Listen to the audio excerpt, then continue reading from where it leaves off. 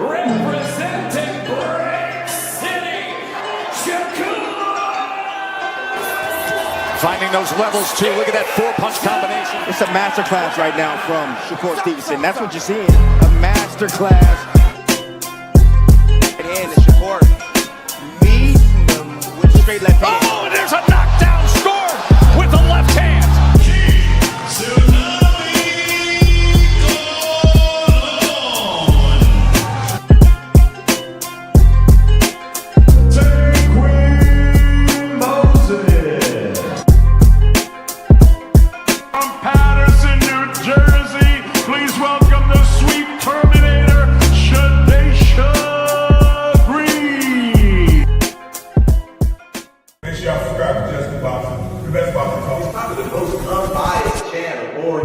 Right now, we're going to give him his just due. Shout out to my brother, Just Due.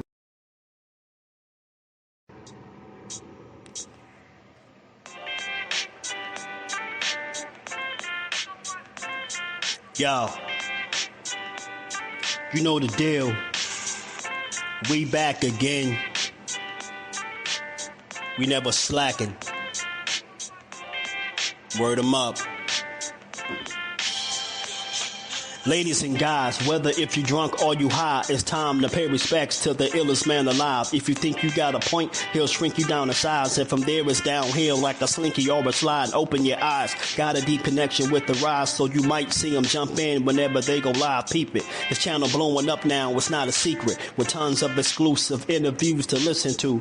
Them other channels I hate, but yo, they missing clues. They start narratives, sip the goose and twist the truth. It don't take a rocket scientist to get the proof. Just click the live at 4 p.m. Eastern time. But when you chime in, make sure you keep it kind. But if cowards want to debate, then it's feasting time. My man Just Do shine busy all the time. Grind 24/7, 365. Videos he might have 365. My rhyme's sick, they make you do a 365. You get a rich if you think you fit to survive. It's Just Do boxing, time to click the live. Ain't no beginners, if you soft, you ain't down to ride. I crush you, respect too, it's Just Do. He got the illest boxing show on the internet. The boy been a threat and he ain't even had dinner yet. Word 'em up. Yeah. You know what time it is.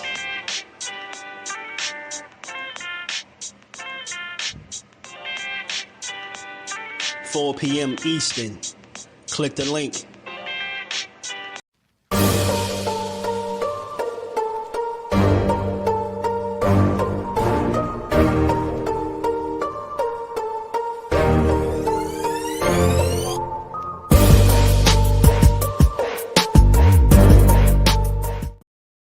Man, anybody that got the balls to step in the ring to fight me, tell them come on with anybody. I want to fight, but y'all calling out other fighters. Why is that? I want to fight you. I want to fight you. I've been through a lot of trials and tribulations throughout my entire life, and I still had to go overseas, fight in Russia. I still had to go overseas and put on amazing performances so I could go pro and get an amazing contract for me and my brothers. Goes downstairs with a vicious right hook and that left hook puts him on stanky leg and face first on the mat.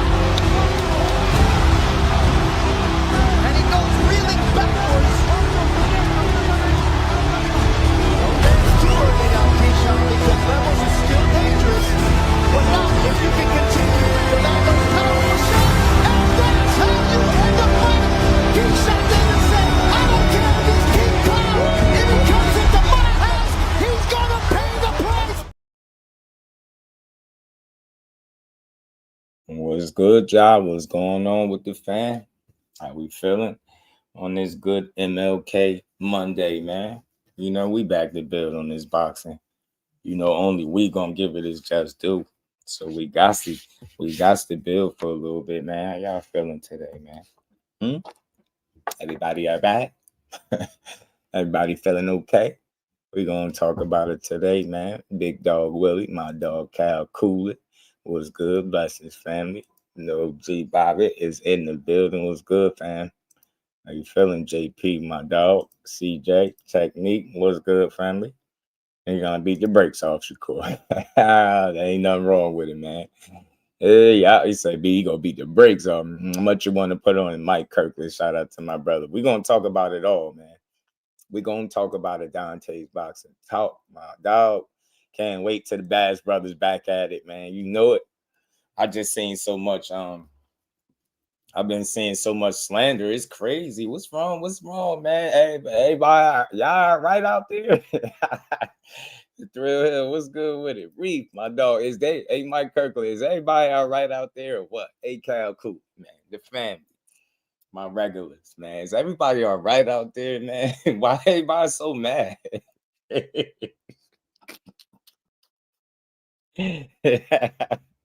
Why everybody the hell going on out there? Why everybody so uptight? Like I got y'all speedos in the bunch. What happened, man? I thought y'all like boxing. What happened, man? Y'all right? You know, January 31st is coming. It's coming up. Don't worry. Don't worry, y'all. Y'all either get to be real right or real wrong. T-Hill, what it do, my dog? How you feeling? Shout out to the Queen, Lisa. Them one and only. How you feeling, Lisa? Cash Sports, the box story. How you feeling? Hey, yeah, man. I got asked, is everybody okay? Is y'all okay? Y'all know over here, y'all could take a load off. You could relax. We not at war. We don't gotta fight. No boxing slander. You know, just the smooth sounds of the voice just do boxing. Yeah, I got pardon me. I came up here silly, man, because every time I look over the boxing community, I skim over the boxing community. They be bucking, they be wilding, they be mad as hell in the boxing community, bro. Keith, what's good? Coming up and waiting. He's the favorite. I'm telling you. Hey, Keith, you know why? Because they know Shakur really special. They know in order for, I ain't saying T.O. can't win. It's 50-50 to me on paper, right? But they know in order for T.O. to win, he going to have to be the best version of himself. He going to have to fight, I think, one of the best fights. He going to have to, you know what I mean, of his career. Shout out to the homie, Bo Digger. Ty, how you feeling, bro? Always good to see the homies, man. Yeah, shout out to Keith, man. They act like energy. Imagine they arguing with their girl. I'm telling you, Ozell, know you're in the building. What's good? 9-4. Shout out to the fan, my dog, being a member for a month. Shout out to Keith. Scary hours are upon. Hey, Ty, they getting nervous, man. Them narratives ain't working, B. Hey, look, they done created a fake ass beef between Keyshawn and Team Crawford, man. They got nasty work, content creators. Nasty work. And we ain't never got a box again. Well, Right. well, I already been getting these bet, but now it's time for you to get your just due. And I started off more lighthearted, man, because I just want people to enjoy a good boxing conversation, bro, right? These people be mad for no reason. I don't know what people problem be, bro. You get me? Why y'all be so mad? We not that angry, Chad. You get me? Hey, please. We not mad all day over here. We passionate. We get mad. What we get mad at is slander because we want to try to help grow the sport with our little channel, you know? Boxing World really do. Hey, yo, Big B-Lo. Yo, they be at each other's throats, bro. It's crazy. I mean, like, yo, just chill. They gonna fight, and you gonna get to stick your chest out. But I'm telling y'all now, all the slander that I have witnessed ever since the announcement of T.O. and Shakur, ever since the addition of Keyshawn Davis on the card. If the Bash Brothers go to MSG and turn it out, bro, I don't even think y'all gonna understand the amount of shit I'm gonna talk. They gonna be like, just act like he was in there throwing punches. All he do is talk, and they gonna be mad at me. The way I'm gonna be talking, bro, I love this shit, man. We watching two of the best. What's so hard about that? Like, I don't care where you try to point to their shortcomings or something they said in an interview. Bro, they nice. Keyshawn is nice. What's wrong with that? It shouldn't hurt. It really hurt for y'all to tell the truth in boxing, bro. He nice. If he fought your favorite guy right now, even mine, he'd give him a damn good fight. If not beat him. I'm telling you, he one of them. I think he is. The only thing that's going to stop Keyshawn is Keyshawn. That shit might sound cliche, but it's a fact. That dude is like that. What part don't y'all get? Like, y'all not paying attention? Was y'all not really watching the fights? Like, what y'all doing? Why y'all so mad? Y'all said y'all don't like the defensive shit that Shakur do. Well, Keyshawn is the opposite of that. And y'all still complaining about him. So I'm convinced, you know what? Y'all don't like boxing because the Bash Brothers is opposite. They not the same exact fighter. Right? Y'all said Key got that. He got that Bud Crawford in him, man. He want to hurt you. Shakur plays safe. He more defensive, right? That's what y'all said. You said you don't like all that jump straight back shit, right? You said you like him to get in there and beat somebody up. Yo, Keyshawn really be beating you up. How many of y'all got to see the Miguel Medueno fight? Bro, he was beating his ass in there, bro. He was in the Prudential Center putting hands, feet, fingers, and toes on Miguel Medueno. That man really get in the ring and give you the kind of fight that you said you want. But guess what, y'all? Because he struggled with mental health, because he struggled with drinking, maybe a little pot on the side, they out here slandering this man. They calling Keyshawn an overrated alcoholic pothead. Yes, I seen it today. I said, nah, yeah, I'm not. Ain't no way. Ain't no way I'm not talking about this. Y'all wild, bro. Shout out to DB3, man. Keyshawn, man, you got your second chance, man. Beat Jermaine Ortiz's ass. You got a real fight on your hands. We're going to get into all that. But I've been watching this shit. They've been going crazy. He said, wait a minute, Judge, you mean to tell me we ain't gossiping. 8-4 Shakur is the worst it'll be to me. I feel you, man. So I've been seeing it. I'm like, bro, chill. What's going on? Why y'all so mad at the Bash Brothers, bro? They can fight. Keyshawn is Mr. Kick Your Ass. You get me? Say he ain't. Say he ain't. Go ahead and lie, bro. Go ahead and say it. Go ahead and say it. Keyshawn is Mr. I Kick Your Ass, G. He is, bro. Hold on. Let me see. Son, hit the like button for me, y'all. We're gonna get to this, man. We got a lot we're gonna get to. Man, what's going on with YouTube, bro? What exactly is they doing right now? Oh, my bad, y'all. I don't know why. Shout out to Big Dog Willie, man. He said, we know Keyshawn ain't right, but at least the U.S. Marshal isn't looking for taking maniacs, Haney Court, just hating as usual. Just do we used to it. Yeah, I'm used to it, bro. But we gonna talk about the sport the right way. You get me, Big Dog? You know, everybody just hold tight, yo. January 31st coming, yo. Y'all get to be real right. Like, think about it, bro. Think about this, y'all. Guess what, Keyshawn and Shakur haters? Guess what, boxing haters? Guess what? All of y'all that's saying Keyshawn and Shakur is two of the most overrated fighters in boxing. You said Shakur overrated defense about to get exposed. They said this elite defense that they talking about is fake.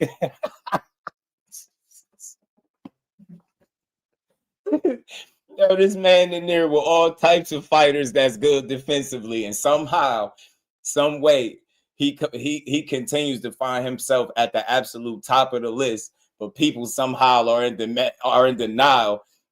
I don't get it. He cold, bro. Like, you don't believe me? Like, look at this. Hold on, let me get Big Dog.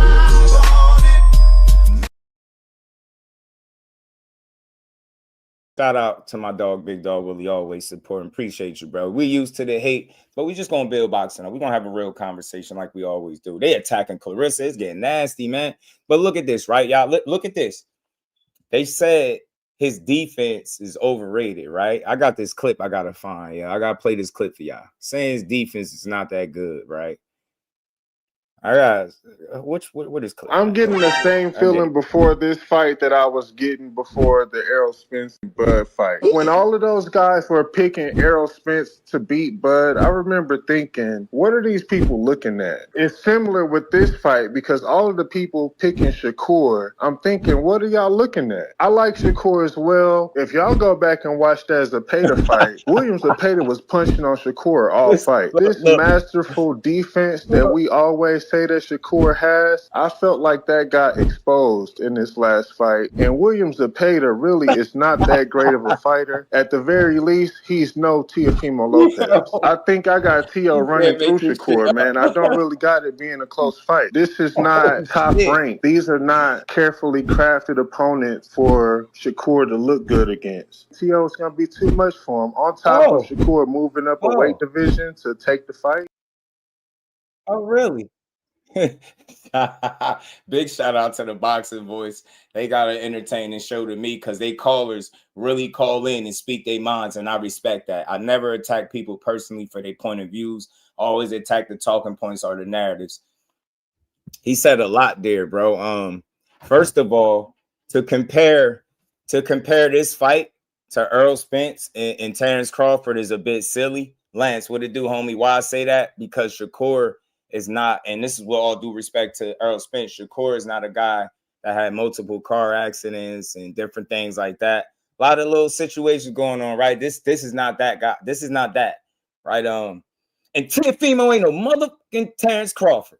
Y'all better cut it out. It almost pissed me off, raising my blood pressure back here. I can't believe he just said that. So if this was Earl and Bud, you telling me Teofimo was Bud and Shakur is Earl? That's a horrible comparison. Horrible. I get where you was trying to go because you're saying, so many people were picking Earl, but this ain't the same shit. This ain't the same shit. This is not the same shit. The advantages that Terrence Crawford had over Errol Spence, let me be clear. A lot of people ignored him the same way they ignore, but people are choosing not to ignore him when it comes to Shakur and Teo. The reason they picking him is legit. It ain't because of it ain't no made up shit. Teo struggles with guys that can do what Shakur can do at a high level. That's a fact. He got beat by Cambosis. I don't give a damn what was going on with his esophagus. He got beat up. You get what I'm saying? Peace to the Queen Shower. Yes, indeed, boxing. You get me? He got beat up. You're not going to tell me somebody that let Cambosis beat him up, drop him, embarrass him, and Shakur can't beat him. He going to run through Shakur. His defense got exposed. Williams Zepeda threw 974 punches and landed a 27% clip. I'm willing to bet anybody, whoever your favorite fighter is or whoever you pick to go up against Williams Zepeda at 135, you will never see him land that low of a percentage throwing that many punches again in his career. I guarantee you. What Buddy failed to mention in his assessment is that Shakur, what makes up his defense is he can utilize his legs. We all know, the real ones know that just watch boxing and don't have personal agendas and narratives. We all know Shakur could have used his legs and made that fight even easier for him. Williams Zepeda would have been fucking lost. He would have been lost. I'm trying to stop cursing so much. He would have been lost, Sha. He would have been lost out there. Instead, Shakur said, I'll fight you right in the pocket and I'm going to cook you. Landing 27% with your opponent right in front of you, and you threw you less than 30 punches shy of 1,000 punches for the fight, and you landed 27%. That's not impressive. You didn't expose his defense. That's the problem. None of y'all dudes has exposed his defense. Teo has an opportunity to be the first one to do so. Detroit BC Legacy, what's good with it, bro? You get what I'm saying? He got the opportunity, Mr. Improv. What it do? He got an opportunity to do it, bro. Can he do it? Possibly, bro, but knock it off, bro. His defense up until this point has been nothing short of elite, yo. Like, watch this little clip. They said all he do is jump straight back, right? Look at this clip real quick, y'all. Just watch this. Styled and shot to the count the clean punches, y'all. Hey, y'all, count the clean punches. Right there. Multiple pressure since count the clean punches, y'all. The first round, but fighting on being the left foot or the right foot. Count the clean punches. I'm looking to land the right hand. The problem is you got to land those shots. Calling the fight is the way I see it. Hey, y'all, somebody count the clean punches. You can't get that knockout. Tell me where Odom land clean. Artem looking to hook around with that right shot. Stevenson blocking those shots now. He's standing looks to connect there with the left. At the end of the day, the fighter's inside doing his best to land his people, his crowd. Out of here. Your favorite fighter would and could never. Artunian tries to give it right back, coming forward now. Don't southpaw and goes great both ways. Cartoonian and being able to take the best of the shots. Who Manny Pacquiao was. When he came to the United States, he can't land a clean punch. Yo, that shit is impressive. I don't care. You could cry. Anybody that can do that, not just Shakur. When Pernell Sweet Pea Whitaker made people miss, that shit was like, it was like a video game. I ain't never seen nobody make people miss the way Pernell Whitaker made people miss. That shit is impressive and very hard to do. And even with as great as Pernell Whitaker, RIP to the legend, he been knocked on the canvas before. So far, so good. Through 24 fights, the dude has proven to have the most consistent defense. That's all. It's nothing. That's not nothing to argue about. Now, look, to be fair, this is the question that me, as one of the biggest Shakur supporters, that I had for him, right? Can your defense be elite against another guy that's considered world-class, top level like Teo?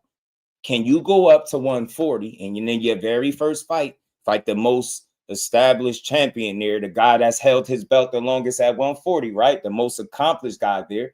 Can you go up there in his weight class and show that you got elite defense? That's a fair question. Anybody questioning that, I'm with you.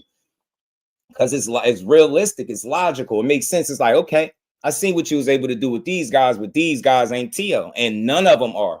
Get what I'm saying? None of them. None of these dudes are you know, I think he fought is nowhere near as good as Teo. I don't think so. But now that's where the action happens, right? That's what makes the fight intriguing. Can Shakur be good enough? Can he have this elite level defense against another top tier talent, right? Can Teofimo break the code, right? Can he do it? Can he upset him? Can he show Shakur that, yo, you too small, right? This ain't your weight class. Those questions are real. You know, but I be clueless. Like, I be mind blown. Like, why argue something that you can't prove? And if I went to proving it, the numbers would suggest this is the best statistical defensive fighter in boxing. What's wrong with that? It's okay. Do that make him the absolute best in all of boxing? In that particular category, it does. In active fighters, it does. And it's okay. You got a bunch of different categories in boxing. It just, when it comes to that one, the hitting and not getting hit, that's something that he's mastered very early in his career. And this is one of the reasons why I rock with him. I do, because he understands it. It's boxing is an art. It's not just fighting, bro. It's boxing. And I know if I can force you into a boxing match, your ass in trouble. In my opinion, there's never going to be a boxing match that's Shakur won't have an opportunity to win. Right? Teo got his opportunities. He gonna have to earn it. I don't want to just give him the win over Teo. I don't want to say, he just going there. That's just gonna be a piece of cake. Nah, he gonna have his work cut out for him. Teo is super athletic. He fast. He twitchy. Shakur, can your defense hold up, and can you be as efficient defensively against Teo with the skill set that he has and the attributes that he has offensively, right? With that athleticism, can you do that to him? If you can do that to him, now we start to have I think a slightly different conversation about the defense as a whole. But as of right now, as it stood, I mean, you've never seen this dude lose back-to-back rounds. I don't think people understand how difficult that is, right? That's for any boxer. He's not the only one, right? But off the top of my head, I think he's one of the few and one of the only boxers, man, that I could say, like, Boots is another one. Boots might be another one. I've never seen these dudes lose more than one round at a time. That makes them very hard to deal with. So when you think of like the X's and O's and you start looking at the numbers and the strengths and weaknesses, right?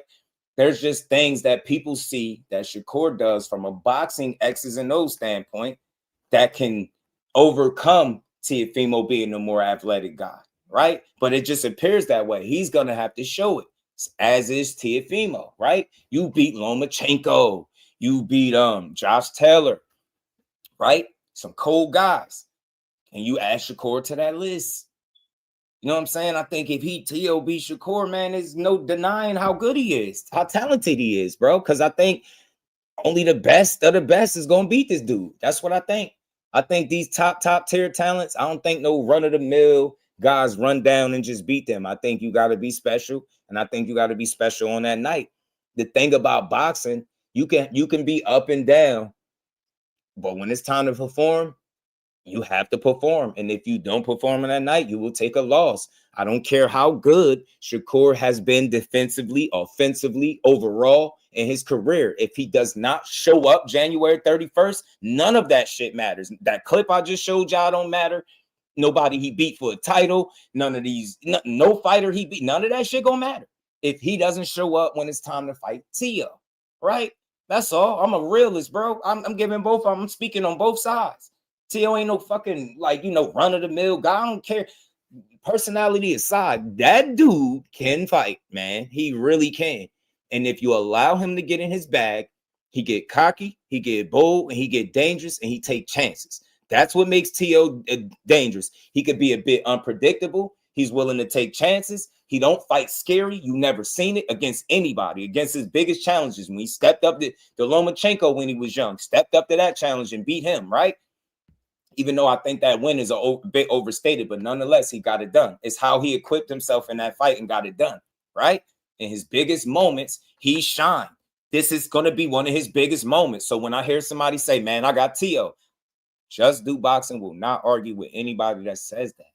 Let's have a conversation. I see it too. And I'm going to play a clip where dude on Sean's I Tell channel, he broke down ways I think both of these guys could win. And that's how you give a non-biased breakdown. That's what non-bias is, being able to speak on both sides despite whoever you favorite. Yes, I favor Shakur, but I don't favor him. It's not blind favoritism. It's like, bro, he's shown me to be the more consistent performer. I'm banking on that. He's shown me to be the smarter fighter, the better guy defensively, the sharper guy, the more technically sound. I'm leaning on that. Tio is shown to be more unpredictable. He take more chances. He got more punching power. He's fought at a higher level. There's things that make him dangerous and give him an opportunity to win too. You get what I'm saying? I don't give a fuck about no odds. The hell with them odds. That shit is about money. Don't be fooled by that. On paper, this is not no 3.5 to 1. You know, I don't think underdog. I don't think it's that, right? And y'all know I'm my guy, but I'm a realist. When you reach a certain level, that separation is not as far as what people make it seem. Teofimo has operated amongst the highest and the elite level in boxing. Yeah, he took a loss, but he bounced back. He's operated high level, right? Same with Core. When you operating at that elite level, man, that separation be a matter of inches sometimes. I'm telling you. So this is going to be a fight of inches. Who's going to make the smarter moves? Is it going to be the athleticism and explosiveness of Teofimo with the footwork, right, that they be talking about? That unpredictable nature, is that going, you know, trip Shakur up? Is that going, you know, give him some rough rounds? Is he going to be able to show him something that none of these other guys ever seen? That shit is possible, man. That's what happened when you stepping up against the best guy you ever fought. And that's what I think makes this fight intriguing. A lot of times, very rarely, not all the time, do you get people in their primes. If Shakur ain't in his prime, he damn sure entering, and Teofimo got to be up amongst his prime, right? You get what I'm saying? Very rarely do you see guys putting it all in the line like this and them both being the best guy that each other has fought to date. That's how you know you got a real fight. It's a pick 'em fight to me. You know what I mean? I know who the favorite is, and I get why, but don't let no odds be the reason that you determine who's going to win. They have to show up on the night. Is flawless as Shakur defenses look through 24 fights. Even on his worst night, he got hit 40 times. Trust me, man, a healthy Shakur Teofimo is going to have to figure it out, him and Senior. You know what I'm saying? They got their work cut out for sure, man. You know what I'm saying? Shout out to everybody. I hit that like button, man. We're going to keep building, man. So I've been praying Core beat the liquor out of T.O. You feel me? Yeah, he going to get him. Favorite G's. What it do, homie? Hannibal was good with it. And because they willing to fight anyone? Yeah, I think so, too. Christopher was good. Got Shakur winning. Well, but T was dangerous and unpredictable. All the stuff I'm saying, could Tio's cross guard defense and him blocking with his elbows be a big issue for Shakur's hands? I see you. All that stuff. Like, I like real conversations. Teach was good with it. COD Chris was good, fan. Boxing dad in the building. Shakur is consistent. And that's why I feel strongly that he can pull it off. And the thing is, it's not like he got to reinvent himself, right? Like a lot of times, right, when guys are going in there against their best fighter, they got to reinvent themselves, or the best opponent they've been in there with. Shakur doesn't. He just has to do and stay consistent and on par with what he's put out in boxing thus far. Y'all get what I'm saying? He can be that same elite level defender, make it hard for you to hit him, make it hard for you to win rounds, make it hard to figure him out. He's going to cause Teo some trouble. You know what I'm saying? And the same thing, if Teo athleticism, if that quick twitch shit, the unpredictable nature and the footwork, if he get in Shakur head a little bit with that shit, he can cause trouble, right? He can make him second guess himself, keep his hands at home, right? Lower his punch output, things like that. He has opportunities where he will be successful and can win rounds and or the fight. That's real, bro. That's what real fights are, man. Ain't no bias breakdowns. We speaking on both sides. We got two, how you want to say it? You got two high level guys, man. And let's see if they be high level against each other. Teofimo, can you be the Teofimo you was against Loma and Josh Taylor against Shakur, and not the Teofimo that you was against Cambosis, against Jermaine Ortiz, against Sandor Martin, right? You get what I'm saying? Against Nakatani, right? Shakur, he hasn't had as many performances, I would say, that you can say was bad, but look, we're going to go. Shakur, can you avoid being the version of yourself that you was against De Los Santos, or the version that people say was bad against Nakatila, even though you shut him out? Can you avoid those pitfalls of looking like your worst against your best? Can you look your best against the best? That's what's going to show how good you are. So all of y'all that's saying he overrated, all of y'all that's saying Keyshawn Davis is overrated, it's funny because I think both of them are fighting the best guy that they fought, right? And we get to see just how overrated these guys are. Keyshawn Davis, he get to prove to the world if he one of them ones, like I've been saying, I think he will. Shakur Stevenson, you couldn't have picked a better opponent. Get what I'm saying? You couldn't have picked a better opponent. Couldn't have picked a better opponent to go after. Now let's see if you been putting in the work. Let's see if the pre-camp. Let's see if all the the sparring rounds with you and Keyshawn, the Bud watching over you with a watchful eye. Let's see if all this stuff put you in the driver's seat to kick this dude's ass January 31st. Let's see if the praises of the Tim Bradleys, the Andre Wards, the Roy Joneses, the Mayweathers of the world, man. Let's see if all these guys gonna be truth tellers come fight night. Are you gonna show everybody why they be picking you as one of the next guys? Are you gonna show people why Tim Bradley said, man, you could carry the torch for Bud Crawford? You have an opportunity to show it. Everything that Shakur Stevenson said he is as a fighter, as a boxer, he has an opportunity to show that shit January 31st against Teo. That's what's the beauty of boxing. And Teo get to show all that shit he was talking against Shakur. Remember all that where the ninjas at? You know it. Remember the little rant, whichever monkey want the banana.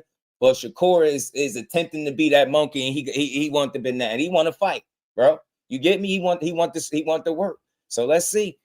Let's see if Teo he finally enters, that we can take Teo off the no black fighters list, right? You can take him off that list with this. He really doing something that people ain't think he was doing. I give him a lot of respect for it, regardless of what he thinks Shakur is. And this is impressive. To try your hand against this dude, I like it, man. Say a lot about you. You know what I'm saying? Say a lot about you. You know what I mean? Let's keep building. Sean went thug on national TV, bad look, and Shakur really can't fight going forward and hardly no offense. Yeah, I wish that was true, Natalia. I wish that was true. Do you know Shakur is number 2 in all of boxing, and that means of all active fighters and combination punches landed? The only one that's above Shakur in that category is David Benavidez. You know that? So this whole notion, now I'll level with you here, Natalia, because you made a legit comment. I don't think his strongest suit is going to get you because of how his style is naturally. I think that's an area of Shakur game where he needs to continue to work as he growing, right? Going forward, cutting off the ring, being the hunter instead of the guy that's being hunted, right? He's phenomenal doing that. But can you be phenomenal if, in fact, you have to be first? Now, I've seen him be first, but if you have to be the hunter and go on that front foot, how good can you look? So, yeah, that's an area you got to work in. But the hardly no offense, the numbers that tell you that's not accurate. You could just look at the numbers. You know what I'm saying? And think about this.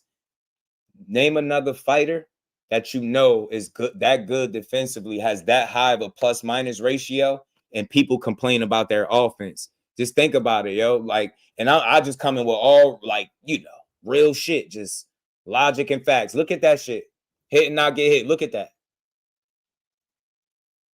20.2. That means this guy can hit you 20 times to your 2. It's the best in box. That shit is ridiculous, bro.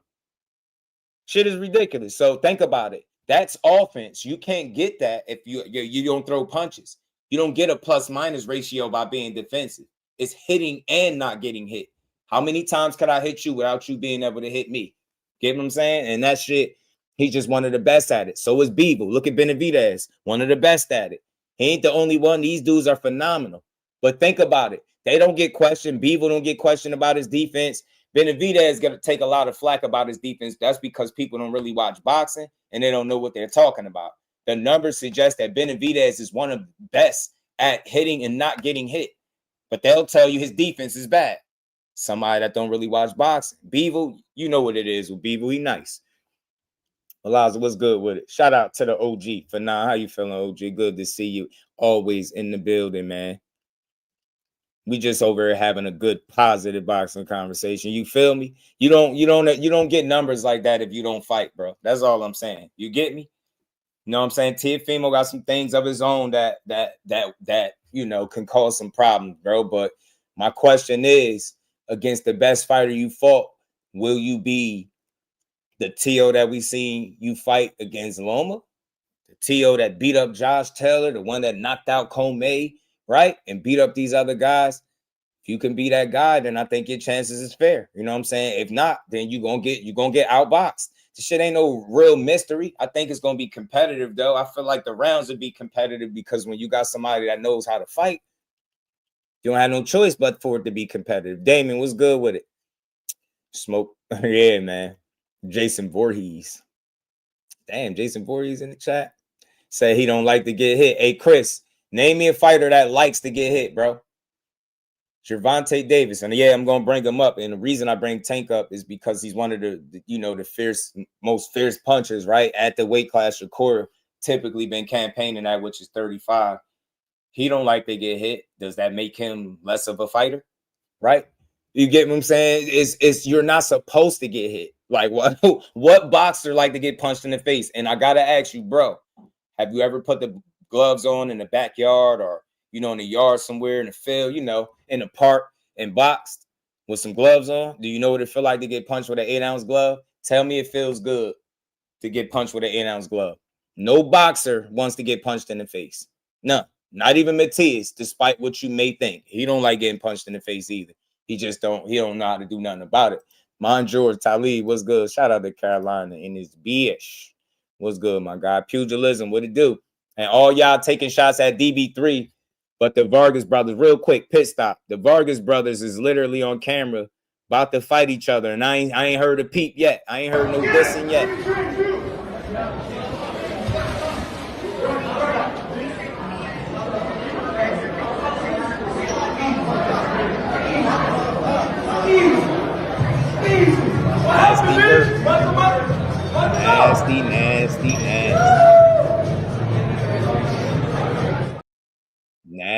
Nasty. They in Vegas with it trying to fight each other. He said, Shakur like to get hit. That's what Tank said. Tank said he don't like to get hit, bro. I'm telling you what Tank said. I get it. No boxer like to get hit. That was my point I was making, bro.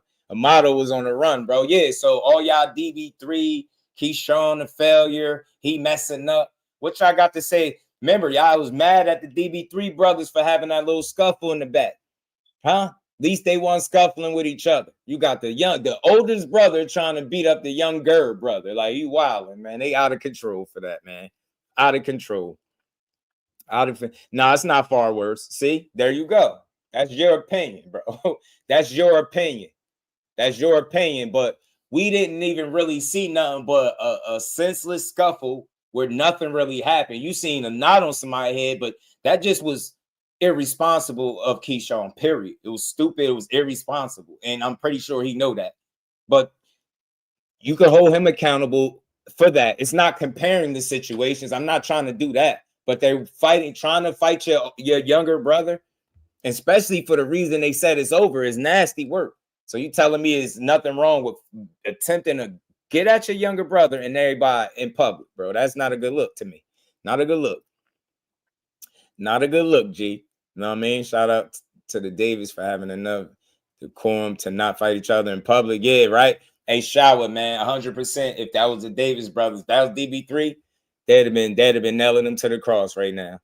I'm hearing people justified and everything. They're like, man, it's normal. It happens. I have brothers. I got 3 brothers too, and we ain't fighting in public, G. I'm gonna tell you that right now. Definitely not over no females.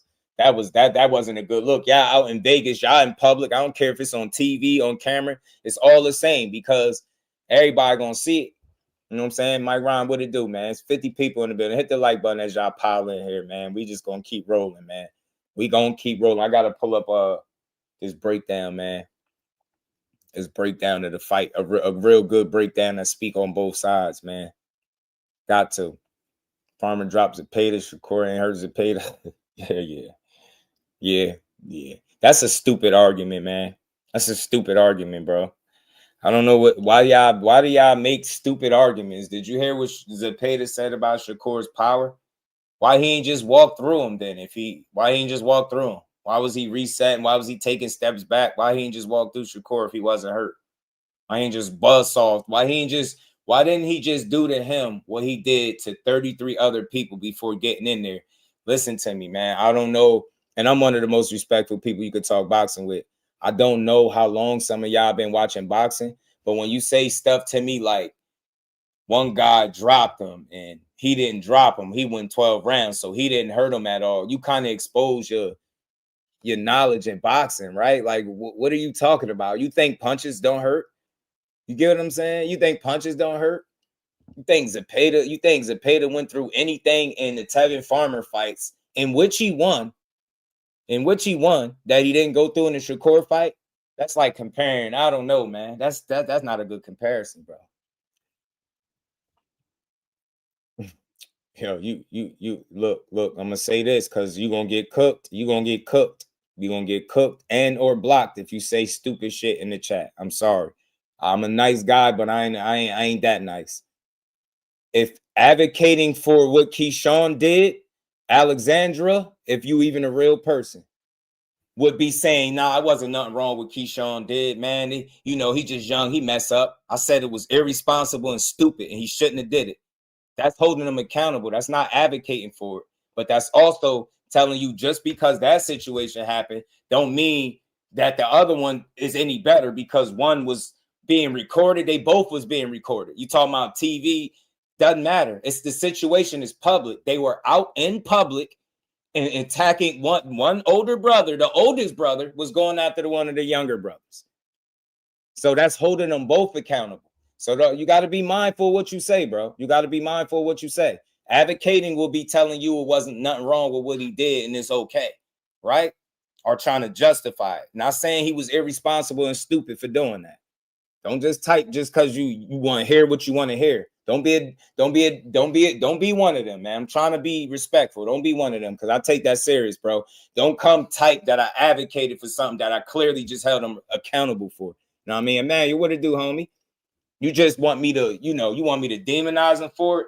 For what? A scuffle? Mike Tyson is one of my favorite boxers of all time, bro. That speaks enough. I've seen that. I lived through that to see that type of shit. So Keyshawn, like that's light to me. Scuff is the biggest issue I have with it is that it was a kid anywhere in the vicinity, right? Man, you gonna make mistakes. It's a mistake, right? He messed up. He suffered for it. He missed out on the payday. He got sat on the sideline for a while. That's that's a bonehead move. You get what I'm saying? That's not the way you show people that you learned from the fact that you missed weight, right? That was a terrible mistake that he made. It was a bad decision making. He probably had ill intent, but I look at the totality of what actually happened. Did somebody really really get hurt? Or, somebody really, nah, man, it's men, little scuffles. That shit happened in boxing. We see shit like that in weigh-ins. You get what I'm saying? Like, I done seen what was his name? I done seen what's the heavyweight from back in the day? David Hay. I done seen him hit Derek Chisora with a damn glass bottle. A glass bottle. You get what I'm saying? Somebody getting head bunted That shit is light to me. It don't make it right. It ain't mean it's cool, but that shit is not a big deal to me. It's not. Sorry. I'm not going to make a big deal out of that in a sport where you get what I'm saying, tempers flare all the time. But I will hold them accountable. Smarten up for the next time, bro. You can't move like that because you the leader of the DB3, right? The people are all eyes is on you, right? You in a really good position. And you got brothers that, you know what I'm saying? You got other people that could be affected by you making bad decisions like that. So again, man, I just want to be clear. I hold people accountable, but I don't write them off. It's not the end of the world. You know what I'm saying? Keyshawn got an opportunity to show if he learned, you know, from the mistakes, right? From making weight to just keeping his emotions in check, right? Focusing on, you know, keeping the main thing, which is boxing and locking in, bro. All I'm gonna say is I haven't seen a perfect boxer yet. I haven't seen one. And I don't think we ever will. I think everybody makes a mistake, you know, at some point in their life. I've made plenty. I make mistakes every day. That's how I approach this. I don't look at Keyshawn and say he's above making mistakes. He's not above criticism neither and being held accountable. But if you want to make it seem like it's something crazy, then you can do it. But you do it. Keyshawn is no role model. He don't got to be a role model. Alex, he ain't got to be a role model. He don't got to be a role model, bro. That's the thing. These dudes are not, it's not these guys' responsibility, and this men and women. It's not boxers' responsibility to be the role model for you or your kids. How old are you talking about fucking role models, dude? Like, it's not his responsibility to be somebody's role model. He messed up. And you notice, y'all, he proving my point. He got all this smoke for Keyshawn in a situation that we already held him accountable for, that he dealt with. He basically he paid his punishment for it, right? But not a single solitary word about Vargas. The Vargas family fighting each other in public. Do you see what I'm saying? Do you see exactly what I'm saying? Do you see what I'm saying? Do you see why I proved my point? Not a peep about the Vargas brothers, but he want to rehash this shit with Keyshawn that happened already. We closer to the fight than anything else. What is we 11, 12 days away from the fight? And he want to talk about the shit that happened way before. And he want me to revisit it and like what, criticize him all over again just to make you feel good. Meanwhile, the Vargas brothers out there trying to fight each other, and from what I hear, is women involved, and that's always nasty. You ain't got to work.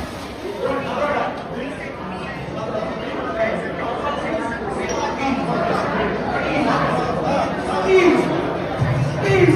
What happened, bitch? What's the go?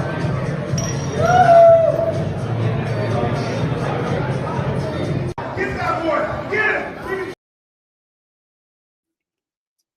And that's in public. They out there in Vegas, man. They out there in Vegas, out there cutting up, trying to fight.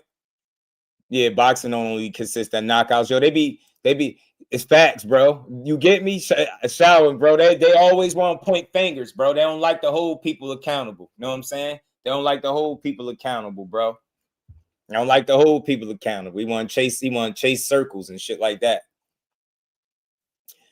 Malaza, don't make this about Spanish channels. Don't make this about this. I don't visit those Spanish channels you be on or whatever Spanish channels you speak of. I don't listen to them. So don't mention nothing. I don't care nothing about nobody else's channels but the ones that I frequent or who I see. And what I see is selective energy. I don't see the mass videos of people holding them accountable. I don't want them to tear down the Vargas family, but just hold them accountable like they do everywhere else. So don't ask me to vouch for some shit where I'm not at. I don't be in no whatever Spanish channels you talking about. Why would I? I don't speak Spanish, bro. You know what I'm saying? So why would I be over there? That was kind of silly. I don't be there. I don't care. Knockouts is what people want, but it's boxing. The sport is called boxing, fam. You listen to him. That's you. You know. You listen to him, and you can keep listening to him, fam. You could keep listening to him. Have at it, bro. You can keep listening to him. I could care less. I can't speak for something I don't listen to and I don't care about. So, you know, best of luck to them. You know what I mean? Let them keep speaking what they speaking on their channels. But this is my point, though. This is my point. I don't care about what boxing communities they are. It's all the same boxing community, bro. It's all the same boxing community. See, the thing is, you thinking I want to hear people shit on them. I don't want to hear that. I just want to hear them be held accountable the same way they did DB3. So I don't care about nothing you talking about if I'm not there. Don't tell me about nothing else. You get what I'm saying? If you're a real supporter of the sport, you get what I'm saying? They all matter. Exactly, bro. Get that out of here. We don't care about that. You know what I mean? We don't care. You telling me about some stuff like, why would I be somewhere where I don't understand? Like, that's silly. Why would you expect me to be there? Shout out to them. But again, I represent what I represent, and I don't go there. So at the end of the day, we talk real boxing over here. I don't care what they do over here. What I'm saying is the boxing community that I frequent, the people that I'm seeing, I'm not really seeing nobody talking about the Vargas brothers and how they're a disgrace. Now, I seen some people in the comments, right? But I don't see it. I'll be everywhere too. Just because I ain't typing in the chat don't mean I don't be everywhere. All I'm saying is if we can hold the DB3 brothers accountable, right? We can hold the Vargas brothers accountable. Nothing more, nothing less. Trying to say one is worse than the other, it doesn't matter. They both wrong. Two wrongs are both, they still wrong. It don't matter which one is more wrong. They both wrong. You get what I'm saying? It's both embarrassing to try to fight your younger brother, especially if it's any truth to what they've been typing in the comments about women or whatever. That's nasty work. Nasty work, man. Nasty work. But let's get to this breakdown. Hold on, man. I'm gonna get sidetracked. Let's get to this breakdown, man. Let's get to the breakdown. Let me take this down. Let's get to this.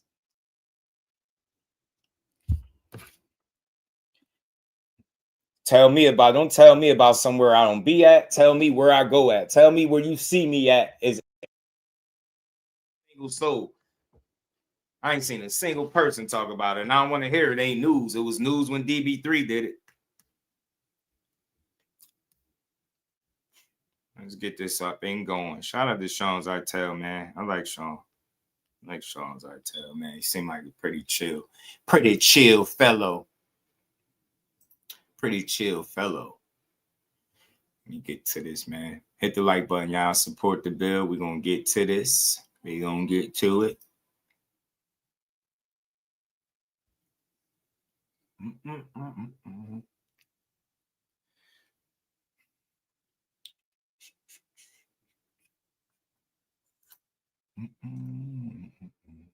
Yeah, I like Sean, man. He be giving fair takes, man. Fair assessments from what I could hear, man. You know, I like it.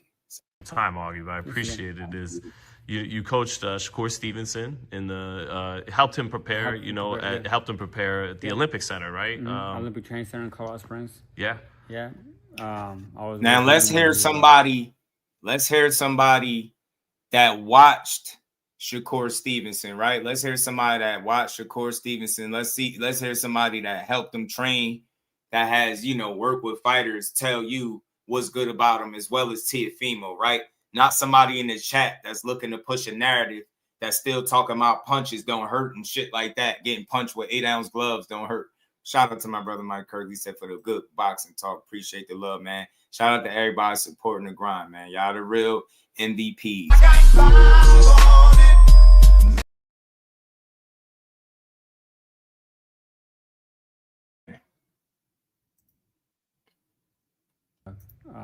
When he qualified, him, Claressa Shields too. Claressa Shields on that same squad. Claressa beat up a lot of guys. Oh yeah, she's tough, man. I know she's tough, definitely. But yeah, working with do some mill work with Shakur and be in the ring with him and stuff like that. And I remember one time I told him, I was like, cause I was working in the midfield, I'm like, man, I said you do got some power. But he never thought he did. Mm-hmm. And we were actually at the qualifier. I think it was in Argentina, and he ended up. So he was fighting, and he ends up knocked him down, and he looked like in shock, like did I just do that? And he went to the neutral corner, and he was kind of dumbfounded. And after the fight, I was like, I told you, man. I said you do got some power, and so it was just kind of funny in that moment because I got told prior to that fight, I was like, man, you got some power. So I think it's crazy, right? This is my first time watching this video with y'all, this breakdown, and you seen Buddy in the comments talking about he ain't got no powers, the pain, it wasn't hurt, right? And then the first thing that come out this dude's mouth is when he worked with Shakur during the Olympic trials or qualifiers, he said is that the kid got some power. I noticed that it's no coincidence that the only people that really be talking about this power shit are fans and content creators that don't like him. None of the coaches be saying that shit. The fighters that get out the ring with him don't say that stuff, right? It just be fans, supposedly fans of the sport, but it be detractors really and people in the chat. Like, imagine saying somebody can't punch, right? But if they punched you in your face, it would hurt. What would you say to that? Like, I think it's stupid to say shit like that. 8-ounce glove right in the face, it just don't feel good, bro.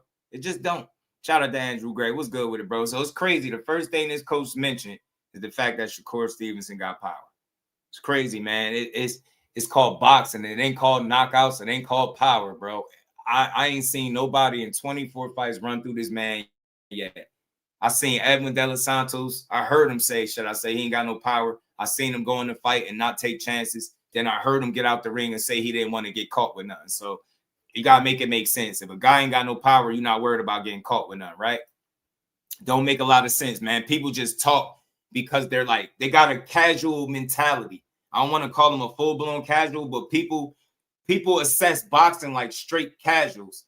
To sit here and keep talking about power, like, do you realize you more than likely see more decisions than you do knockouts? You get what I'm saying? And then when you get to the elite level, the knockouts slow down. I mean, everybody know that. It's cool. Like, you know, knocking people out is a skill in and of itself too, right?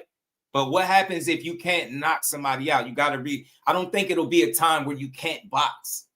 I haven't really watched too many fighters or boxing matches where, but guys really on that level, you're not going to stop them from doing what they're doing, right?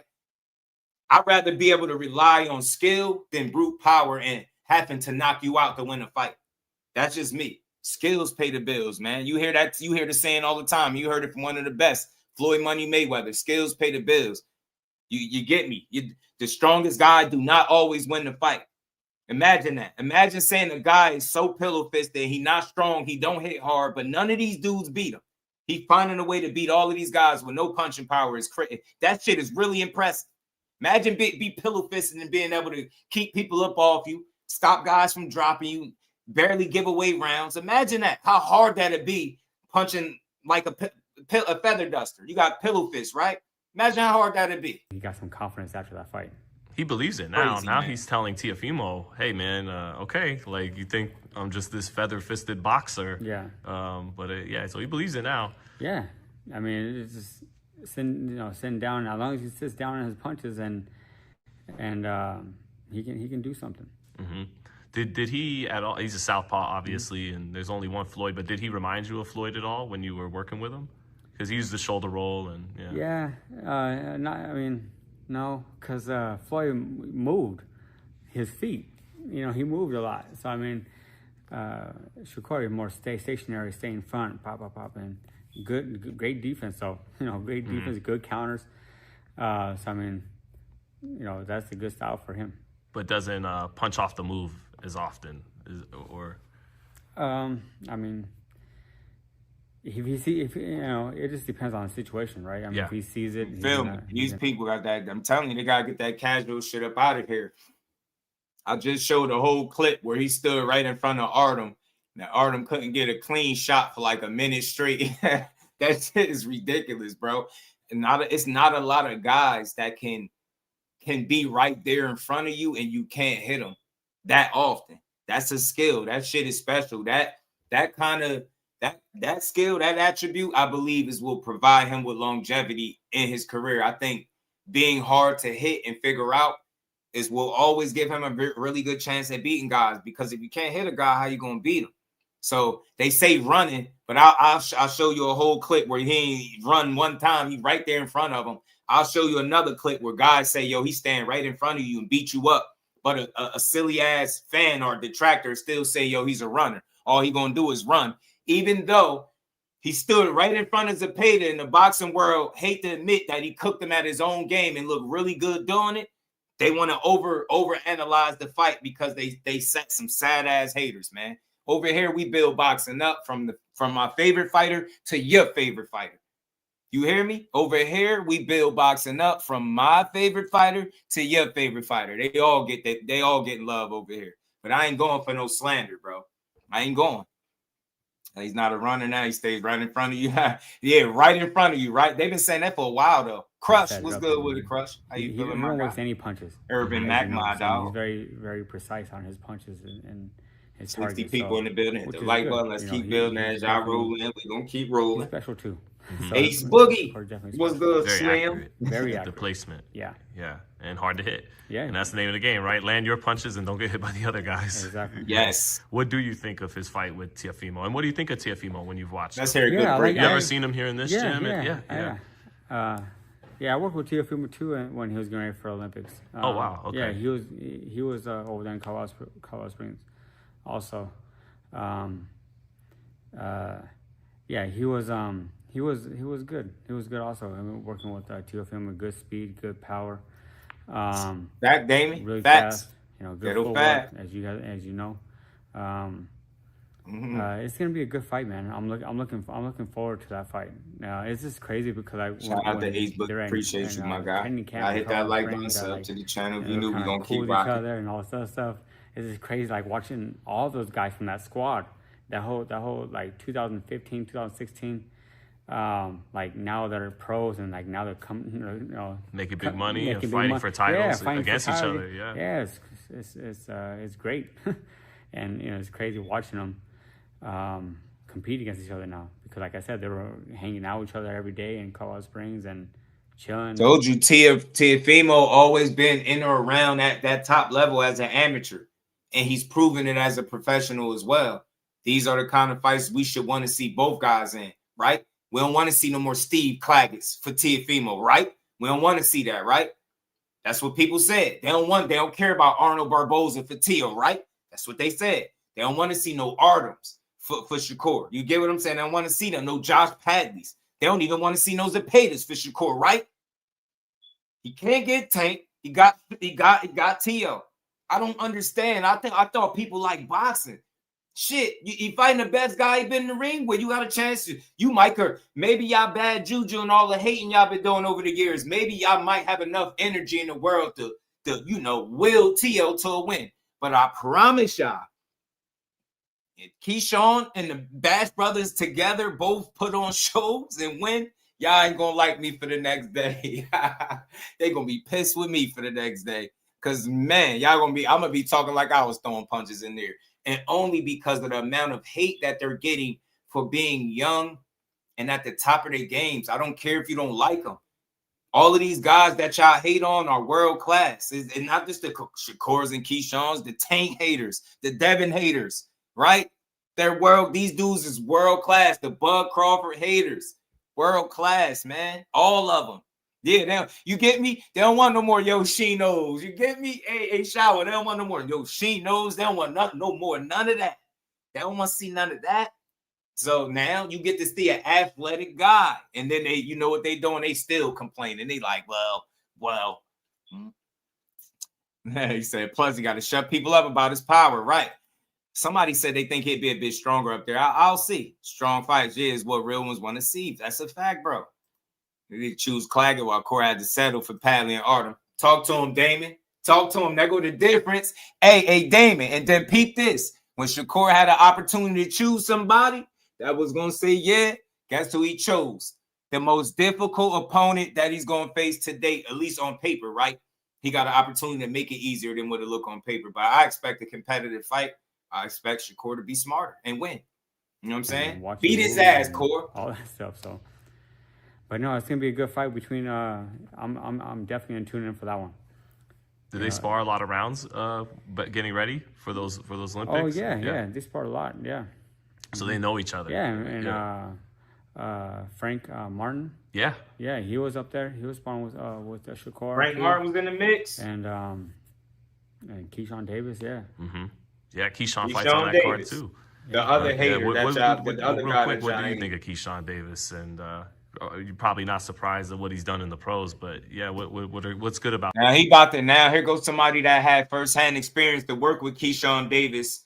You get what I'm saying? We got 70 people in the building. Let's keep building. Hit the like button. Let's keep going up. The Butcher was good, homie. Now you got to hear somebody else that got to work with Keyshawn Davis speak about him. Not somebody hating from the sideline because they really don't like boxing. They say that he got this shit that Bud got that make him dangerous. They say he different than Cord. He more complete. You get what I'm saying? He a more complete fighter, all of this stuff, but then they still don't like him. The man can't make no mistakes. I can't wait to Keyshawn Davis get this win, man.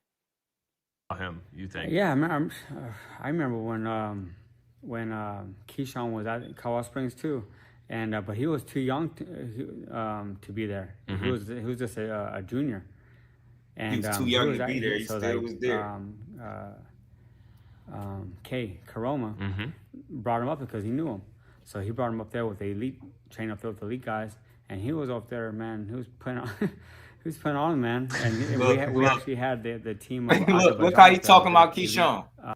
Two of the most overrated. I'm sick of this. If they so overrated, why is it none of the coaches saying that? Like when I say none, every single coach that I hear speak about them, every single fighter outside of potential contemporary has like the highest praise.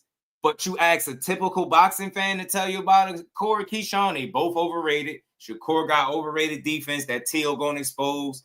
And Keyshawn Davis is some overrated alcoholic pothead. And notice, they said Shakur only been winning because he been fighting people on Top Rank. Where the hell is Teofimo at?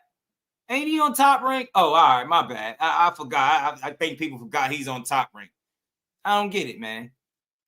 So we're gonna see, man. We're gonna see.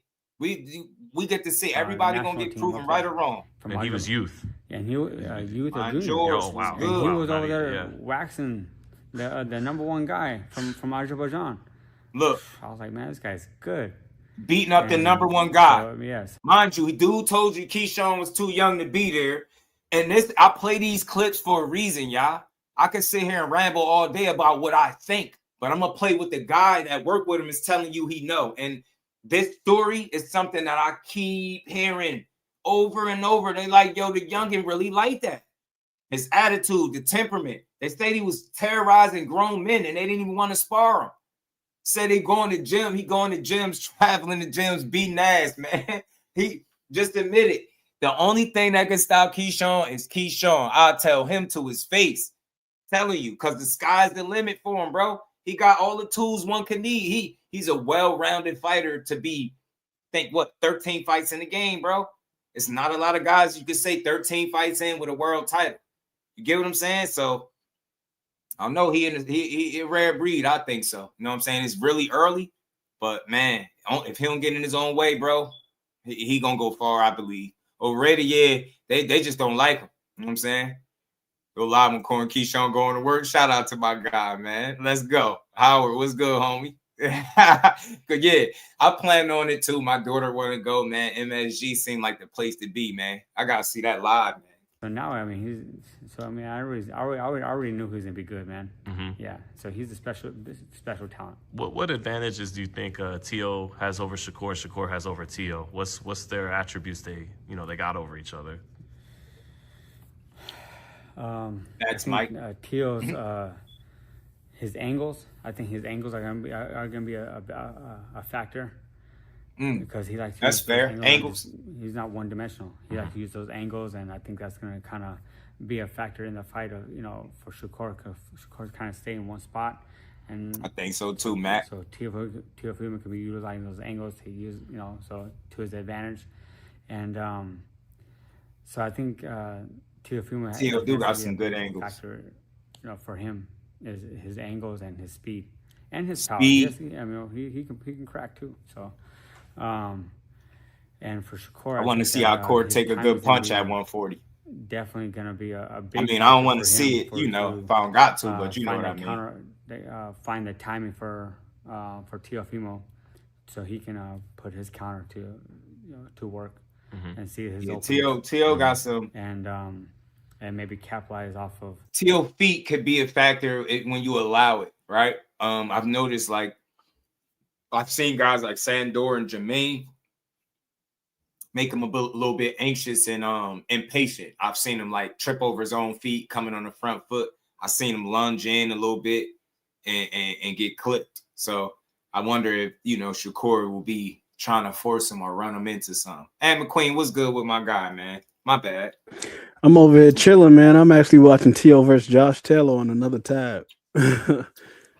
Damn junkie, man. Both counter. I got to see what these angles he's talking out. about. Mm-hmm. Because it's not one of the things that I would generally attribute to Teofimo Lopez, like angles. I don't think about angles when I think about Teofimo. Mm-hmm. Not saying that he can't. He doesn't have the athleticism to utilize angles, but it's not something that comes to mind when I think about the way that he fights. Mm-hmm. I think of like maybe being unpredictable, explosive, twitchy, speed. He's definitely twitchy, but mm-hmm. I don't even know if I would necessarily classify him as unpredictable either. Like it's fairly my bad, standard. Professor. No, I'm just saying, because like to me, unpredictable is a guy like Emmanuel Navarrete.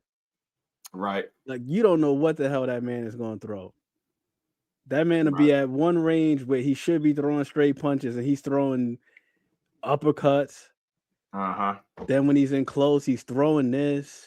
He's crossing his feet and throwing that. Like it's just all over the place. Right. I think that T.O. is just very explosive. I do think he's very twitchy. Mm-hmm. But I'll say unpredictable at times. He can be because he's willing to take chances. And it could work for him or against him depending on the night or maybe who's in front of him. So I'm with you. I think that's fair because I just seen him leap off his feet to throw a damn gazelle punch at Josh Taylor. He got counted in the process, but he attempted it. He did it though. he did He do some wild shit. So I just want core like that. I want to see the best version of this dude because I want him to. This is prove it moment, bro, and then do it against T.O. Like this fight right here. You beat him the right way. I don't want to hear shit from people. I don't want to hear no hating stuff. He lose, T.O. win the right way. Get a man his credit. I don't want to hear nobody was overrated. And like I said, man, the only time I hear this shit is when you go online. The boxer, the coaches, the people that be in the gym, the stable mates, of course, like they all had this high praise. And I just don't think everybody out there lying like that in unison, like the whole world just telling y'all, like this ain't these good dudes good just for kicks. So it got to be something. Got to be something. Ty is crazy. That's exactly how Emmanuel Navarrete fight though. Like them punches be so damn random. It's like why the hell would you throw that? Yeah, he threw. I tell you that uppercut from Grandma's basement. When he threw that shit and hit Valdez with it, I knew it was gonna be his bro. And the range that he threw it from too, because like far conventional back, long range. Yeah, like conventional wisdom would tell you when you in close, you throwing tighter punches. That's when you throw the uppercut. You throwing short little hooks. Then when you from like mid range to the outside, that's when you working the jab and cross. You know what I mean? Throwing straight punches. That shit is crazy. Emmanuel Navarrete throws what he wants to throw, from where he wants to throw it, when he wants to throw it, how he wants to throw it. He just does whatever the hell he wants. Like Cowboy is the perfect name for him. He fight like somebody that played a video game. That's what Ty was saying. Swear he do. Yeah, he fight like somebody that played a video game. Swear, just do shit like once you know how to do some shit, you just spam it. He spammed the uppercut from 7 feet out. Lead uppercuts. He landed this shit. I was like, yeah, Valdez is gonna be a long night for this man. You getting hit with that? Not a good sign, bro. Not a good sign. Let's keep going, man. Let's see what else bro was saying. But look, this is another reason why I played it. He didn't just speak about them. He spoke about T.O., the things that make him good as well. Somebody that got to work with all of these guys, and he telling you, these was the cream of the crop up in Colorado Springs, man. Putting that work in. I don't know if he'll knock him out or stop. I don't know if he has the power to actually stop to stop Teofimo. But I think he has the. Coach Rell said this shit ain't going past 7. But it's gonna be a good fight. It's gonna be a technical fight.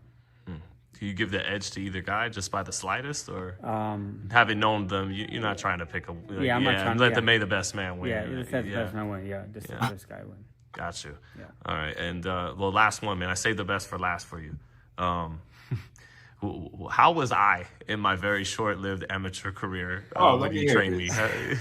You were good, man. I thought you were good. You too, though. You're fast. You have fast hands, fast footwork. I think you picked up boxing really fast. I think it came natural to you. Sure, as I tell, had you hands. had that one Beat fight. one of y'all asses, and Ashton very Kutcher tired. himself. I was like, "Where'd you go, man? All my money was on you." Is it me or do Sean's I tell y'all Ashton Kutcher vibes? Or You know what it was? I see Gino, Louis, and Teddy, and Mike, and Jesse, and I right? I could never do what those guys do. You know, you see them.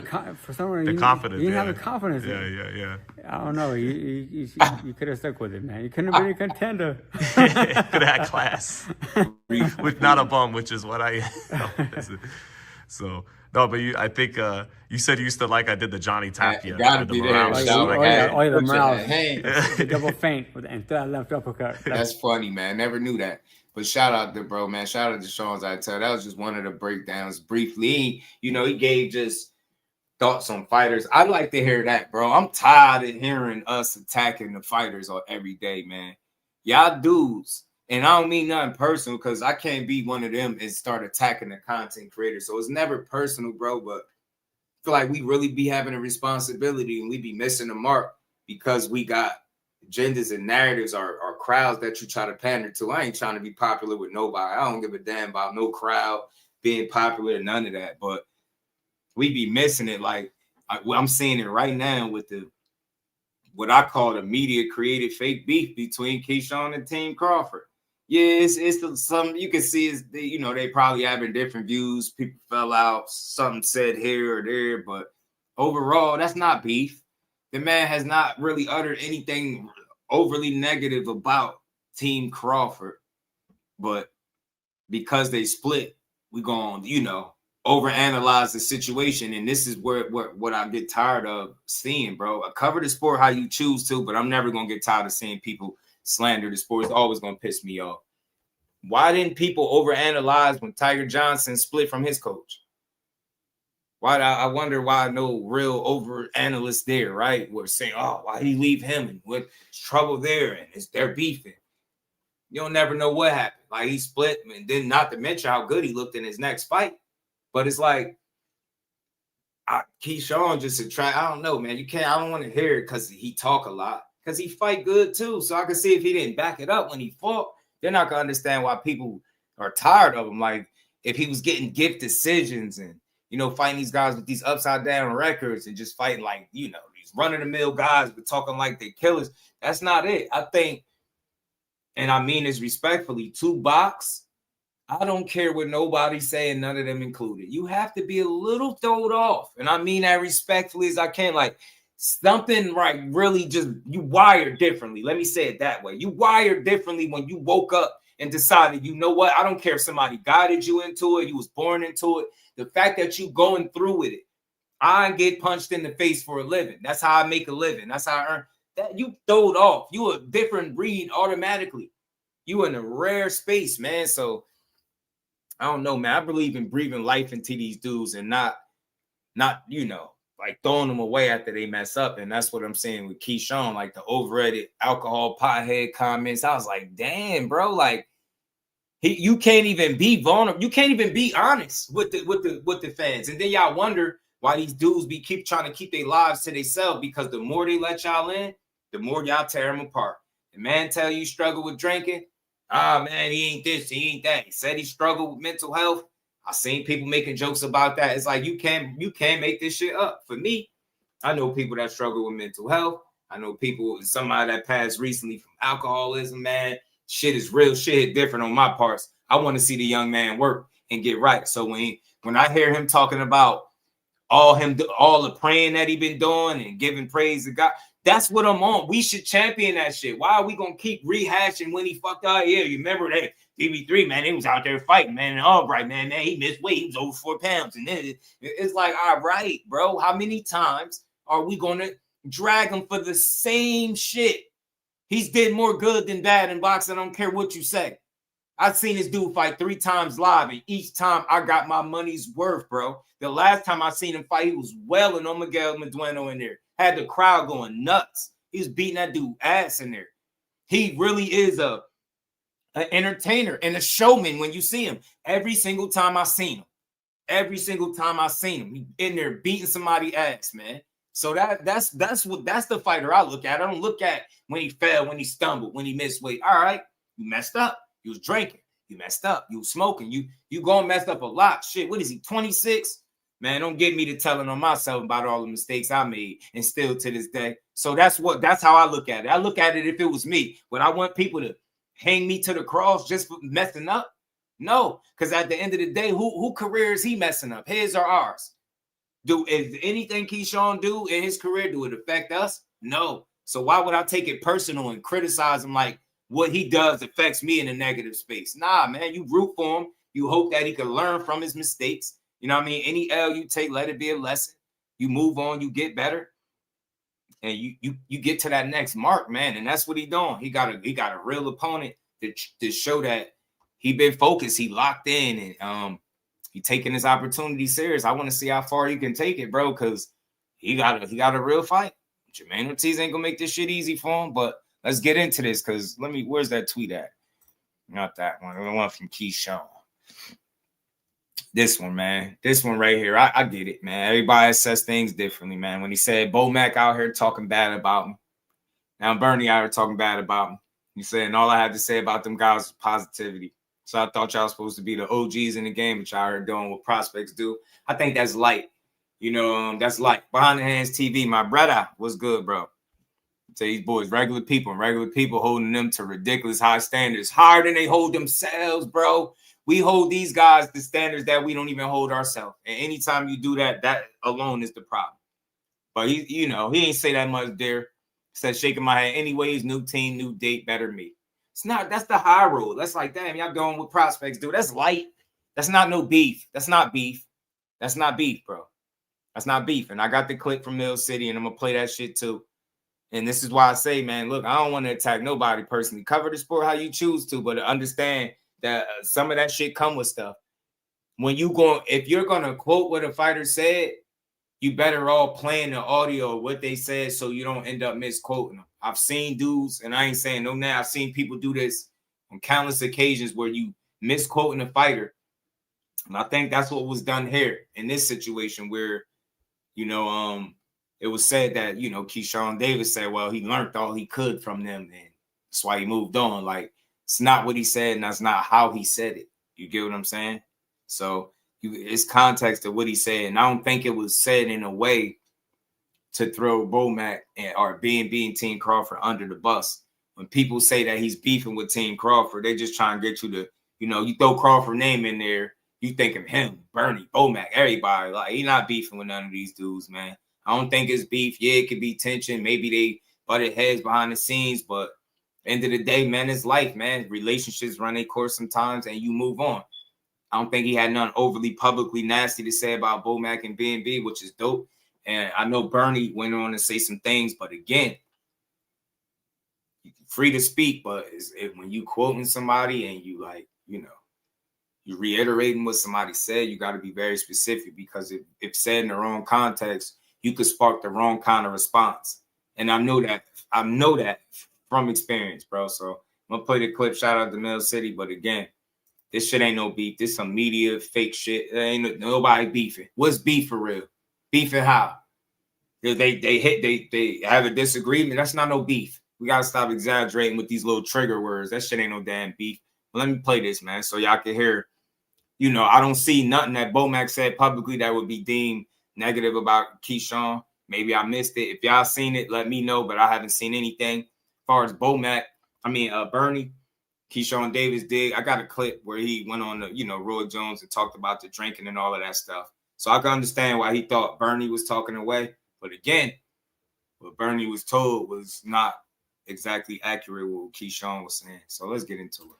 Yeah, but like I said, I didn't see no signs of that. I don't think none of us could have seen no signs of that in the preparing to the De Los Santos fight.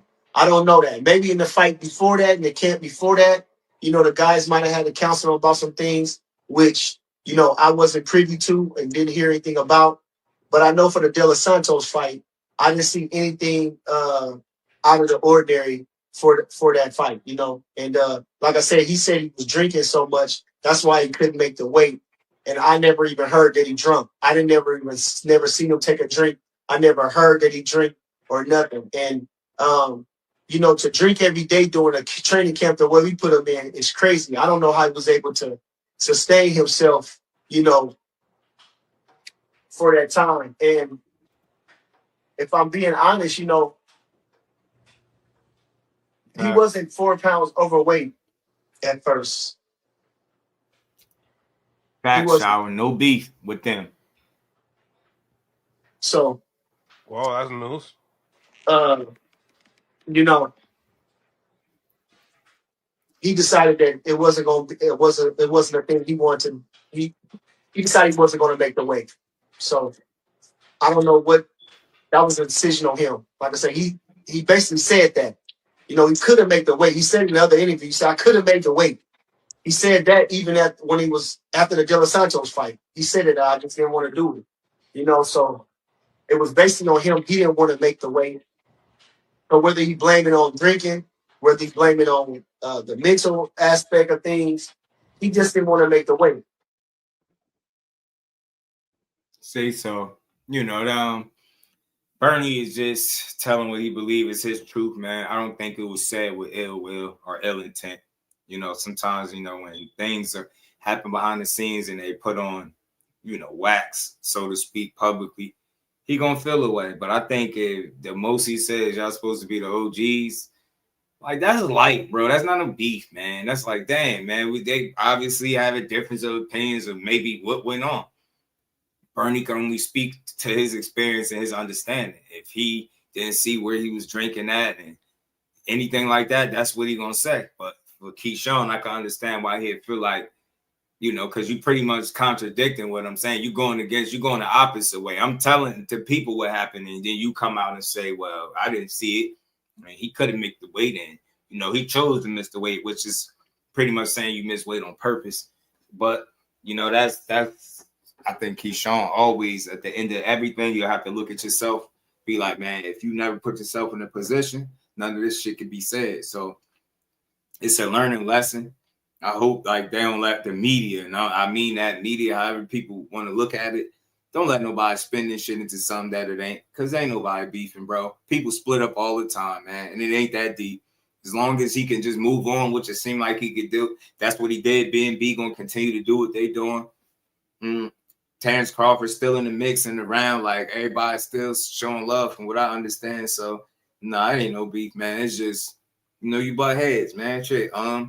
Think about it. Bomac he can have an opinion too, but I haven't heard him make anything super public or say anything that sound damaging at all. Like he took the high road too, and he was just saying like for the youngest career or something. He said he put out a statement, but and for the most part, when people was trying to connect like this fake beef, he said, "Leave me out of it." This is what I'm saying. So it'd be us, like, because we irresponsibly report on shit and we want to make it more than what it is to get people to tune in, but that shit weak.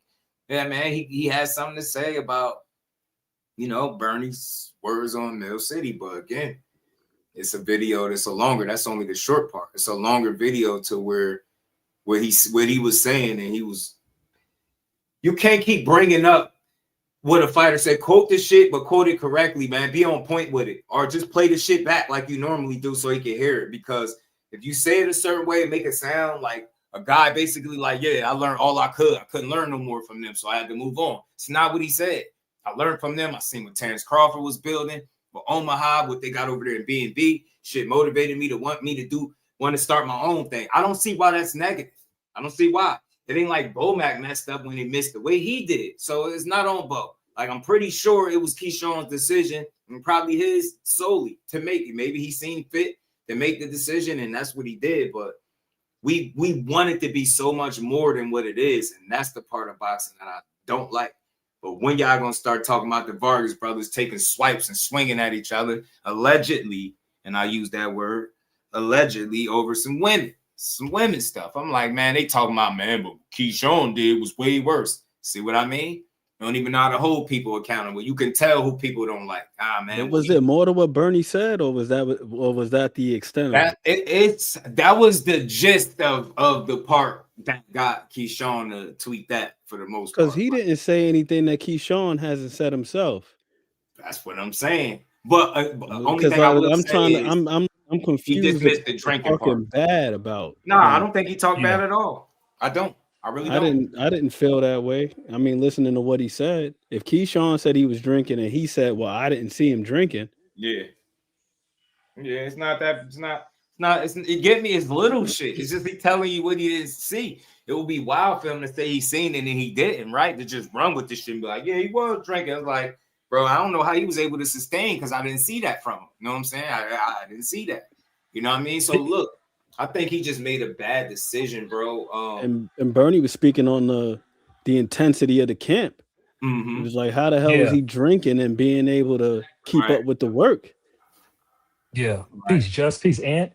You know what was insightful for me in this for this interview was that I was always wondering in the camp, like, how did they miss on monitoring his weight? So Bernie saying that they knew what his weight was and that he chose to deliberately miss weight, that kind of gave me some clarity as far as what was going on in the camp. I'm like, there ain't no way they would know whether or not where he was. And then Bernie said, the news that breaks on this is Bernie was like, he believes he could have made weight. He chose not to make weight, right?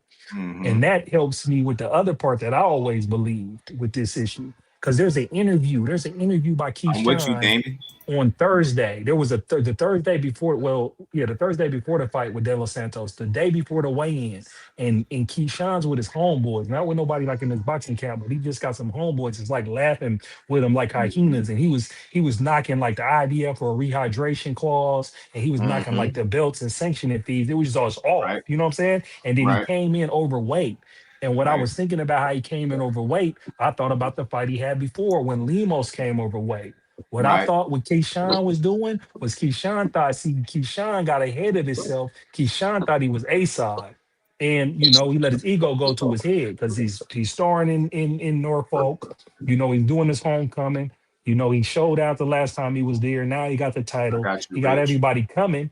And so he thought if he missed weight, that De Los Santos and him was still going to accept this fight. And it backfired on him. You see what I'm saying? Because he thought De Los Santos was going to do what he did against Lemos. You see what I'm saying? And it didn't. And so he thought he could take a risk that he ain't. And that's why I say where he ain't A-side in the sense of Floyd Mayweather or maybe like a Tank Davis or somebody doing that. Because when you go overweight, you got to pay those. You can pay the fighter, right? Per pound to make him agree. Where they didn't have that in agreement. Where what you saying makes sense. He said it to a degree, right? He said like he felt like they still was gonna go on with it. I just think it was a bad decision for him. He took it for granted. Seemed like he was focused and he lost focus for one reason or another. That's what it really seemed like to me, because the way Bernie describes it, like, bro, he wasn't that much overweight at first. And it's like, if I know he said he didn't see him drinking, but if it's truth to that, we all know that drinking to put weight on you. You know what I'm saying? You seen Ryan looking silly and think about what he was doing, partying and drinking and shit like that. He couldn't get that weight off. You know what I'm saying? He blow weight and don't care. So yeah, he definitely he shot himself in the foot. He cheddar bobbed himself. You know what I'm saying? He cheddar bobbed himself. But the good thing about boxing, he get a chance to redeem himself. But it seemed like people don't even want to allow that. They want to just keep rehashing the same shit, bro. Chill, man. He ain't the first guy to miss weight. He ain't gonna be the last. It don't make it okay, but you can't keep going backwards, and you can't keep rehashing or snatching the band-aid off an old wound over and over. How many times we gonna be mad at a Keyshawn Davis for missing weight? He missed weight once, but we gonna be talking about this shit 6 months. Like, come on, man. Going to the next, bro. What's good, bro? Sometimes you need to be humble. You know what I mean? And maybe that's what he'll get. Mo City, what's good with it, bro? Man, chilling, man. What's up with y'all? Hey, Blaze. The thing about it though was, and I believe that you spot on as far as in your assessment, because I know for a fact what I know. But the only thing about it is Edwin De Los Santos didn't turn the fight down. His representation turned the fight down.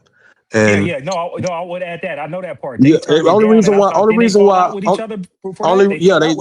fired him because of that. But only reason why I'm saying that's something to mention, because the plan almost worked. Whatever the plan was to come in overweight and do this dude dirty and then, whatever, move up, it almost worked. You know what I'm saying? It's just that the dude's management didn't want it. So, that's how it go. But Exactly, but it didn't know, and it was a major, major blunder. And I see how he missed, but that's why I was telling you where he think he A side.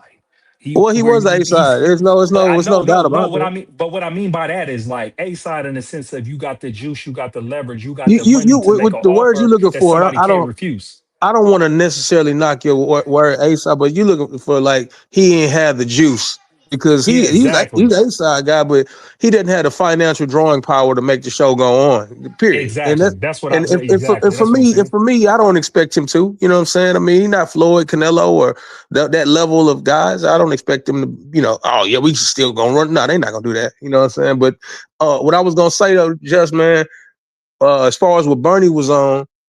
The way I view that is, and this might be something that's not popular. I don't think you were that in tune with your fighter. It's not a shot at Bernie or nothing. I think Bernie's an amazing dude. Had him on my channel, all a great guy, But if the dude is saying that he's doing something, and you go, "Hey, I never seen it," I mean, he probably wasn't looking for it either. You know what I'm saying? And he probably, in addition to not looking for it, there's nothing to correct him on if you don't see him doing anything. So you know what I'm saying?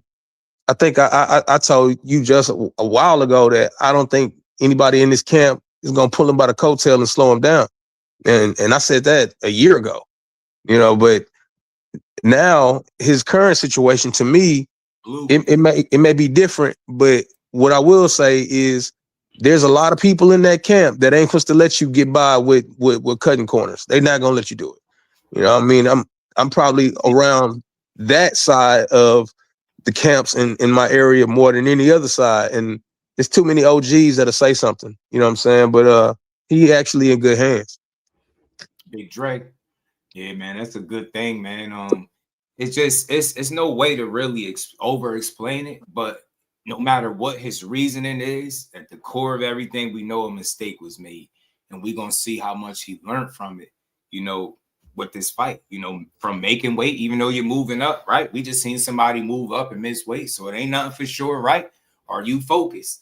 And I just think he got put in the right situation. I feel like if it was any good move he made, he made it. And it's an attempt to get back right. And all you've been seeing is a much more positive, Keyshawn Davis. That's what you want to see, bro. You don't want to see nobody going through it mentally. I hated to see him on the sidelines in the crowd with that look on his face, bro. I know what he was feeling, man. You could look at it, man. Everything was going wrong. I hated to see that for him. So when I hear him back speaking positive and he being inspired by shit that he doing in the community, you know what I mean? This community day and stuff like that, you start to slowly kind of put the pieces back where they need to be so you can get the right result come fight night. So I feel like that's what he doing. He handling shit outside the ring the right way. And I think it'll lead to him. And I think the shit they doing in camp, he with the right person, I don't think it's no better motivation for him than Shakur, putting him on that card. I think that's you want to light a fire, that's how you do it. They competitive as hell. Come on, man. He gonna want to show out. I seen how he showed out before as being a co-main. So I enjoyed that one, and I think I'm gonna enjoy this one.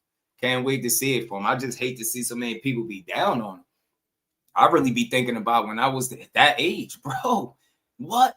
He fighting with money on the line, some real money. Like, well, we wasn't doing that at 26. We know he wasn't. We wasn't doing that. So you think he can't mess up because he a boxer? Like, man. Yes, I seen that same look on his face, bro. Mm-hmm. The look he had to me was the look of the dude when you playing football in school, the dude that is ineligible because his grades messed up. Yeah, he was just he looked like he the best player on the team. You know what I'm saying? he can't play because he flunked science. You know what I'm saying? Or math. Nick Cannon and Drumline. That's the face. That's the face he had. I seen that face, man. He might have needed that. That's why I say it could be a blessing in your mistakes. Sometimes you need to bump your head so you can know where to get your shit together. Like, just to be transparent, because we talking about these two, because they keep calling them overrated, this and that. Shakur had one of those moments too. I love it. You need that. He had one of them moments with Bud. He said it, thinking he was this and that, and Bud get in there and beat his arms up, man, and made him realize, like, yeah, you good, but you ain't where you think you at. You got to keep working. I love that shit. Them wake up calls. Like, some people are fortunate enough for their wake up calls that happen in a way where it doesn't result into a terrible loss in front of everybody. Shakur has been one of those people. You think about it, even on his worst night, he's finding a way. So he's been tested, I think, with media, how people perceive him, and making sure you doing what's best for you each time out, man. You can't make everybody happy. That's why I like this new energy he's showing. It seemed like it's more focused, and he going in the right direction. Starting with Teo, man. They both in a position to kind of quiet some noise. Both fighting the best guy I think they've been in the ring with to date. So that's should be a fun co-main and main event. I swear it should. And I want to give a shout out to Keyshawn, because for him to blow it like that, right? And luckily he got good people around him to go from headlining this city, right? To being out, to having good people and connections, to get signed with Jay Prince, to be on the co-main in Madison Square Garden with his stiffest competition, which is right along with his path on how he got to where he's at. That's how he got to being champion 13 fights in, by always catching the smoke and having an opportunity to make a name for himself.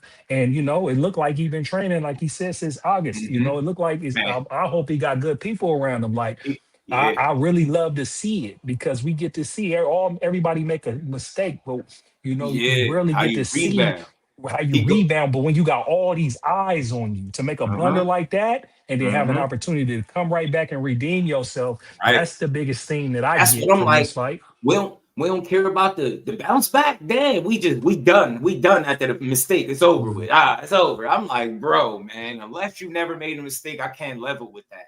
I like to see you bump your head a little bit. So, like, seeing it now and seeing how the situation is kind of playing out, to me, he kind of going back where it all started.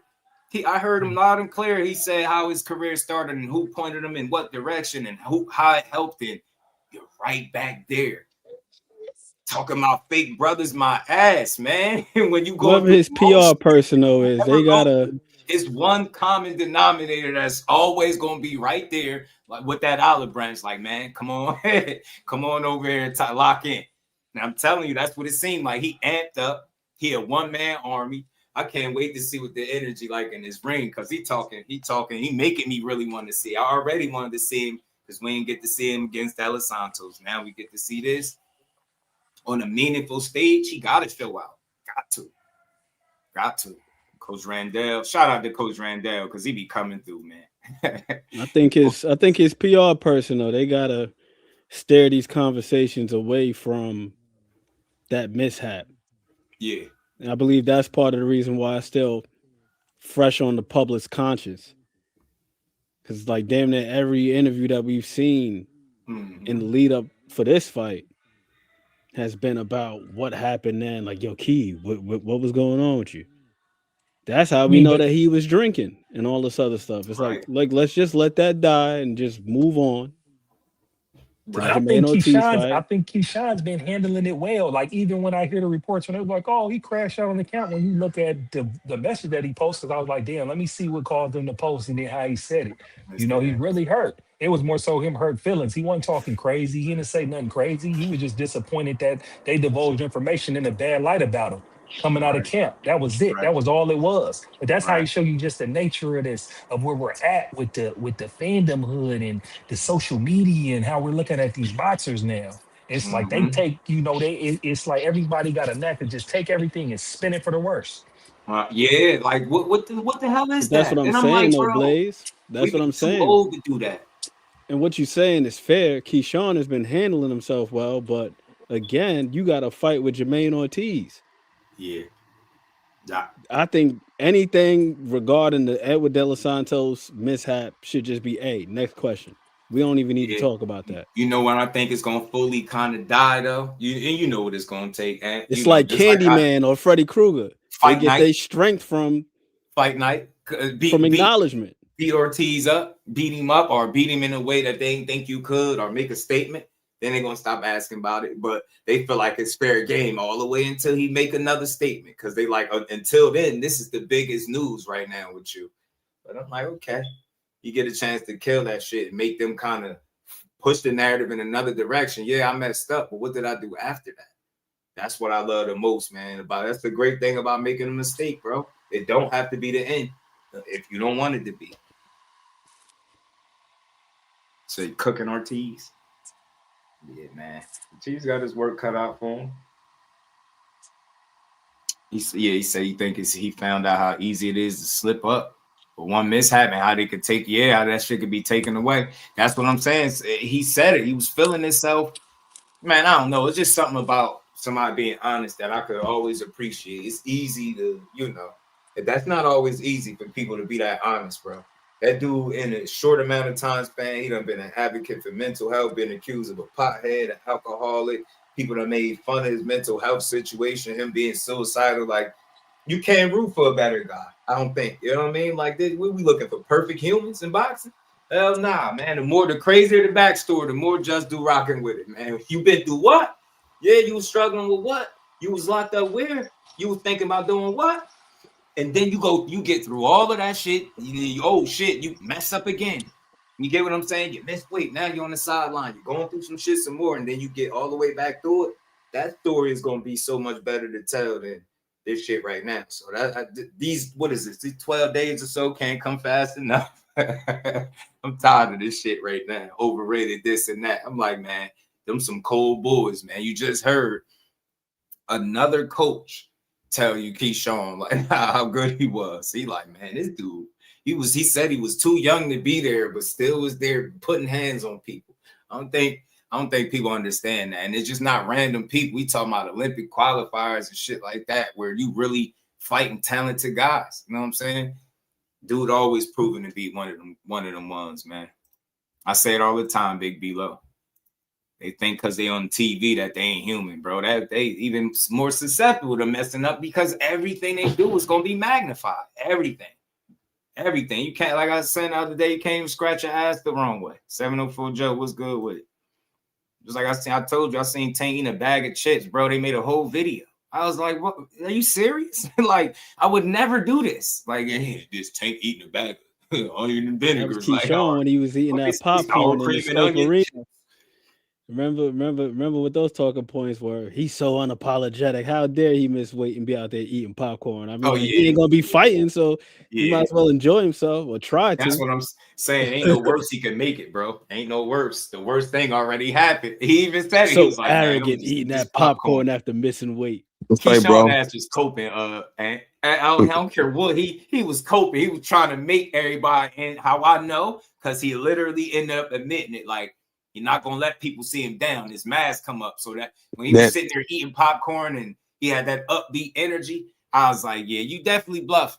And I get it. You got to players mess up, but you got to hold it down. The camera's on. You got to make it seem like, nah, I'm good. You not good. Just missed out $1 million payday, title defense, a statement, a homecoming. You know what I mean? And you passed the torch early to Abdullah Mason. He wouldn't throw the damn show.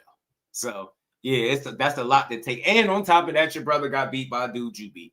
Hell yeah, he was dealing with it. And bro had a lot to deal with. He was like, man, shit, taking L's everywhere. It was supposed to be a night. Ended up just going bad. That shit just got rough. I'm like, bro. And you have to sit out. It's one thing to sit out and watch your brother lose, but it's like lose to a guy you beat, they took the win from, and then you can't even fight in your main event. So you can't even go take it out on the dude. Like, shit crazy, man. Shit crazy. Popcorn Jones is bad. He tried, though. Yeah, he tried to make the world feel like he was in good spirits. I said, nah, he hurt because I'm hurting for you. They kept saying that $1 million payday. I said, damn, kid, you right there, bro. Come on, DB3. So I'm still rocking with him, man. But like I said, it's for what I consume on a daily basis, and I see enough content, whether I'm watching it all the way through or not. I'm seeing enough. I ain't seeing no word about them Vargas brothers, man.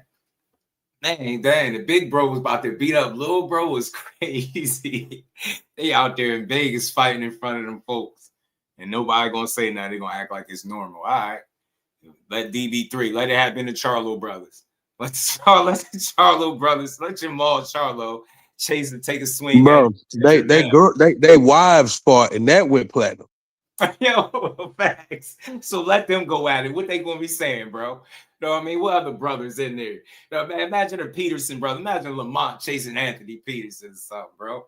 What the hell? Like, you get what I'm saying? Like, nah. When it's us, all I'm saying is this, though. When it's us, I got a real question. Why do we go so hard and trying to, like, see, we ain't this, or nah, bro, like, it's a mistake. Them shits happen all the time. Like, and I've seen so much worse shit in boxing that this ain't even that much, bro. Dudes be wilding like this. I guess we just forgot about Felix Verdejo. Shout out to him and not, you know, prayers to him, but I guess we forgot about him. Like, it's stories out there like that. But I don't see the mass videos of like, yo, wow. I seen some, but it'll never hit the same way it will when we attacking our own. I just don't get it. I really don't. But you know what I think it is? I think it's the language barrier, the culture thing, and like, you know, this popularity with our community. Because it's like them guys ain't popular where we're at. And if you notice when they fought, there was a whole bunch of brown people around them. So ain't no telling how their media is covering it. It might be big news, right? Now, it might be big news over there with the Vargas name. You see what I'm saying? Shout out it might to be Malaza, going viral. because he did say, like, you know, Spanish channels are speaking on it, but, you know, I don't speak no Spanish. Why would I be there? So I was trying to tell him I didn't mean to be rude, but I ain't going to no Spanish channels. I don't speak it. So, yeah, they're going to talk about it, but that's not who I'm talking about. It's not who I'm addressing. Because you know what else they're going to talk about? When Keyshawn missed weight, they talked about that too. So, to me, that's not where the issue at. It's like, nah, we only see the issue with our own. And no, in a way, I'm kind of glad that I'm not seeing the abundance of videos, because I'm not asking for people to tear them down just because they did it with Keyshawn. Just keep it consistent, though. Like, you can hold people accountable. I talk to my bro all the time. You can hold people accountable without tearing them down. And they just don't want to do that. That's all I'm saying. Like, it was the end of DB3. Like, I've seen so much shit. They calling this man an overrated alcoholic pothead right now. And you got Fernando Vargas Jr. taking swipes at Amado Vargas in public. And I'm hearing it has something to do.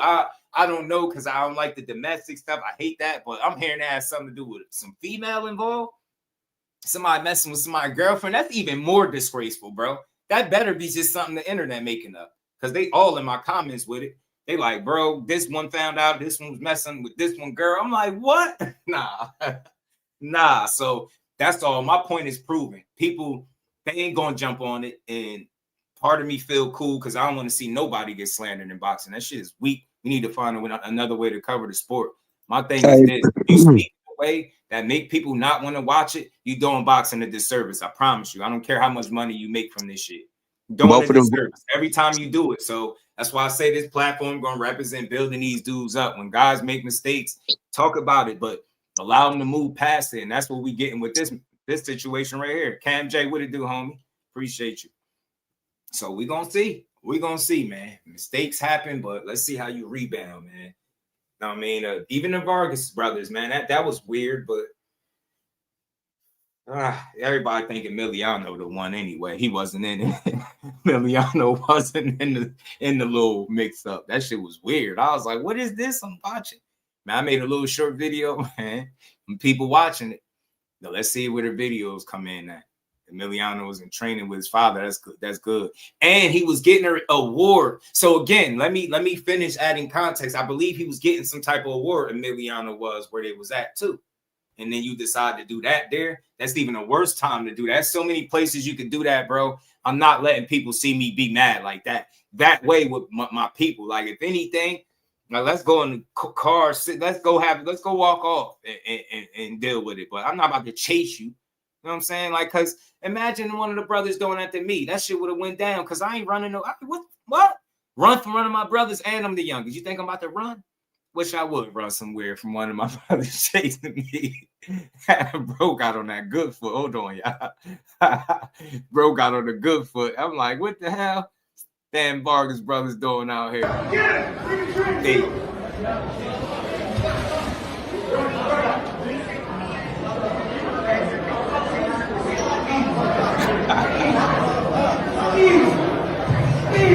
What happened, bitch? What's the matter? What's the matter? he want to smoke with his little bro. I ain't never doing that, bro. Nah, you ain't gonna see me have that type of moment. And that's why I say then somebody say what DB3 did is worse because it was on TV. Bro, fighting the opposition is this bad decision, stupid move. Yeah, make better decisions. Yeah, you a bonehead move, but fighting your brother, bro, or even attempting to, that just look bad, period, bro. Like, what we doing? Trying to beat my bro. Motto got the fuck about that. He like, nah, man, he got up out of there. Ramon was good with it. So look, man, that shit like that happens. I'm not gonna say it doesn't, but where it looks bad is a public thing. You can't crash out like that. You know what I'm saying? A-Beezy was good. He chasing around the tree. Yeah. What happened? He was cursing his man. What happened? He wanted to fight. That's crazy, man. So shout out to the Vargas brothers, though, man. They're a dynasty, man. They got a lot of eyes on them. Man, shit. They can't be moving like that. Let that been key. I'm trying to tell you, let it been the Charlos, any of these brothers, the Peterson brother, any set of brothers you could think of. Like, it's some more that I'm thinking of, man. But they would have been on the asses, though. You know what I'm saying? There ain't no way. I'm willing to bet you, bro, that the Vargas brothers end up doing a reality show, bro. Yeah. Oh, yeah. Probably. I'm just saying. You said you broke your leg fighting together with your brother in the club at 26. It happens. Yeah, damn. Yo, you was fighting with him? Like, you know, y'all was going at it, or y'all was fighting together against some people? Because that's how I got to be, bro, man. Man, my brother got to do that. We got to go somewhere, like, where it's us and just argue it out. Can't be let the cameras record us going, taking swipes at each other. Because, like I said, if that's me and you take that swipe, I'm probably going to be in range because I ain't about to run around from my brother. What? Brothers don't scare me in that way to run from them. Young bro, maybe if you did what they said you did, man, because look, that's what they in the comments about. The video don't provide no context, but somebody was in my comments saying that he was at the hotel and he was saying that the younger brother messed with the older brother's girl or something like that. And I was like, wow, really? And he found out about it. I was like, I don't know, man. Maybe that's just internet shit, but all in all, Vargas brothers, we watching. We still rock with y'all. We not about to throw you away. At least I'm not, because you know, y'all show, you know, some emotion. But just future reference, man. Just understand there's a lot of eyes on y'all. People watching you, and they looking for a reason to discredit. You know what I mean? Vargas bro can't beat DB3. Nah, you already know. Always, man. Blaze always. Against people popped off and went down. Oh, with the shit. Oh, nah. Against people. Yeah, that's how you supposed to do it, Mike. I'm with you. See, you went out there beating up your bro, though. You know, hit that like button, y'all. We still gonna keep rocking, man. We got some stuff we're gonna get to, man. We got some stuff we're gonna get to. I seen this today too. This was fun. We're brothers. We're happy and we're singing and we're colored. Give me a high five. All right, cut and print. Man. All right, cut and print. Let's keep Have you ever worn your championship belt around the house just for fun? I have worn my championship belt around the house before, butt ass naked. I never worn a championship belt around the house for fun. I don't know what it is about belts. Like, it's like trophies is trophies. Like, I don't know. I'd rather get a big check and go spend some money on some property or something. The belts is cool. Like, they good to place in your office and put them up. They look good for people that come see them. I think the money. I like the big checks. Do you think you can land a punch blindfolded? Or like checks. I believe I can do anything I put my mind to. So yes, blindfolded, I can land a punch. Depending on who I'm in front of, there's some fighters out here that has no defense at all. So they just walk forward and, yeah, I'll land a punch or no. Do you believe your opponent underestimates you? I believe my opponent doesn't understand what he got himself into. I think my opponent is underestimating me because he said that I'm a slow one. He think that I'm too small. Do you believe this fight cements your legacy? I believe this fight does not cement my legacy. I believe that it just ignites it for more. I think it's a part of it. I think this fight and then the many more fights to come is going to be what really cements my legacy Will this fight end before the final bell? This man said he went around the house butt naked. I mean, with his belts. It can for sure. Tio, Depends on freaky ass, how bold he Poppy, gets. ain't He got to understand that these are 8-ounce gloves that we fighting in, and anything can happen. Do you think the outcome of this fight will shock the world? I believe the outcome of this fight should not shock the world. It will shock some people. It will shock some people. A lot of people already think that I'm going to win. It will definitely shock some people. That man say he went around the crib butt naked with the belts. His ass freaky as hell. Yo, this couldn't be a better fight. These two dudes totally different. Tio is a fool, bro. This man is an idiot, man. There's no way I could hate him, yo, because he really a clown, man. Dummy, man. Tio is dumb. I believe him too, bro. Silly as hell, man. Hold on, I got more. We're gonna keep building, y'all. We got about 70 people still in the building. Hit the like button, sub to the channel. We're gonna keep rocking. The takeover. I'm gonna show everyone that his defense is not as immaculable like they say it is. Everyone's gonna be cheering, roaring. What is immaculable? The crowd's gonna go. Somebody, please let me know what immaculable is. My job is to show the world What the hell that means? Can't nobody beat me. When it comes to it, like boxing is pretty much all mentality. It's all mental. Are you mentally prepared with the audience? Are you mentally gonna be prepared with the certain punch selection? There's things that I have to maintain as well. Those are things that I have to work on within myself. It's a muscle. Like, think of it like condiments, right? You got your ketchup, you got your mustard, you got all these type of condiments, but you don't know if you like it or not unless you try it. And I think the same thing applies when it comes to getting prepared for certain things like this. Pretty much you have to try different things, different steps, different routines, different ways to see what really fits and works for you. And if they all fit and work for you, when is the right time to apply them? And it's a muscle memory that you have to create now. If you don't create now, it can harm you the day of the fight. The mentality part of it is going to really be the key moment for who wins that night. I'm that type of person, truly, that type of person that focuses on being perfect, especially when I'm so passionate at what I found that I'm really good at. So when that doesn't come to play, when I have my biggest supporter and my biggest critic at the same time, see me not perform to that excellence that I am expecting out of myself as well, of course I ran away. I ran away a lot of times. I didn't want him to see my face because I was disgusted within myself. There was something within me that I hated. Parts of it still comes back and forth, even at this age at 28, but I don't run away. I embrace it now. I mean, we were stablemates, me and Shakur, top rank. He talks about this and that and about I was jealous of him. No, you were a 2016 USA silver medalist. You're gonna get your signing bonus and all that extra stuff. Thing was, they were trying to secure him in a different route because they had put a lot of money in him. Me, I think I was just supposed to be an opponent eventually. Nice, bro. Now we're back. This plan is against me. Absolutely. But I think that those that have the billions and have powers on here on earth, I think they have high hopes for me. I do. I think rightfully so, I think they have high hopes for me. Coming to terms with not caring with Shakur and what he's thinking about with me. And you know, the craziest part of it all is that people say I perform best when people underestimate me. Although partially it could be true, I think that I just always had it in me.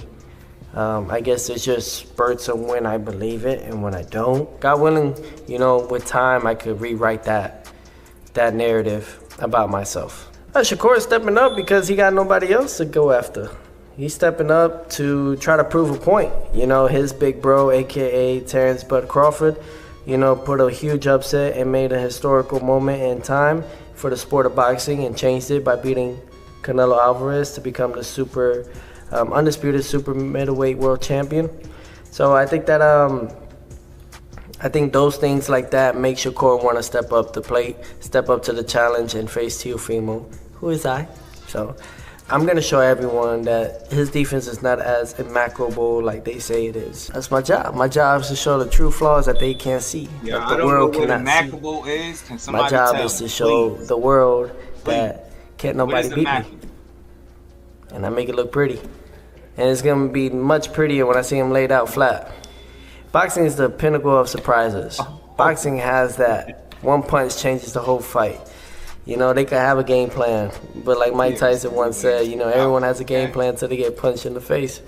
So, we'll just see. So, I'm excited. I think the fight fans and everyone around the world of boxing should tune in on this. Even if you're not, just in combat alone. I think this is a great moment right now.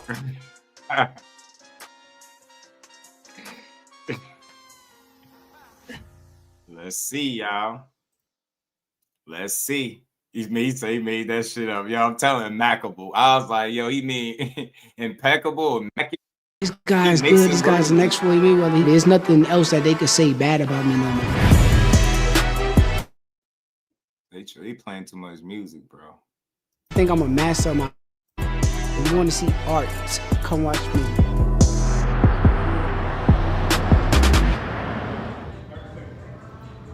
I don't see why he won't get his credit for beating the best fighter that he's fought today. Shout out to the homie Blunt Sports, my dog. Lance, what to do? Immaculable. That's definitely a word. Just stop hating. Immaculable. Immaculable. Ask Tio what it means. And what's good? They already discrediting the Loma and Teller. Now, look, real quick before I get into this, I'm gonna play this because this Shakur's. It's not that people discredit Loma and Teller. They overstated. You know the interest. They're both overstated wins. Although they're the best wins, Lomachenko didn't throw punches, double-digit punches for 6 rounds straight. And then when he did start throwing double-digit punches, he won rounds 7 through 11 on my cards, right? For me counting. And Tio won that 12. He won run through 6, and then he won that 12 to give him the 7th round. Loma won 7 through 11. He lost 5 rounds straight. It was impressive, the win overall, but how he let Loma come back, that was scary. Josh Taylor, we seen him get outlanded and dropped 11 rounds to 1 by Jack Catterall. Jack Catterall should have really got the win. And Loma already lost to Orlando Salido. Not to discredit the win, but they act like he beat the Loma that nobody ever beat. Some people say it. They'll take the Loma. They was erasing Loma's wins. Some people were saying Tio was the first one to beat Loma, when we know that's not true. And we all seen Josh Taylor lose to Jack Catterall, get outboxed, dropped, and all that shit. You know what I'm saying? He say, yeah. It says, that's what Siri said. What you mean? It said, "Pride, what's good, homie?" T was speaking of Top Rank when he said if they want the black fighters, they can keep them. Core was one of them, right? Now you get to fight one of them. You know what I'm saying? So look, he gonna always get credit for his 2 biggest wins, but I think when you go past the surface is understand. All right, he beat them. But all right, what was the circumstances surrounding it? And it's not to take credit, but he didn't beat an undefeated Loma. He beat a very, very good version of Loma, no doubt. But Loma made a damn good case for himself at the end. And, you know, Tio stole that 12th round. Credit to Tio. He threw like 100 punches or more, over 100 punches in that 12th round to secure it, too. So kudos to him. And he whooped Josh Taylor ass from pillar to post. But I just feel like Shakur is a different challenge than both of those guys. If anybody would have told me, or if any of us would have known that Loma wasn't going to throw punches for more than 6 rounds straight, we would have all picked Tio to win. I still had picked Tio to win, so I'm not surprised that he beat Loma. I'm just surprised at how Loma fought him for the first half of that fight. It was crazy, but Shakur, I think, presents a different challenge, and we'll see how he's able to navigate. We still got 70 people in the building. Look, hit that like button, y'all. Double tap the screen if you're on the vertical side. Let's keep building. That I've been kind of waiting for my entire life. I didn't have to make this fight. This fight, I could have just stayed at 135 pounds. I made this fight happen because I know Tio is one of the guys at 140. He got a big resume, big accomplishments. And I know there's going to be some doubt with people and fans when I go fight this guy. It's going to be people that really believe that this guy is going to beat me. I'm not on the level that I think I am and I say I am, so I made this fight for that reason. That was my competitive edge kind of kicked in when I wanted to make this fight. Mainly work on your pace, you know what I'm saying? When you need a fast pace in him, I don't think he can keep up with us with a fast pace. I think it'll break him down.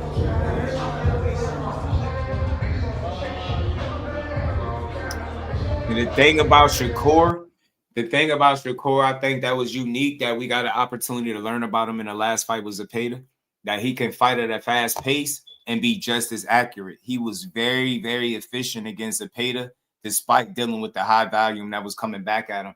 That's what people don't like to talk about, right? He was able to handle that pace, not only handle it, but fire back very accurately in between shots and counter Zepeda. He started to slow him down, wear him down a bit. Teal is not exactly the same volume fighter that Zepeda is, but he can throw a lot of punches. He's shown the ability to raise his punch output, so he can do it. But can he do it and be as efficient, you know what I mean, as what Shakur can be while he's fighting at a fast pace? That is interesting to hear his grandfather say that. Shout out to my baby girl, the queen, Miss Just Do is in the building. Yes, man, y'all hit the like button on whatever side you're on. Support the grind, and we're going to keep building. You know he like to work off his jab, so you handle that jab, you handle his coming forward. That's the first thing that you always want to do, man. Try to avoid injury, man, in sparring, man.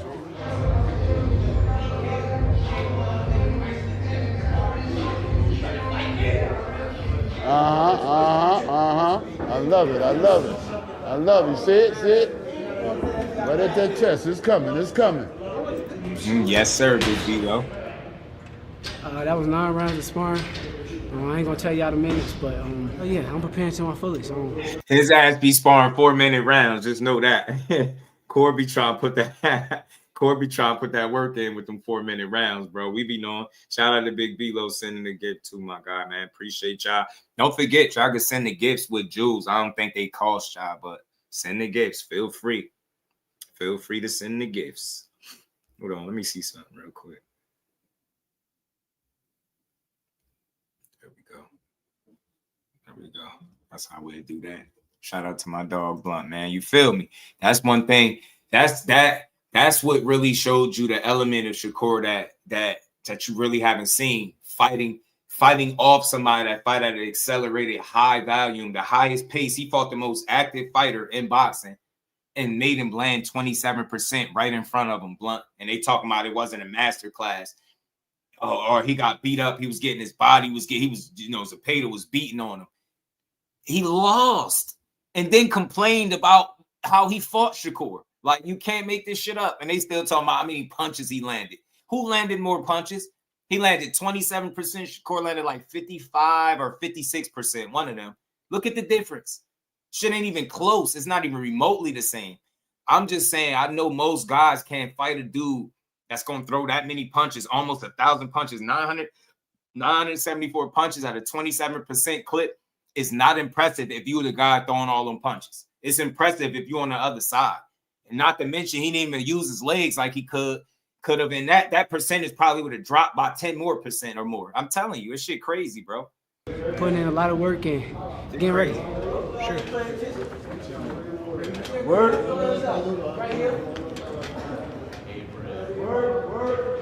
Training with Shakur is amazing. A guy like me been knowing Shakur for over 10 years now.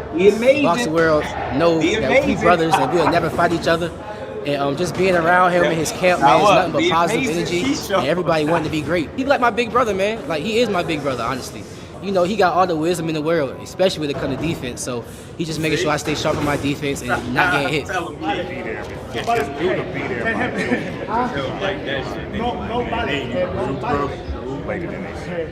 Hey, you speak Spanish? Yeah. And you speak English? What did you say? What did you say? You don't talk it. Your friend. Don't coach him. Don't coach him. Good stuff, guys. Good stuff. Jeff, can we... Shout out to the Queen Shower. Appreciate the love. Always supporting the grind. Much love to the Queen. Oh, shit. Keyshawn's a damn fool, bro. And we ain't never got a box again. Well, right. well. I already been getting these bet, but now it's time for you to get your just due.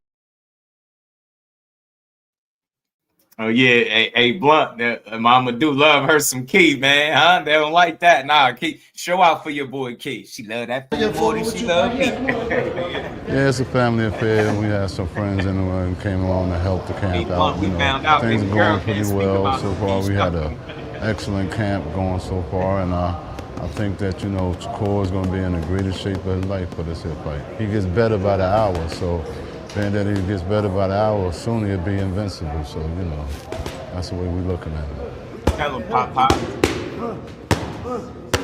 T.O. is probably the biggest opponent I fought, but I don't feel like size win fights.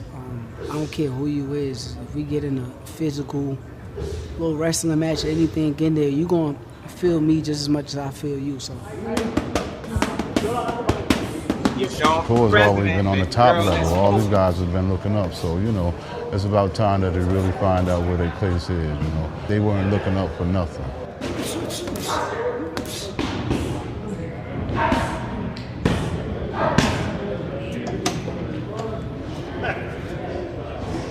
January 31st and whatever fight after that, I really think, he's at the turning point of his career. It's the reason why those guys that came on the top level were always looking up to his level because he was the only one up there.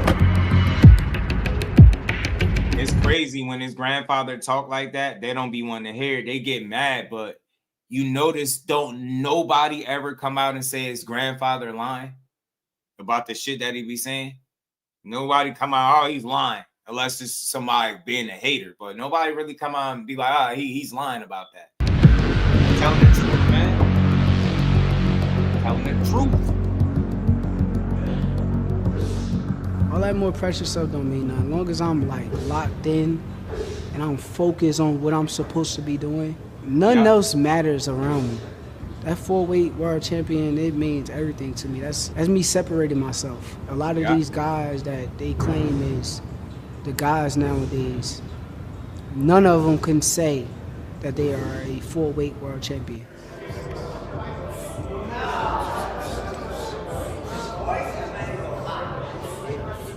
He got a lot of weaknesses, though. He's a very good fighter, but I do see a lot of weaknesses. He's not going to correct them overnight. It's going to be the same T.O. that we done seen 1,000 times before. He's going to come out there trying to perform highly, and I'm going to take advantage of it. But as far as the weaknesses, I'm going to keep them to myself.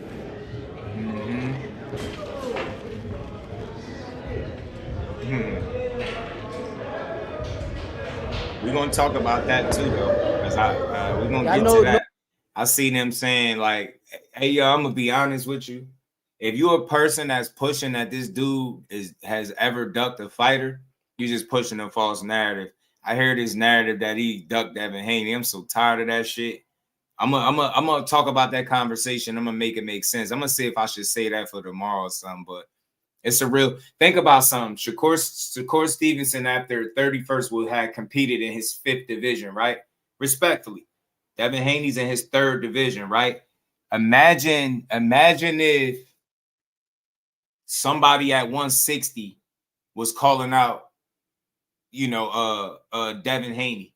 Imagine if a fighter at middleweight was calling out Devin Haney from 2 weight classes apart, right? He had 47. Imagine a guy at 160 calling him out. I guarantee you, none of y'all in boxing would tell Devin Haney to go up to 160 and fight him.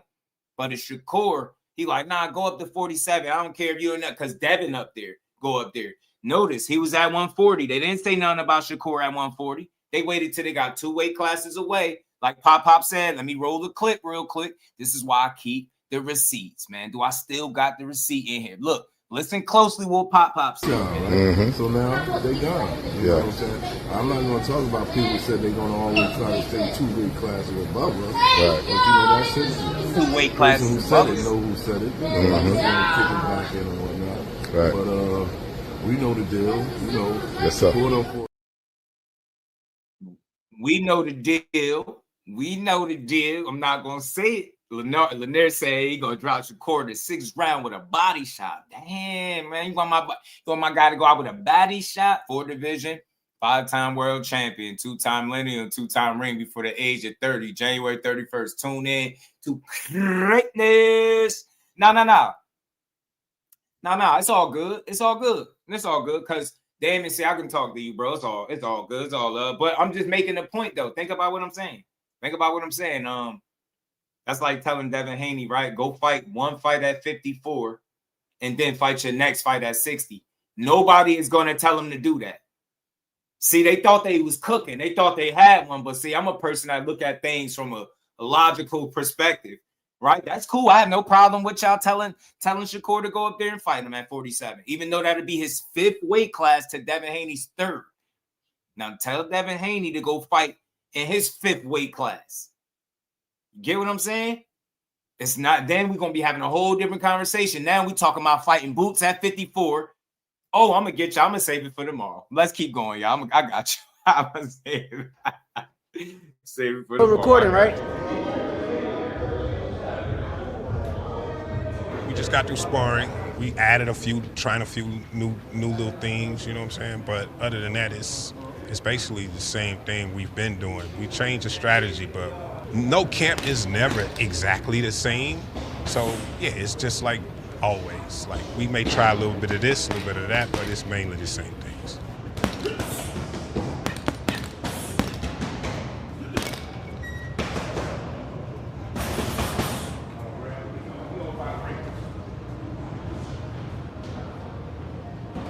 One of the best things we have going for us when a person underestimates you. That's lovely. And that ain't the only thing he's underestimating. So we're good.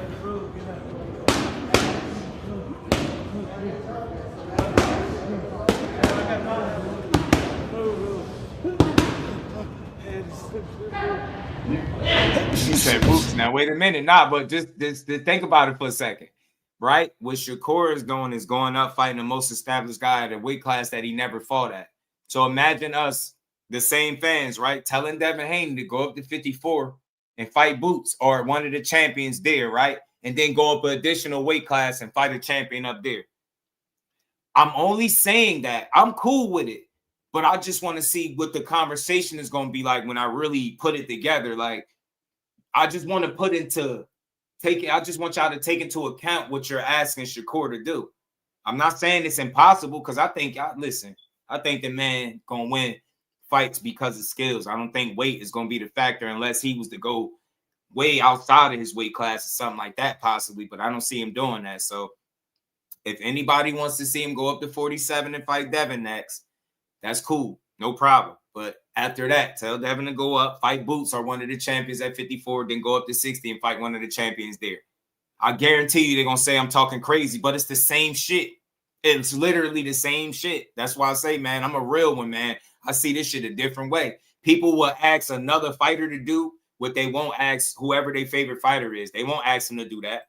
Ain't nobody ask Dad to go to fight Boots and then fight a champion up there. The greatest thing we got working for us is this mother thinks we slow. Yeah, he think he's slow. Like, really, bro? Well, that's advantage for us. Oh, yeah, I'm just like... Think court slow. I'm really gapped. Pop don't like that slow shit. Today I sparred, then I hit the bag, then I hit the pads, then I hit the double in, and now I'm about to get my abs in. Long day at work, and then later on I'm gonna run 5 miles. There's nothing else that gotta happen. I'm in a great training camp. I'm in a great situation. I'm pushing my body to new limitations. Even through the pain and the body being worn down, I'm still like, no, we're gonna do this, we're gonna do that, and I'm still pushing my body to higher limits. So everything is happening and everything is playing its course. There's nothing that's gonna change from now to then besides me just getting better and better at my craft. Yeah, Pop. Behind the hands always talk. He said he always got like hats and sneakers to match outfits and shit. He said Pop cool as hell. He be in there chilling. Coolest OG in the game. I know that my city supports me. They're gonna show up for me. And it's also good being that, like, where I come from, it's a lot of kids who don't get to see the things that I get to see on a daily basis. So when they get to see me and knowing that I came from the same situation as them, they're gonna understand it's possible. And that's gonna make them work 100 times harder. It just made so much to me, like doing that stuff for the kids and the next generation to come behind me. I think that means the most to me, to be honest. That's it. See you in New York. Let's do it. All right.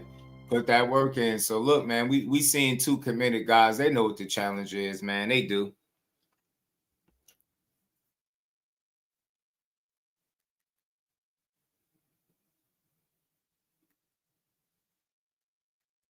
They know what they up against, man. I think I got another video in here. I gotta find it though for y'all, because we just getting through these videos and these breakdowns, man. I like it. Yeah, man. They don't mess with that OG. They don't mess with OG. He be chilling. They know what's up. They know what's up, man. Pop be talking that shit. He don't bite his tongue for nothing, bro. He don't bite his tongue for nothing at all, man. Shakur is stepping up because he got nobody else to go after. He's stepping up to try to prove a point. You know, his big bro, a.k.a. Terrence Bud Crawford, you know, put a huge upset and made a historical moment in time for the sport of boxing and changed it by beating Canelo Alvarez to become the undisputed super middleweight world champion. So I think that I think those things like that make Shakur want to step up the plate, step up to the challenge, and face Teofimo, who is I. So I'm going to show everyone that his defense is not as immaculable like they say it is.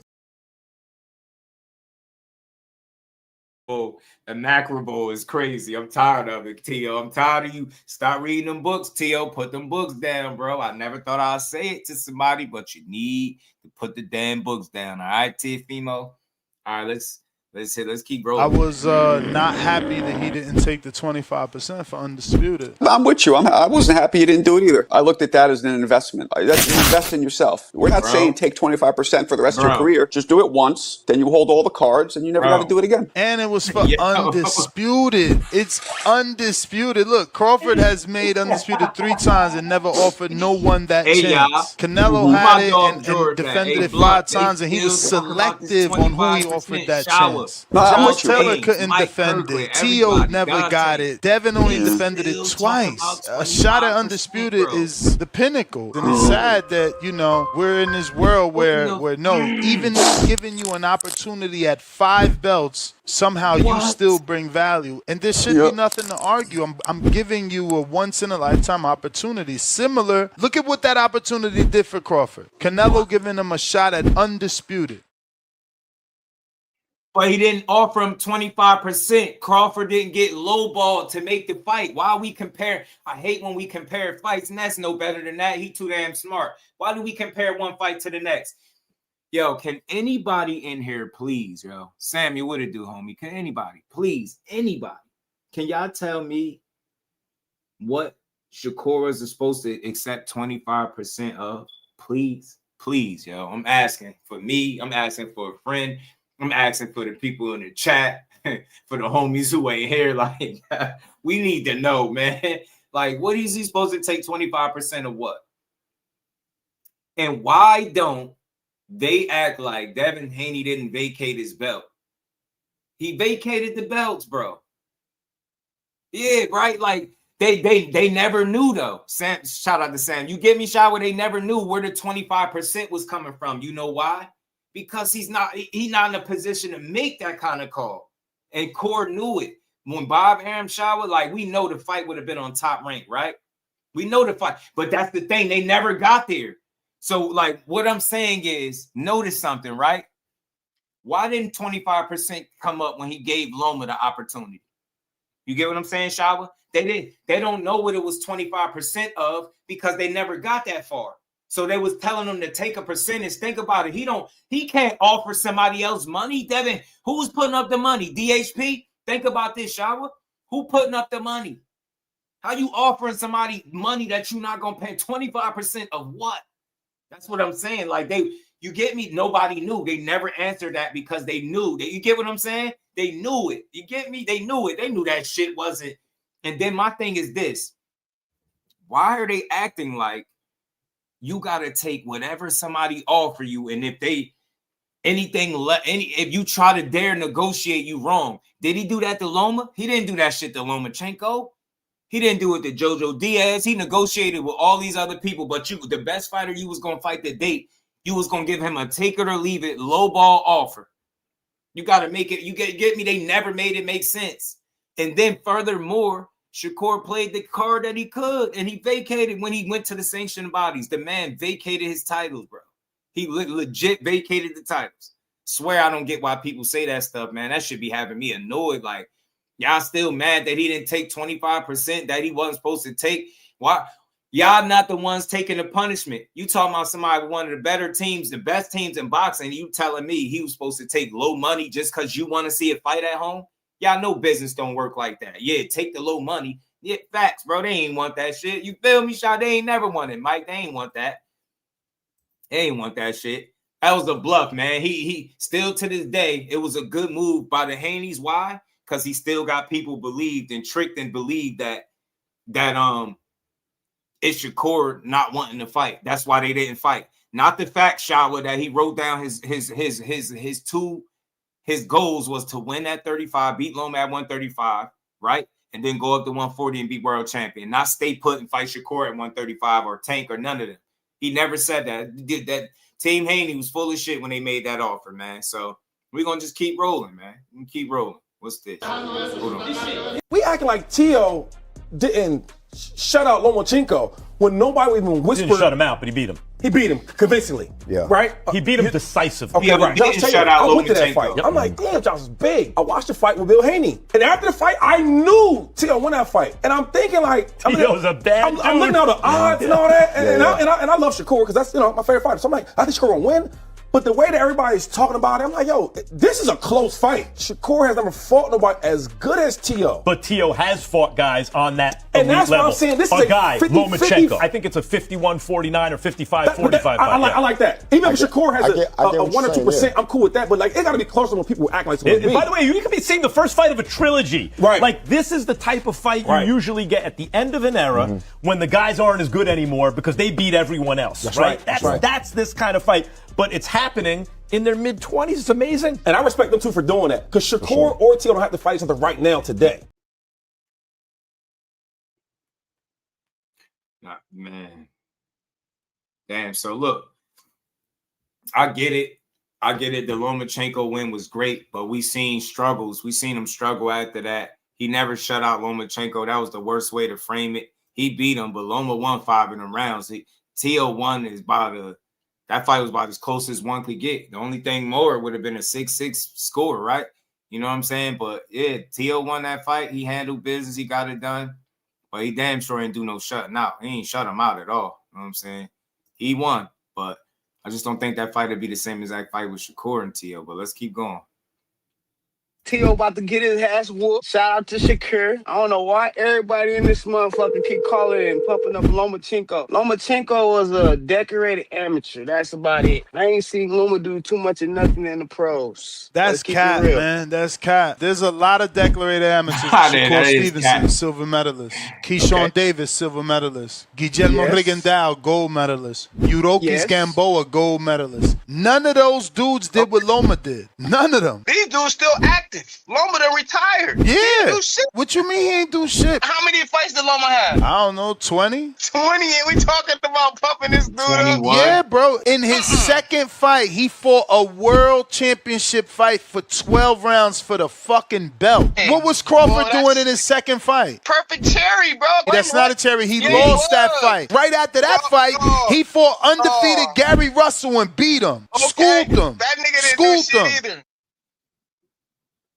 I definitely shout out to Ness. I definitely understand his point, but the difference is Lomachenko turned pro at 26. He was a late bloomer, so yeah, he was on the fast track because he got them 2 gold medals. Nothing to take from him, but you can't compare, I think, a 2-time gold medalist to a guy that didn't even medal in the Olympics, right? So I think they entries into boxing was different. And I think one of Loma's signing points on the top rank was to I think he like for them to get him a title shot in like his second fight or something like that. So that's why he got that. That's why he signed on, and that's why they looked out for him like that. But You can't say Lomachenko didn't accomplish nothing. I think he the fastest 3-division champion in the history of the sport. That is doing something. He didn't have a ton of fights because he turned pro at 26, late as hell. You get what I'm saying? Shout out to Zoomverse. Was good with it. Say Stevenson is their favorite fighter. He my favorite fighter. He definitely my favorite fighter. And I heard a bunch of people say, shout out to Zoomverse. What's good with it, bro? What's good, my guy? Your thoughts on the Shakur card being $70? It's all good. It's pay-per-view. It's one of the best cards, I think, our best fights of the year. It could be worse, bro. You know what I'm saying? I think it's, what is it? I thought it was $60-$70, one of them. I don't think that's too much because, you know, I've paid $100 for pay-per-views. Matthias and Dalton Smith was $60. You get me? And that fight was one of the dudes pop for Osterine, and they still pushed that fight on pay-per-view, and I don't think it should have been. So I ain't that mad at it. Matt, I ain't that mad at it. Was elite in the correct statement to make. Was elite. Yeah, boxing with 2-4 was good with it. So Loma definitely was a decorated amateur, and he definitely accomplished shit in the pros. I just think his pro career ended faster than what people anticipated because he started really late. You get what I'm saying? 26 is late in boxing to me. Like, you know what I mean? So, and he was fighting arguably outside of his natural weight class at 35. You know what I'm saying? So Loma is battle tested. I just wish we would have seen a Shakur or Tank fight. You know what I'm saying? Either one, but Loma put his work in, bro. You can't discredit him. You know, it still don't change the fact that I think Shakur about to win, but we'll see. Lastly, I'm getting the same feeling before this fight that I was getting before the Errol Spence and Bud fight. When all of those guys were picking Errol Spence to beat Bud, I remember thinking, what are these people looking at? It's similar with this fight because all of the people picking Shakur, I'm thinking, what are y'all looking at? I like Shakur as well. If y'all go back and watch that Zepeda fight, Williams Zepeda was punching on Shakur all fight. This masterful defense that we always say that Shakur has, I felt like that got exposed in this last fight. And Williams Zepeda really is not that great of a fighter. At the very least, he's no Teofimo Lopez. I think I got Teo running through Shakur, man. I don't really got it being a close fight. This is not top rank. These are not carefully crafted opponents for Shakur to look good against. Teo is on too much for him. On top of Shakur moving up a weight division to take the fight. I'm gonna find out. I'm not sure when Zay was supposed to fight again. I'm not sure, but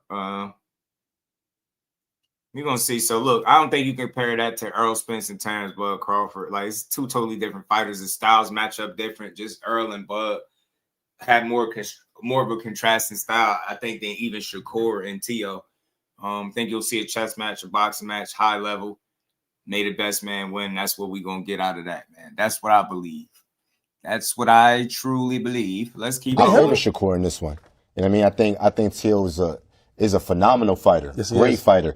But Teal to me is more like he has those athletic skills that you don't teach. You know what I'm saying? It's like, it comes to him. Yeah, I think Lopez it comes to him naturally. Yeah. But I think that's what's going to nip him in the ass against Shakur. Right. Because Shakur is fundamentally sound. Correct. So when a guy that has this athletic ability and does things that are not fundamentally sound fights a guy that's seasoned like a Shakur, he's going to make you pay. And that's just how I see it. I think it's a great matchup, but I just favor. You know how Shakur is like Floyd in this way? Yeah. He's like Floyd in this way. Everyone's the boxing IQ, the defense, whatever, and Shakur's a southpaw, but he makes fewer mistakes than the other guy. Really, what Floyd did, he was like a football team that never turns the ball over. Like if you need to throw if you need to throw the ball away, throw it away. Waste that down, right? But don't turn it over. That was I ain't gonna lie, that was a good analogy right there from Max. Saying, you know, that's how Floyd fought. Floyd fought in a way that, you know, was like a football team that just don't turn the ball over. That's true, man. That's how Shakur approaches the game. He just makes fewer mistakes, and I think anybody that can consistently fight and make limited mistakes put themselves in a really good chance and position to win. Shout out to No Evans. What's good, homie?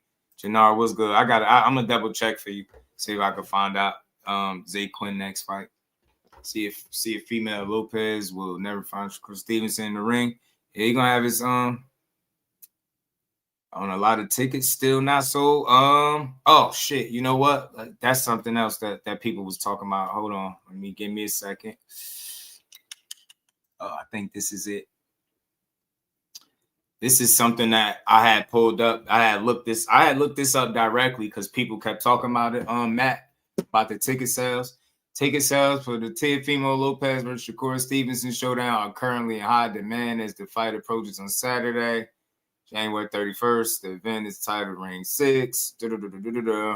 Yeah, they saying the rivalry, the local rivalry that is expected to sell out. So I don't think shout out to Poplar. What's good, homie? I don't think the ticket sales is going to be an issue. To me, I never focused on that much as a fan because his check still going to spend the same way. I heard both dudes about to get like 8 figures for this fight. So I think boxing need to support great fights. I think this is a really good fight, man. It's for the hardcores, maybe for some casuals alike, but I think I don't think that they'll have an issue selling tickets. Look, Shakur in his career has shown the ability to sell consistently, right? He can sell tickets. Is he a big pay-per-view guy? Nah, I wouldn't say that. But could he sell tickets and put asses in seats? Yes, definitely. More so than Teofimo. So I think you put the two together, what's on the line, I think it'll do fine. I don't know if it'll be a sellout like they saying it's expected to be. I think the ticket sales will be fine. You know what I'm saying? I don't think it'll be, I don't think it'll be nothing too crazy. You know what I'm saying? I think they'd be all right. Is Usyk versus Wilder actually true? I think that's coming up. I think Usyk and Wilder is coming up, bro. I think it is. I believe it is. My guy Tay Jones put an update out about that. So I think it is possible. I think it is really possible that it's coming up. Lastly, what I wanted to get to in here, man. Do I want to cover this today? I will. Because I love the GOAT, man. The GOAT been under fire a lot lately, too, man. I don't know if y'all been seeing it. They've been going at Claressa Shields a lot lately. I plan on it, Samuel, man. Plan on getting a ticket this weekend or for the family. So, I definitely plan on it. I'd rather not call it. I'd rather be there. You know what I mean? But for some reason, like I said, if I don't make it there, you know what I mean? I know I'll be here to call it live, but y'all know me. New York is calling my name. The MSG is calling my name. I think this is a fight I definitely want to be at. Because he can put himself in really rare company with this win, bro. And I think if you had the opportunity to go to, you got to. You know what I'm saying?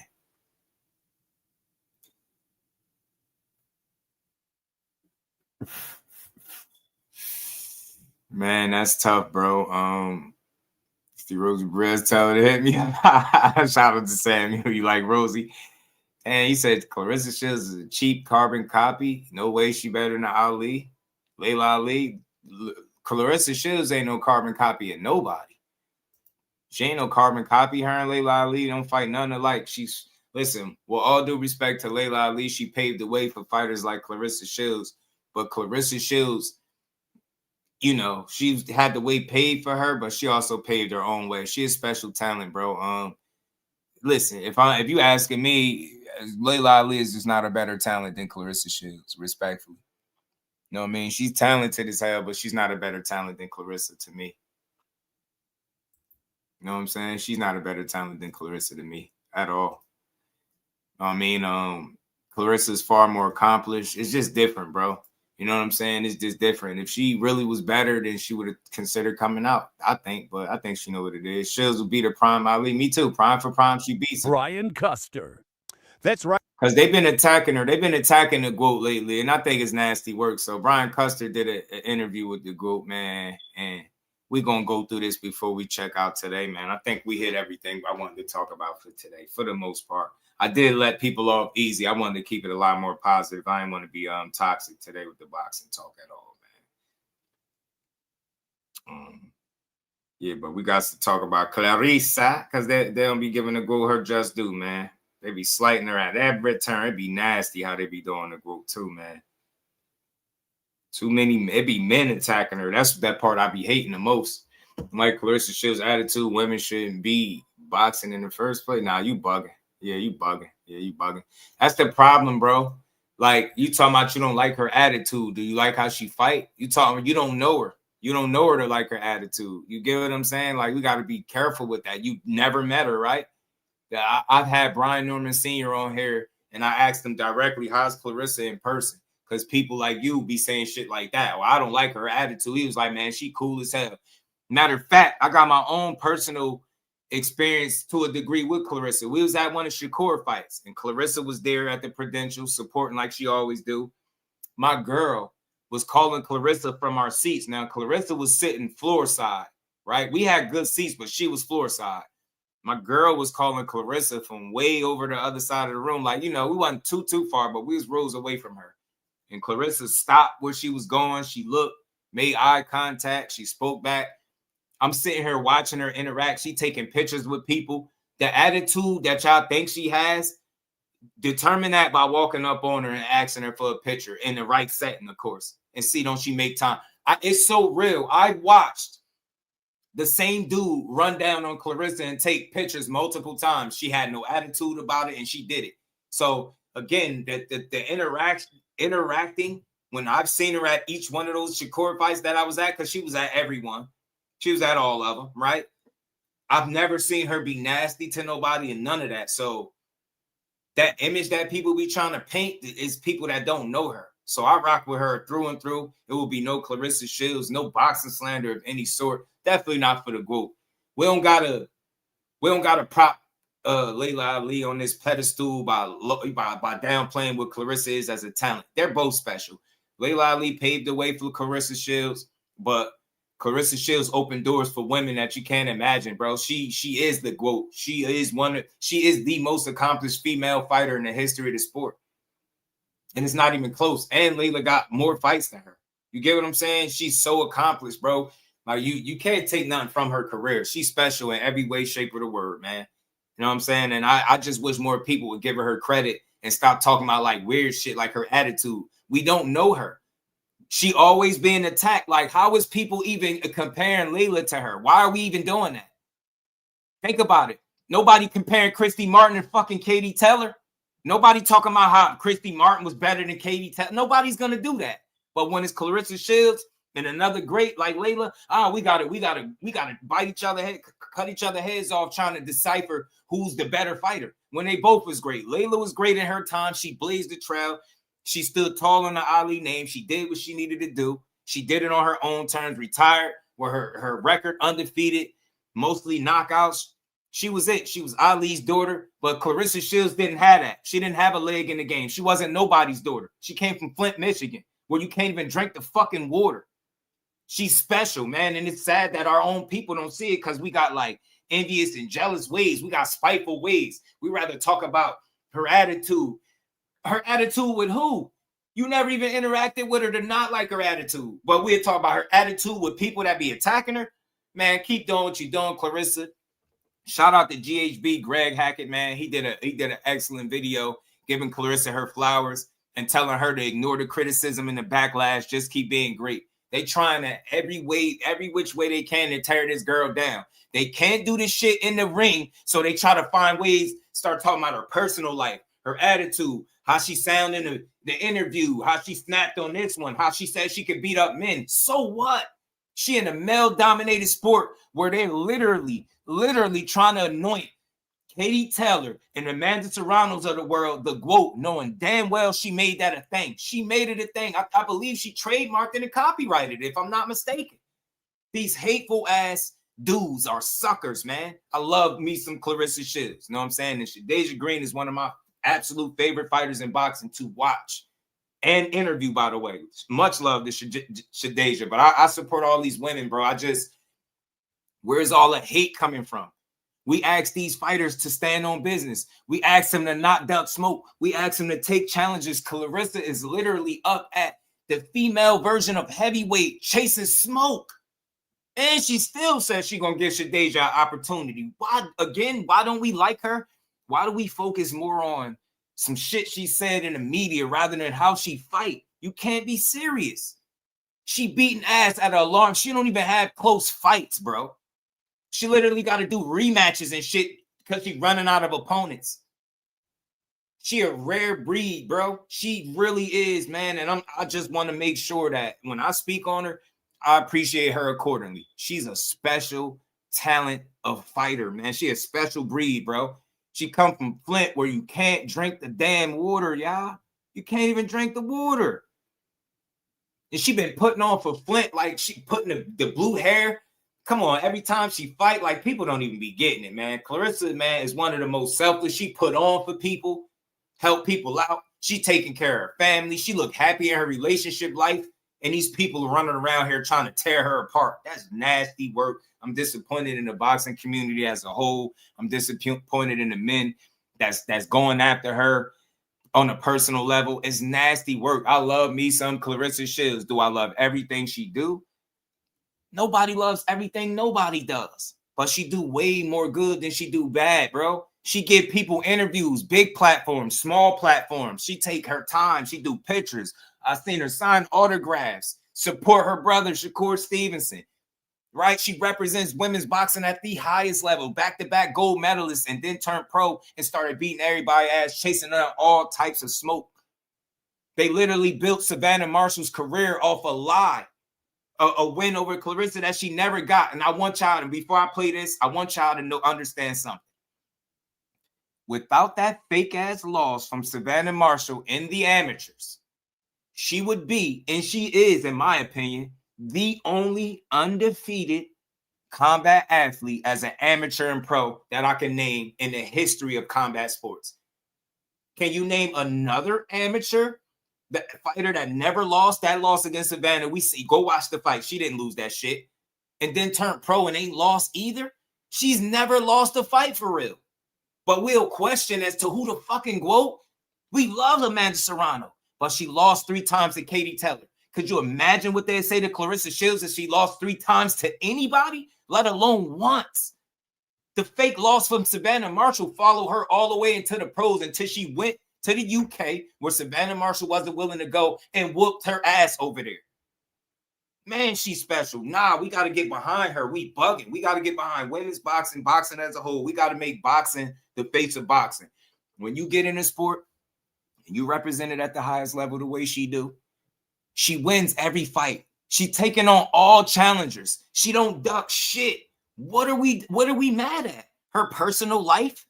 Because she says she'd beat up Keith Thurman, bro. I don't like it, but I ain't mad at her for that. She confident, bro.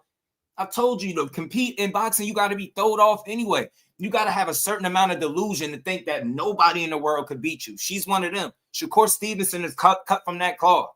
They got good delusion. To be able to beat them, you got to show them you could beat them. She's never going to tell you it's somebody in boxing that can beat her. And she's willing to go out there and prove it. She said this interview right here, she really pissed you off. I'm going to play it. We're going to get to it. Get with supporting and champion our community. I just feel like, Shaw, look at it this way, right? I'll give you something to consider, right? Because, you know, I'm reasonable. If you didn't have the small gripes with her that you do have, would she be perfect? And we know a perfect boxer don't exist. So all I'm saying is maybe that's where she may fall short at. Maybe that's where, you know, the grass ain't the greenest at. Maybe her personality or character or whatever people are questioning. But what I'm saying is, how are we allowing her being successful, to like tear her down, like, and take shots at her and stuff like that? It's crazy. Yeah, nah, I don't rock with that. And you know I don't. You know, Shadeja, my girl, I don't rock with that. Shadeja family, I don't rock with that either. You know what I'm saying? That's nasty work, man. I mean, look, she said the dude had the dude had padding pulled out of the gloves. I had no way to confirm or deny it. She said it, so that's what she was on, you know? Not a good look, though, Bo, but still not a good look, though. That's something I wish she wouldn't have did, you know? But that's like, nobody got harmed. It still wasn't a good idea, but nobody got harmed. She moved on, and she just went on to do great things, She actually possess better skills maybe than Franchon, but she's not an overall better fighter than Franchon. I think she is. The GOAT, I love you. I know Franchon beat her, but I think Shadeja was in her own head. I think she had a lot going on. I'm not trying to make excuses, but you can look at the punch totals and you can that'll show you that Franchon, think about it. She more skillful, so she's not an overall better fighter. She's more talented to me. Franchon got that dog in her that whatever she may be missing in skill or talent or whatever you want to call it, she make up for it and will because she want to win. So that's what I respect about Franchon. I don't dislike any of these women. I don't get into their personals, but I think she need to give, Shadeja her flowers, man. She's talented as shit. And outside of that one close-ass disputed loss, she beat the best girl that is on Claressa's resume to me in Savannah Marshall. So, you know what I mean?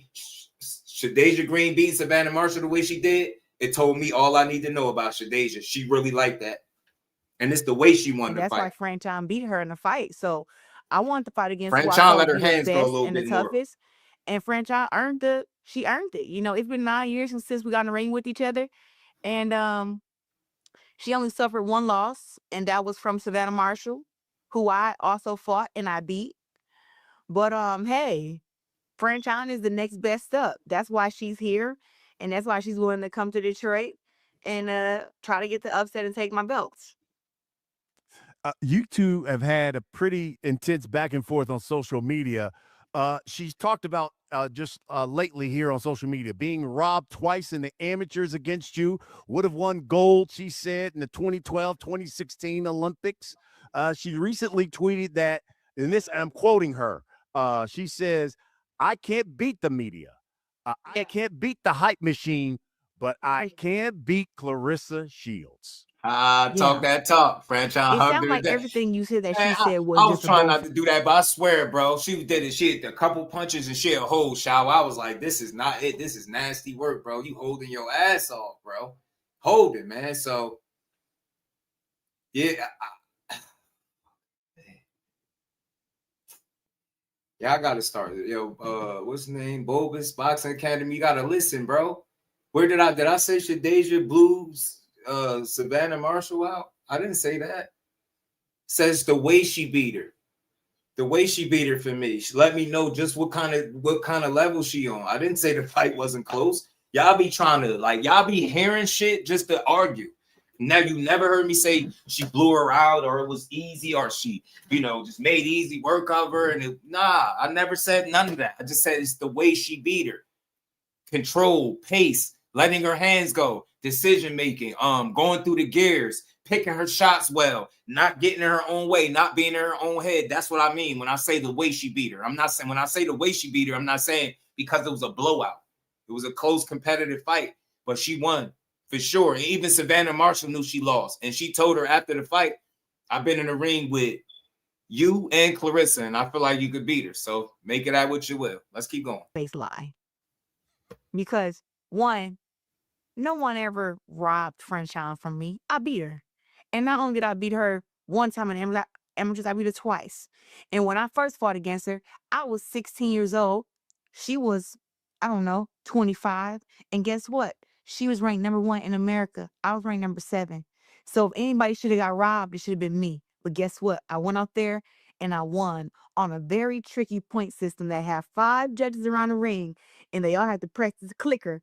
3 of them at the same time in order for you to get points. And I had 31 points versus 19 one time. And then one time I had 27 points versus her 14. I always blew her in the dust every time we fought. Now, our pro debut, she brought it, right? But she still lost a unanimous decision. It's just that she's a great fighter herself, and she's fought her way back to the top after losing to me. And guess what? It's okay to be second place to the greatest. It's okay. But just know that February 22nd, you got to back all that talk up. You got robbed and you didn't have time to train, all these excuses, all this bowing out already. I don't want to hear none of that. Right now, we both had 12 weeks to get ready for this fight. 12. It's Savannah could fight. So I don't want to hear none of that. Oh, I was out of shape. I didn't have enough time.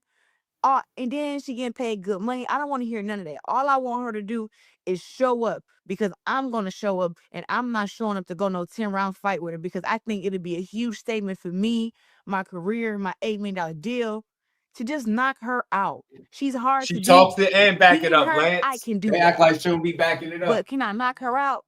Let's try that. She I'm trying to talking, see she how good I back it can up, really be. talking some So more, back it up she's some more, talking some more, chirping all back it this up some stuff. more. It don't mean nothing. She got to back it up inside the ring. All that talk, all those lies, she got to back it up.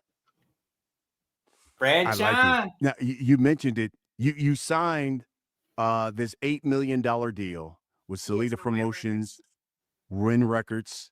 Yes. Is it a 4-fight deal? Yes. 4-fight deal. Tell in your words. Quinn, what it Tell do? us the importance of that contract and that deal that you got. Well, the importance is that it is the most lucrative deal that a woman boxer has signed to date. Talk that talk, bro. To be able to get $3 million for a signing bonus before I even Talk get that inside talk, the bro. ring, Alden, what it do? it's unheard of She for does women's back it up. boxing. That's my guy right there. And Well, how you I'm been, so Brody? honored and What's privileged good, that Win man? Records and Salida Promotions think so highly of me that I deserve Get that that type back. of money. Now, I had a chance to talk to all the entities, and like I said, Win Records and Salida came with the most money. They understood my vision, and we've already been building together for with Salida for 10 years. So it really made sense. But hey, we sold out 16,000 my last fight, fans in the building, and I can say, people like to do math, right? And the math says $8 million, 4 fights, $2 million a fight, right? But $2 million is my minimum. There are when the boxing business, there is other monies that you get. Now that's in my contract also. So my deal is limitless on how much money I can make. It's all about selling out arenas, fighting the best opponents, the TV deal. It's so many things that go into me getting paid. And I'm not just a boxer, I'm also a co-promoter with Salida under T-Rex Promotion. So listen, I'm doing my good little 1-2 here and there. Yeah, I like it. You mentioned this. You meeting with different people. I know you also met with MVP. So you sat down with Jake Paul. A lot of people have talked about, say what you want about Jake Paul, the things that he has done to help female boxing and women's boxing. Well, what prevented you then? What was the thing that said, nah, you know what? Look, y'all doing a good thing here, because obviously y'all had some back and forth at one point, but for you to sit down with him, you were like, okay, let me see what you're about. What was it that you said, nah, you know what? I'm going to go my own other way?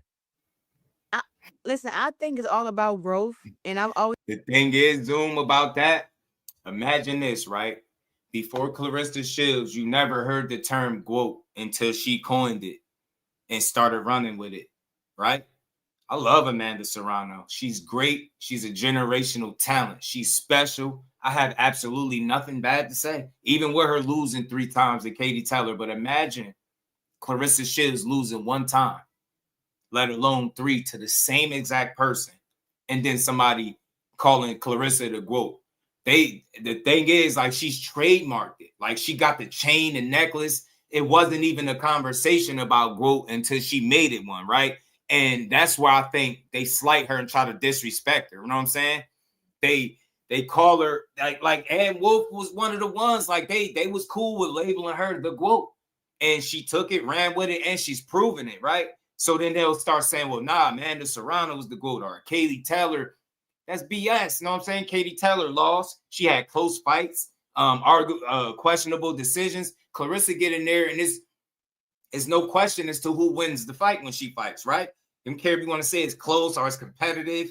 She still wins. She always wins her fights, and it's never up for debate, right? So she like head and shoulders above the competition. Like I said before, name another female or athlete, period, that you as in combat sports that has been undefeated as an amateur and pro, if you don't count that fake ass win that they gave Savannah Marshall that Claressa Shields clearly beat her. You get me? So I love, I would say Amanda Serrano is just one of the greatest, women's fighters as well, but I won't call her no GWOAT simply because Claressa trademarked that shit. And that's like nasty work. Imagine you building something up that's as your own, and then we giving it away to somebody else. That's why she goes so hard. That's why she's so competitive. Like, think about it.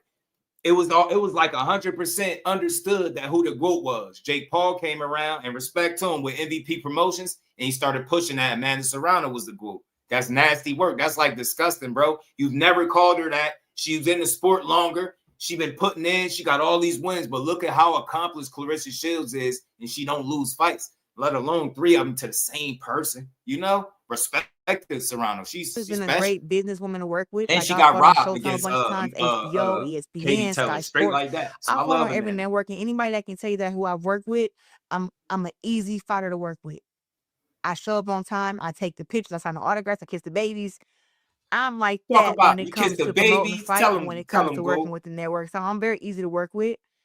I'm just a fighter. So when it comes to the fighting part of it, you're going to get the trash talk. You're going to get a piece of my mind, and I'm going to whoop you, right? Talk With that talk. I'm MVP, gonna whoop you. listen, I like everything that they stand for. Like I enjoy having conversations with Nikisa and getting to know him and learn his background and him actually being able to get to know me because it's different off social media, right? And like I said, I like what they stand for. It just, for me, being pound for pound #1 woman fighter in the world, what they were offering just wasn't enough. And I had, I thought signing with them would be a great look, right? And it would show, sense to my growth because like I said, I can work with anybody. But it just was, I know my worth Yeah, and they know I my love worth it. I too. love That's why they Amanda. wanted to She's a sign me. dog. True And beast. hey, it just didn't work out, but I love what they're doing. I love what they're doing over there. And I can't wait to see more fights from them. Amanda still won what? Yeah. Yo, Tellers whooped on Amanda. Nah, Tellers did some good work. Amanda beat her. Amanda almost stopped Tellers. Tellers did good for filling in on short notice, but nah, Amanda was putting hands on her. She was amazing. She was beating her ass on. She was. Amanda was putting hands on her, man, and she won. Tellers fought back well, And but I man, look to Amanda was fighting too some of their much. girls. Amanda was Like I way look too forward much. to fighting some of their girls. Yeah. Yes, And still fought her. That brings me Talk to that my talk, next question. Zoom. Nope, no Shadeisha problems. We love Green Amanda. I'm with you, Sweet. my boy. Is I'm with you, my she bro. next? I would like for her to be next. Yes. I would like for her to be Shadeisha. next. And the thing is, You heard that girl? for She anybody said listening, she I don't wants you to have be to fight next. Shadeisha. And I only say that because it's the truth. I don't. If I beat someone that beats her, I don't gotta fight her to prove that I'm better than her. Nah, But yes you do. the Yes reason you I'm do. gonna Up. I love you, bro. I mean this. I do. I go to bat. I believe in no Claressa Shields slander. But you absolutely do has to beat Shadeisha to prove you better than her. Now look, I get it on paper with the accolades and shit, and where her losing to Franchon Cruz, somebody that you about to beat for the second time when y'all fight. I get it. Like on paper, you could just say, look, I'm a better fighter, and I get that. But to really be able to say definitively, you got to fight the person. Like, I don't think beating Franchon because she beat Shadeisha by landing a couple more punches proves that you're better than Shadeisha. Maybe Shadeisha might land a shot that Savannah Marshall couldn't. I don't know. So I don't necessarily look at it that way, but I get it. The GOAT, talk your shit. You the GOAT, but me as a fan, like, nah, I want to see that fight. Because when you say you would like for it to be next, but then when you feel like you don't have to prove that, if you beat somebody that beat her, you don't got to fight her to prove that you're better than her. I can't agree with that because I think that's the only way to really prove who's better if you beat that individual, right? You can't prove that you're better than somebody without beating them. You know what I'm saying? Unless you just shown to be so much better than that individual that they're nowhere on your level. And like I said, y'all, they both fought Savannah Marshall. I'm going to go rewatch both of those fights. They both fought Savannah Marshall. That's Claressa Shields, arguably her best win in Savannah, right? It's her best win. That's better than Franchon to me. That's better than Hannah Gabriel's. It's better than the rest of them to me. You know what I mean? And I think Shadeisha proved that she can hang. She beat one, which is looked at as one of the best, if not the best opponent you fought to date. She beat her too. So look, at the bare minimum, she deserves the opportunity. Franchon Cruz is getting 2 opportunities. No disrespect to Franchon. We love you too because you a dog. But you ain't beating Claressa. You ain't beat her the first time. I don't think nobody see you beating her the second time. So if Franchon Cruz could get 2 shots at Claressa, knowing that she lost the first time and she probably about to lose this time. And not to mention, she fought Savannah Marshall and got beat handily and looked like her skills is declining, like Claressa said. So she literally said her skills is declining, and you're fighting her again. So I think you could fight franchise. I think you could fight Shadeja, respectfully. I really do. You know what I'm saying? I really do. I really, really do. You paid a fake fan call. I don't think that was her either. Hold on, I'm gonna find it for you. That's me. I'm gonna find it. I'm gonna play that because I don't think that was her either. For anybody listening, I don't have call that I heard. That person didn't even disguise their voice at all. I don't think that was Claressa. I don't think she would be that naive to think that she can call in and nobody recognize her voice. That's a little silly. I don't think that was her though. And I only say that because it's the truth. I don't think she crashing if out. I beat It's someone men that beats her, crashing I don't out. gotta fight her to prove that I'm better than her. Yes, but you do. The reason I'm gonna beat her up like I do everybody else is because she talked too much and she's a hater. Good. Well, So with that being said, I have to just put my hands on her and prove once again. Listen, it's a lot of great fighters out there. She's not one. She's okay. She's good, right? But she's not a great. And I think that I like the competitive spirit of it. See, but some people might say franchise. Some people might say franchise not at great. 160. She don't. That's a great like. fight. Look, you just said franchise. She's more skillful than franchise, so that's enough reason to fight her. Like, you get what I'm saying? Like, that's the only thing I don't get. It's like, if you want her fight to be next, why do you downplay it as a fight? Because you gonna want the credit if you beat her. Am I right? That's the only thing I don't like. I get it. Do a I get rematch it, with girl, Daniel man. Perkins. You beat ass. I can. I get it, girl. Listen, it's so many things that I could do besides fighting Shadeja. I don't like that she put out this narrative that I'm scared of her. Scared of what? Scared of what? You lost somebody who I beat 3 times already in my lifetime. I beat him when I was young, beat him when I was 17, 19, 21. Now I'm 30, like, still undefeated. And you fighting her again. So you making more of the reason. You're making more of the reason why you need to fight Shadeja, because you haven't fought her. You fighting somebody in Franchon Cruz. To be perfectly honest, I don't think nobody cared to see that again, because there's nobody that thinks it's going to be a different outcome. Nobody. But there are a fair amount of people that feel like Shadeja Green got an opportunity. So man, you gotta fight, man. You gotta fight. Like, what are we talking about? What I'm saying? I think that Shadeja, you going in, man. That disrespecting me is why she's going to get the fight. No, you're going to get the fight because at weight classes, that's what I'm saying. Zoom, you get me? She got to fight. I love her, but I want to see Shadeja rematch her after she beats I'll you. shut up. And then you just want to start calling me out. But ain't nobody once I get done with Franchon, I would love to piece up Shadeja just to shut her up, because everybody already know that I can beat Shadeja. She's the only one who's saying that I can't. And I think it's some minute she said that she think that she can't beat me, which I was like, so why you want to fight for? So she's very confusing. Nah, but I know that Shadeja want that smoke, bro. Why not? Hey, Quote, she want that smoke. Take it from me, man. Shadeja ain't playing when she says she want that fight, bro. And look, it's the mixed messages and signals that you giving. You're justifying not fighting her by fighting somebody that you've been beating since you was, what, I think she said 17 years old the first time she fought Franchon. Franchon just got by with a win. People take losses. You're fighting Franchon after multiple losses. You're fighting Franchon after losing to Savannah. If you could fight Franchon after she lost to Savannah, you could fight Shadeja after she lost to Franchon, bro. That's why she'll put out a statement maybe saying you scared, because them excuses are bad. You're too great of a talent. You don't need this. You just say, yo, when I'm done with her, I'm beating her ass too. You don't need to say all this other stuff, because you are great. You it's a reason people are able to call you the GOAT, because we know you willing to fight them all and show everybody that you better than them. This is why we rock with you. So respectfully, Claressa don't need no excuses for nothing. Just fight Franchon again. Boom. And then go fight. You know what I mean? Because I'm pretty sure everybody in boxing just about would rather see you fight Shadeja Green for the first time than fighting Franchon for like the 3rd or 4th time in y'all lives. Like, come on. And then the 2nd time in the pros.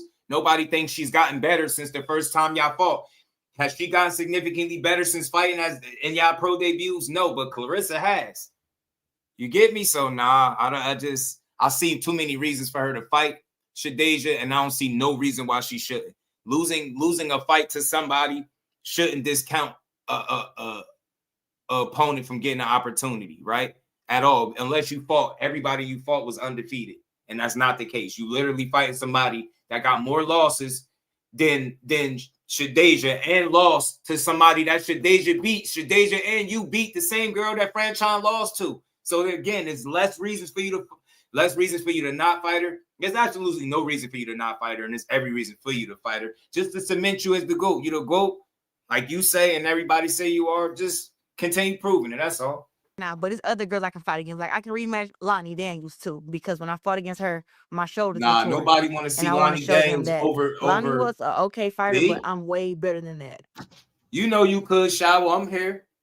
And so nobody wants to see Lonnie Daniels more than Shadeja Green and Claressa. I could bet money on that. So when you start throwing all these other people in the way, it sounds like you don't have no intent on wanting to fight her, and that is what people don't rock with. Because you're too great. You don't need excuses not to fight somebody. Just fight them. Take on all comers. Greatest woman of all time gonna fight on all comers and then retire on it. Do you guys fight at 168? 168. Listen, these girls are so capped. All of them. Franchon Cruz, cap. Shadeja Green, cap. Why? They want to come fight me for my belts, and they don't want to put their belts up. February 22nd, we fighting for Claressa Shields Undisputed Heavyweight Championship. All 5 of my belts. We're not fighting for any of Franchon belts. Any of their belts. Yeah, I don't think you get to Claressa's level being scared. Knowing that she's too self-motivated, but I think it's ego that makes her speak the way she do about Claressa, because about Shadeja. She feels like she's accomplished so much more than all of these people. How are we putting all these girls on my level? They haven't done none of what I've done. You know what I'm saying? That's where she's coming from. But there's more to it than that. You know what I'm saying? Like, Shadeja deserve an opportunity because she's put herself back in the driver's seat since losing. All she did was win. She got back on it the right way. So, I don't know what it is, but again, I refuse. I think it's more ego than anything. I think it's ego and shit. You know what I'm saying? Because you don't get to where Claressa get to being scared, yo. It's like she's self-motivated, self-driven. She ain't scared, but I don't know, apprehensive for her own reasons, but I think it's more ego related. And if these girls put up their belts, I have to relinquish my belts that I worked hard for, and then getting another fight to get the other belts is going to be hard. Like, they get to keep their belts after they lose. That doesn't happen with me. It's always that way. When I'm fighting against Hannah Gabriels, I agree. Like, I had to put up my belts. She didn't put up her belts. So when she lost, she go back to being champion up at 154. And it always happens like that. So, no, these girls want to fight against me.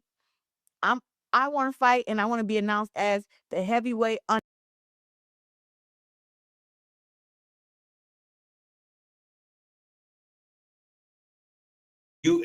she know it don't go like that. If y'all fighting at 2 different weight classes, you can't put your heavyweight belts up. And I don't think if somebody put belts up at 54 or whatever weight class, you had those belts already. Yeah, they want to fight you for your belts unless you're gonna come down there and take their shit. So it's like, I don't understand where she going with it like this. They want what you have. You're the greatest. You calling yourself the GOAT. You trademarked the shit, right? Like, they want to prove themselves against the GOAT. That's what it is.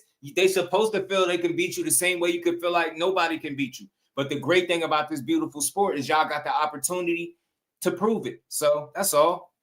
Undisputed champion, and that's what we're defending. So if Franchon was putting up her belts, right, and I was to fight against her, well, I didn't want to fight against her, and I was able to win her 2 belts, and then fight against Shadeja and win those 2 belts. I will fight at 168.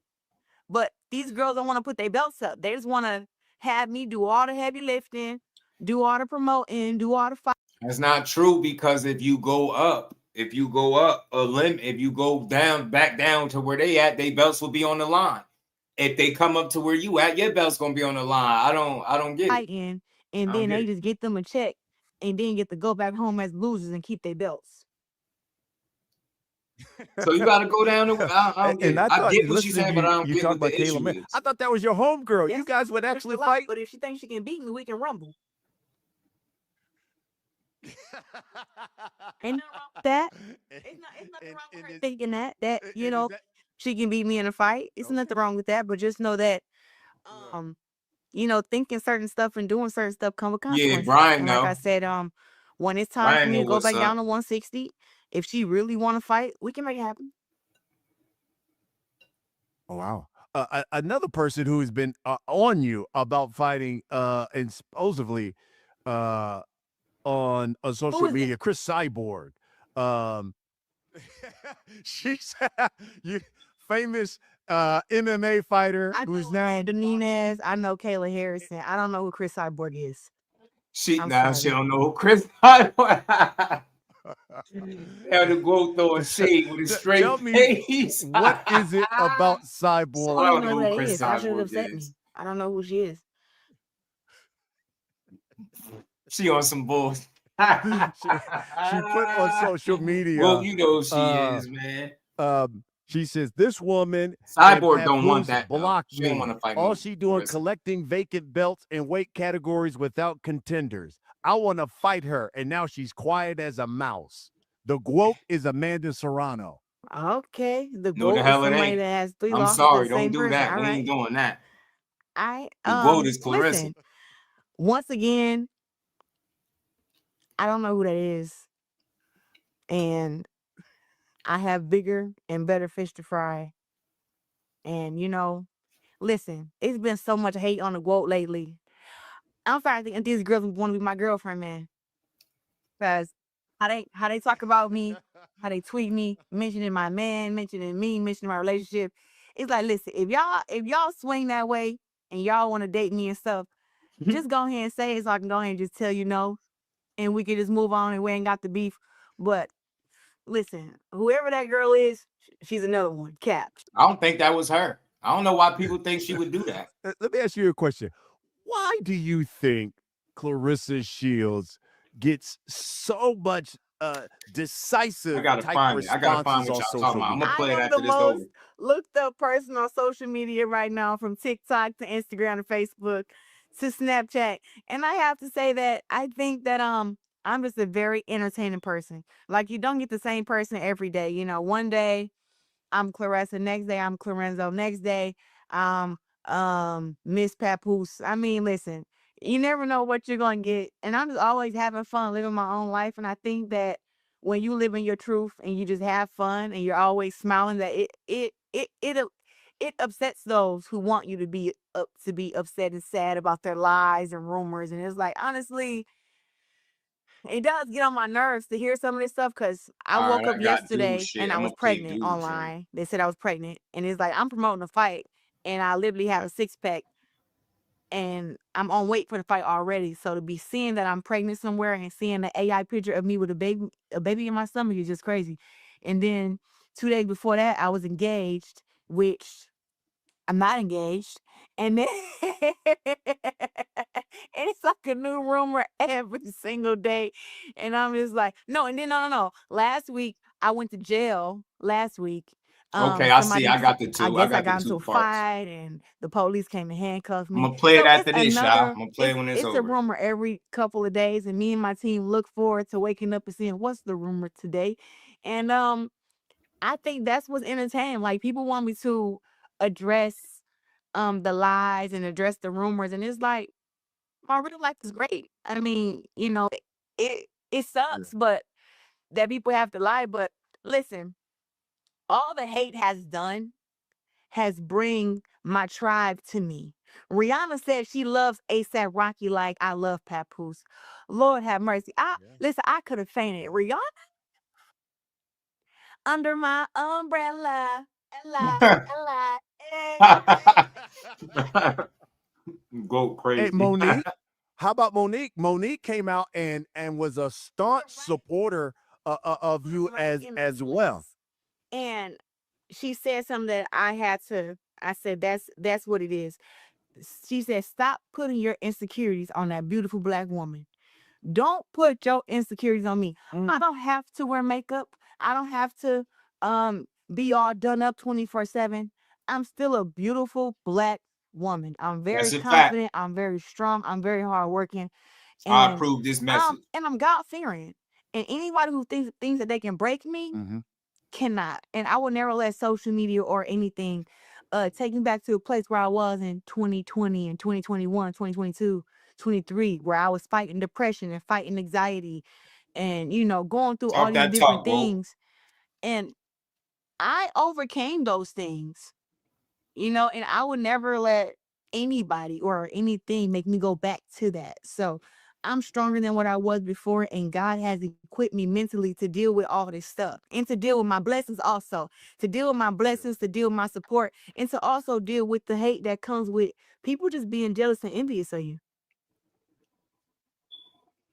Yeah, did the beef with I think 50 online, did that upset you at all? Get you? I know he already said I'm gonna leave you alone because you got to fight, but I'm gonna stay on at He's Boost. still he's a big fan of me and he loved me and stuff and all that. But honestly, the thing with 50, right? One, I want to say something, right? I'm really big on like holidays, right? So when it comes to New Year's, everybody wakes up New Year's Day with New Year's resolutions, how we're going to be better. And something I'm working on is being better on social media, not responding to trolls and, you know, people who don't care about me, who wish bad on me, who hate on me for no reason for being myself. I'm like, you know what? I'm gonna work on it, like Sneaky ignoring Smurf them, was good, and homie. then to wake up the Let me first say day of love the it new too. year, Yeah, you don't gotta wear no the makeup to first be day, beautiful. and to see that I was being trolled by 50 Cent, who I've never done anything to, I was, I was pissed off, honestly, and um, it was like this dude, he flew me out to Shreveport. I supported his organization.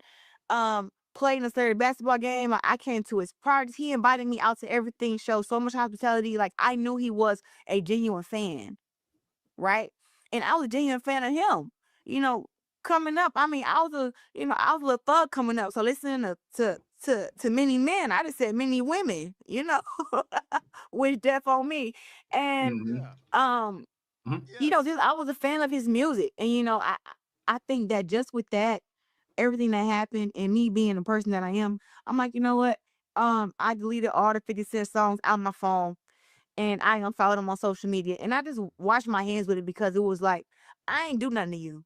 You know what I'm saying? It doesn't matter who I'm tied to or if you wanted to go out the year with a bang, but that's all it was. It's this whole algorithm thing. I'm big in the algorithm for some reason, just to being myself, and people feel like they have to tie it in their mind to get some clout, and he chose clout over being just a real person. You know what I'm saying? He chose clout over that, and I was disappointed, but hey, forget him. You know what I mean? And you know, did he just turn 50 or 51? I'm 30. I'm 30. People need to realize I'm about to be young and be around for a long time. And I don't know why we go at each other the way we do. I hate it. I'm not the I really person you do. want to cross.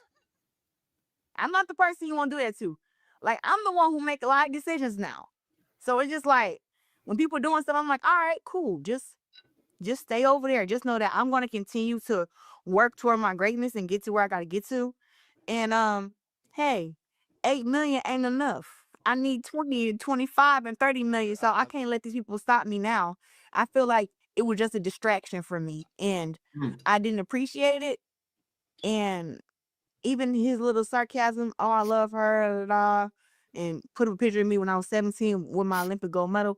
It's like, bro, Yeah, you got 50 just 35 petty, million so. followers, bro. If you don't let them know about this young black girl who's a phenom, who got 19 world titles, 2 Olympic gold medals, pretty as hell. If you don't want to let them know that, and you want to post a picture of me when I was 17 with my Olympic gold medal, which I love that picture because that's just who I was at the time. But it was like, man, if you're gonna support a black woman, do it in a big way. Don't be trying to give me no sarcasm, like no sarcastic ass apology or whatever that was. It was like, bro, just keep it P. You know what I'm saying? And I ain't like that at 50. I didn't, and that's why now I'm like, you know what? It's all good. I ain't even mad. I'm all good. Well, We'll wrap it. That's this part of the interview up with this one. Not so much clout, but I me think that's like a defense mechanism. Zoom, like it ain't much you could say there. Like attention, nah, it just him being petty. You know what I'm saying? That's 100% him being petty. You don't need the clout, but he petty as shit. because I hear people say, well, she brings it on herself with some of her social media posts. But give me the biggest misconception of Claressa Shields. I think the biggest misconception is that I'm angry, that I'm aggressive, that I'm upset. Nobody likes being lied on. I'm not the only one. Nobody likes rumors. Nobody likes being trolled. Nobody likes being called ugly or manly. You know, Right. 10 out of 10, I'm minding my own business on social media. You know, I use social media for what it's for. But every day I wake up, there's somebody insulting me, you know, and saying bad stuff about me when Every day. Listen, we got Every 24 day. hours in a day, and I wake up at 8 o'clock in the morning and I ain't done training till 6 p.m. Every day they doing it. Then after Attacking that, this I girl. can wind down, eat, relax, and then guess what? Back at 8 o'clock in the morning again, the next day, I'm back working. And to see that any I see downtime it that I every day have, anyway. whenever I grab my phone to look at social media, people are constantly attacking, lying, making up, lying on me up on YouTube, from every Instagram. You know, it's just people just lying and trolling on that. And I think that people think that celebrities don't say nothing back, right? That's what they say. And you know what? I'm about to get to that point. See, I'm a fan of actual celebrities, right? Now that I'm a celebrity, okay, boom. But it's like I would like when I speak out to a celebrity for them to speak back.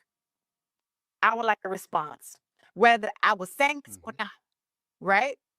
But I would like a response to good things. Somebody to heart my stuff, somebody to reply to my DM, whatever. I would like that if I wasn't a celebrity. Right. Back then when I wasn't a celebrity, so now it's like that. I'm a celebrity. It's like I want to keep in contact with the real people. So I leave my page open to anybody to comment, DM me, be a part of my journey. I give advice. I've saved I don't know, 3 or 4 folks from committing suicide. And I've helped so many people fight cancer. And rest in peace, watching my best friend, And Pride was Michael good with it. Carnell. He fought against cancer 3 Sports. times, but he Say how she surprised she got haters. She just paid too much attention to it.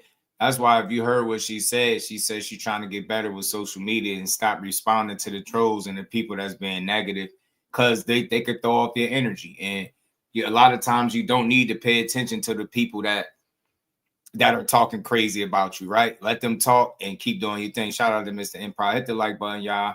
We're going to keep it. Let me try to play this the rest of this through. Yeah, it's 8 already. It's crazy. That again, that's why she said she trying to do better with ignoring people and not responding, bro. But she is human, bro. She is human. The Brothers Hood Sports, like, it's a lot of times I wake up and I see people attack her about stuff that has nothing to do with boxing. Her biggest, like, people keep saying she made all these mistakes. She exposed herself. Like, just go type in Claressa Shields exposed in your YouTube search and watch all the videos that come up with people, all her own people, claiming she got exposed. It's whack. So after a while, you're going to respond because, like Sha was saying, she human, bro. She not above responding to this shit because she an athlete. That shit, they say some disgusting, hurtful things about this girl, man. Like, I'd be surprised that she don't just go off and block everybody, man. DM me. Yeah, you gotta let people be on sometimes. Instagram Yeah, and told facts. me all the hardships he was going Facts. through, and I started writing them back and telling him to stay strong, and we would get on the phone. I Facts, would pray for him, Java. and I didn't know Nasty him at work, the ain't time, it? but we ended up becoming best friends.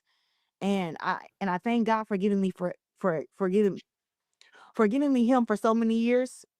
But when he passed, it really hurt me. But it's just like people reach out and they really need your help, and and they need your guidance. They need your support, and that's why I opened up my social media like the way that I do. But now with everything that's going on, I have to be good with myself and protect myself. So now I have to change up my settings and not allow all these comments and not really be able to engage with my fans. But that's what trolls or whoever. Now I have to just shut it down and be like Beyonce and them and just not respond to nobody. And I didn't think people wanted that, and I never wanted to be that way.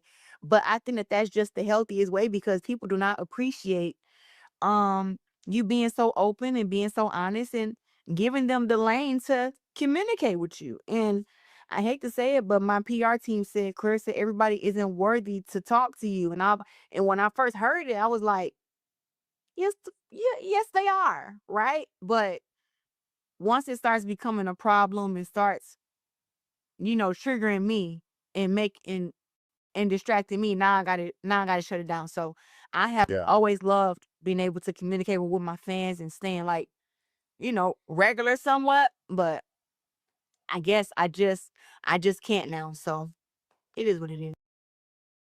I don't think it's that she care about the haters as much. And I think she is tough. I think you got to be when you're in the sport of boxing, a male dominated sport. But I think what you see and when she responds is her being human. That's what it is. Like people, the internet is a nasty place, bro. You know what I mean? Some women don't respond to BS. Yeah, that's why I hope she takes on the approach that she's taking on now, where she ignoring a lot of that stuff. Just let these people talk, man. If they know they can say some hurtful shit, they're going to say it. That's just how the internet is. The internet age is. You just got to ignore these losers because a lot of these people don't know what it's like to be as successful as what she is in her goes field. hard They don't know. for Claressa Shields is Shakur Stevenson.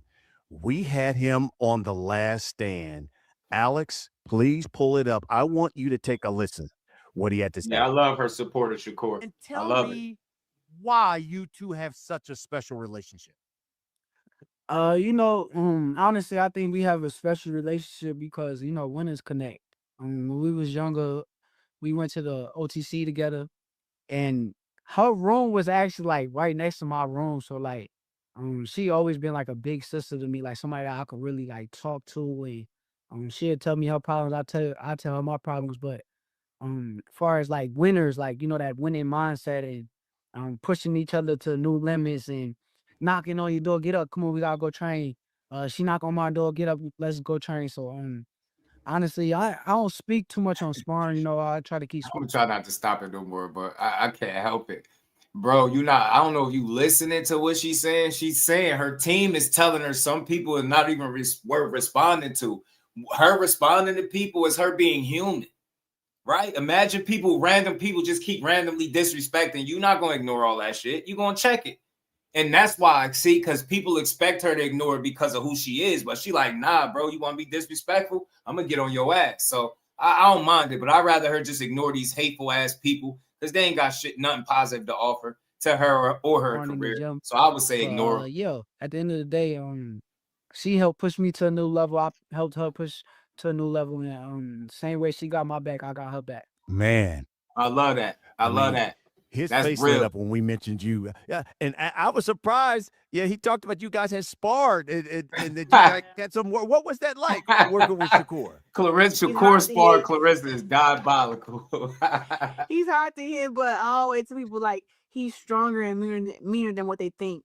I love Shakur, man, and honestly, I've been telling him since he was a young kid, like, you are a prodigy, you are a phenom, like you're one of one, and I've been telling him that forever. And man, I'm just so happy for him. Like where he's at in his career, him and his family. She a real one, bro. Just the man that he's grown into. Like I knew Shakur back when he was knucklehead Shakur.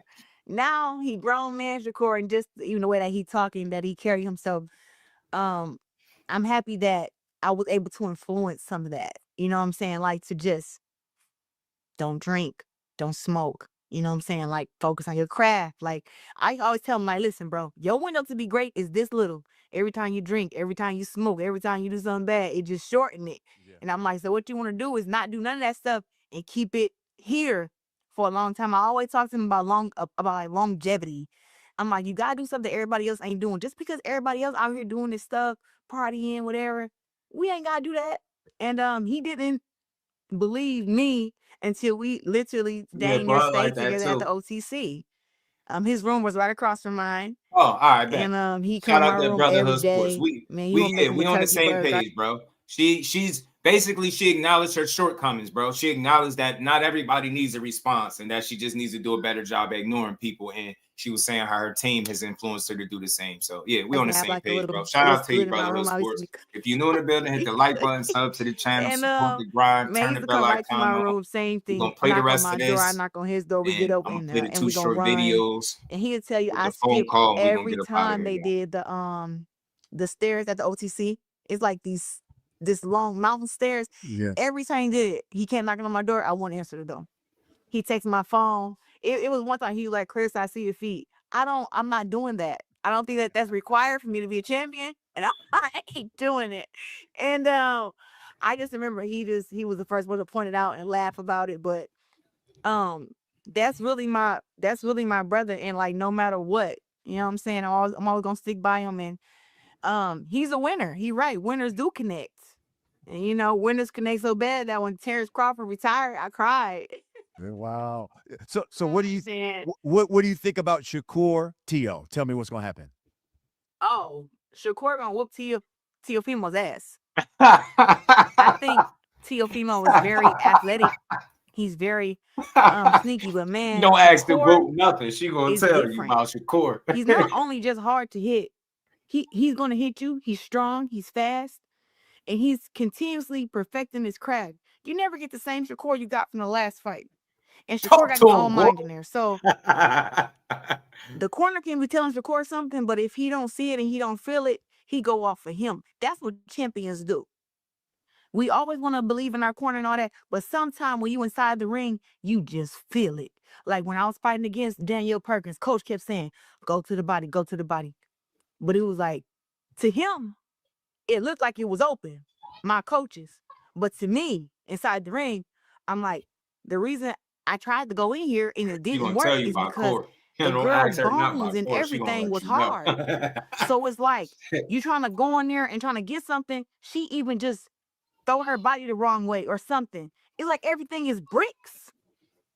So I had to fight her the way that I felt comfortable, where I was like, listen, I ain't trying to catch no elbow. I ain't trying to catch no forearm, because everything on a girl was hard. Like I wanted to go to the body, trust me. But they saw it, and when I was in there, I'm like, it's just not open. But I still made sure I won the fight, and I was able to figure it out. And Shakur does that. The dude, man, listen, I always say like that I'm 5 steps ahead of these girls outside the ring. Shakur is 10 steps ahead of these guys. He's 10. And That's crazy. he's a hard worker. And now that Claressa gonna let you he's know. a father, man, and that he's motivated, and that he really know that he got to stand on his own too. Like Shakur been putting in work. All the people talking about that he's gonna lose to Zepeda. Fit all sports. Shout out to Like you, I man. told him, Appreciate you pulling I out. couldn't wait. I couldn't wait for that fight. I was there screaming and everything. I lost my voice that night because Shakur, they always want to doubt us. They always want to doubt the greats and don't want to give us credit. But it's like Shakur, to me, that is a Olympic champion. That is next pound number 1. And he's gonna be around for a long time. And he's very hard to beat. He's hard to beat.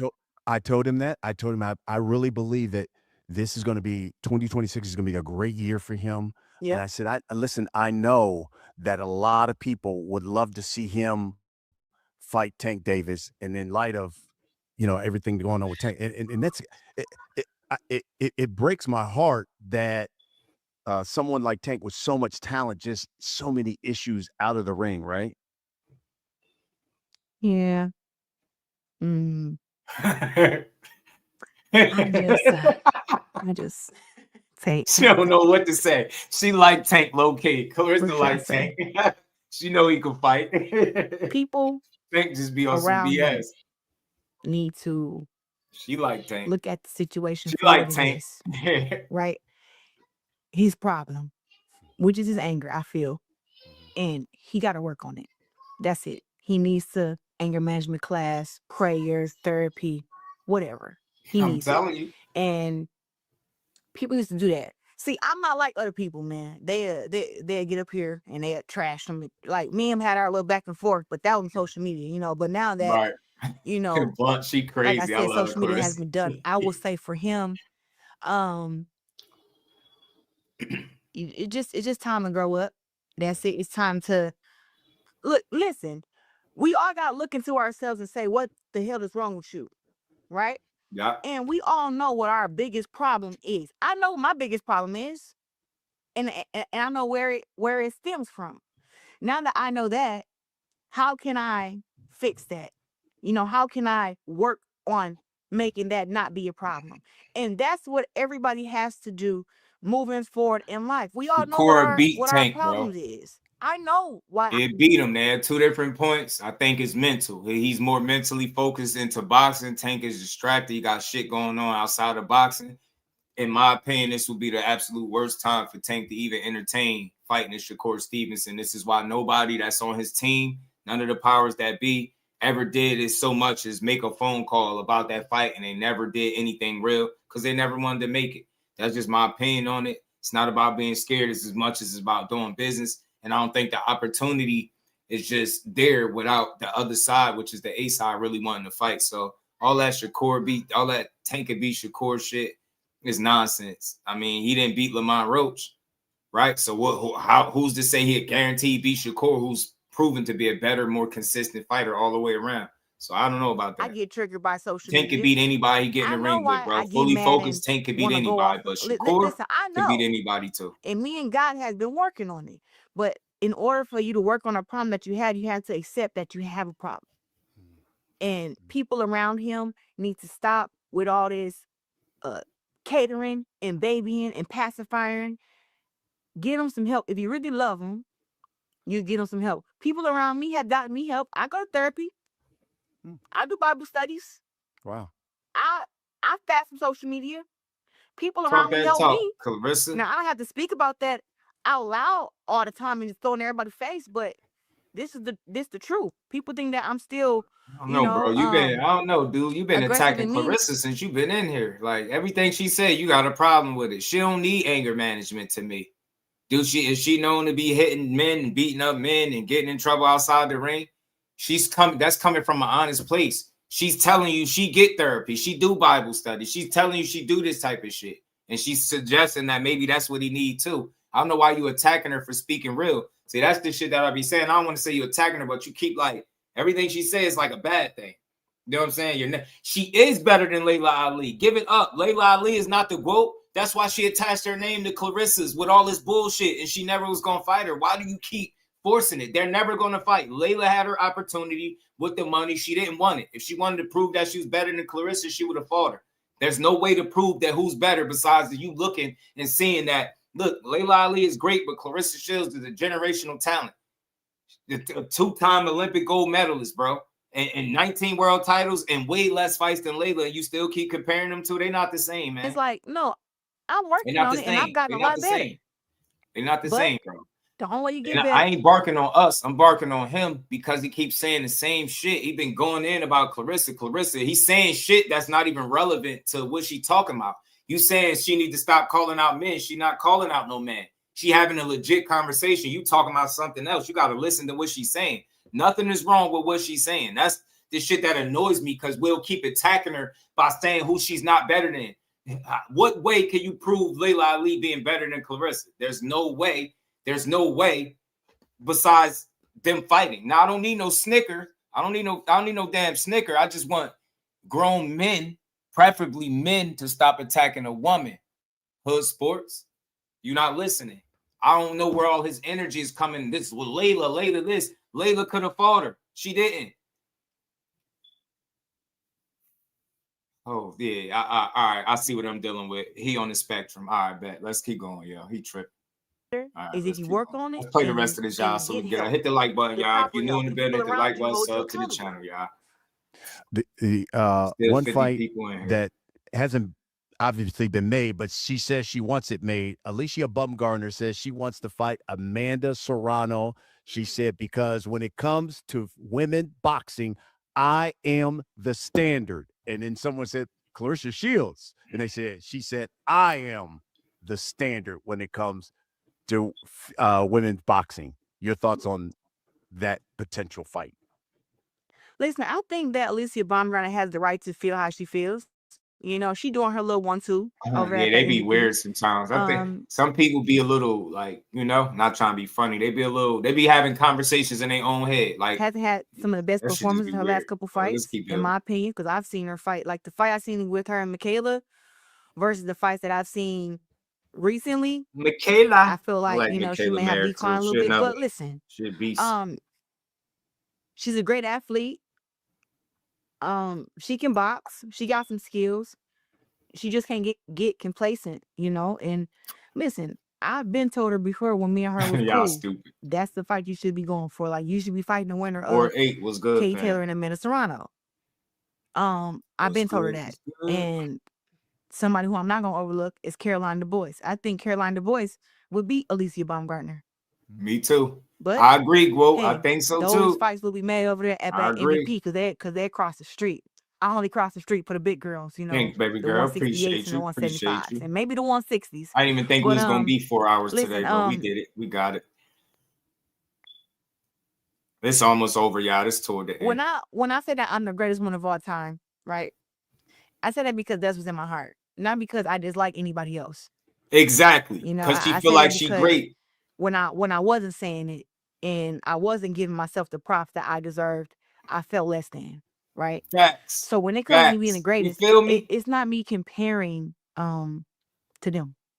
When I say them, to Katie, Amanda, Alicia, Michaela, it's like I look at myself, I look at my accomplishments, and I be like, damn, you doing the big. You know what I'm saying? When I look at my skills and everything, I'm like, yo, you got some stuff. When I get inside, in today's world, you got to be your own biggest fan, because I'll be damned if you sit around with low self-esteem waiting on some strangers to give you your credit. That's why I like her. She's self-motivated. She don't wait for some person that can't run a mile, a person that can't run a lap, hit the bag, do none of the shit she do, go no rounds, right? Tell her if she's great or not based on what they think. You get what I'm saying? She's great and I love her.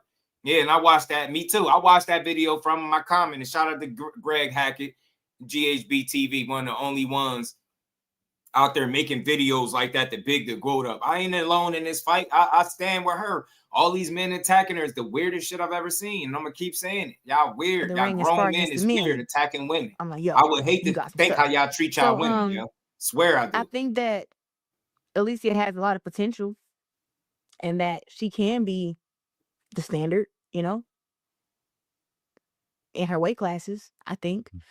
See, but she giving her credit. She ain't no hater. She's saying she think that girl could be the standard in her weight classes. It's some work to be done, and it's ass just to kick. And once again, we talking about somebody who was one time undisputed versus somebody who was 4.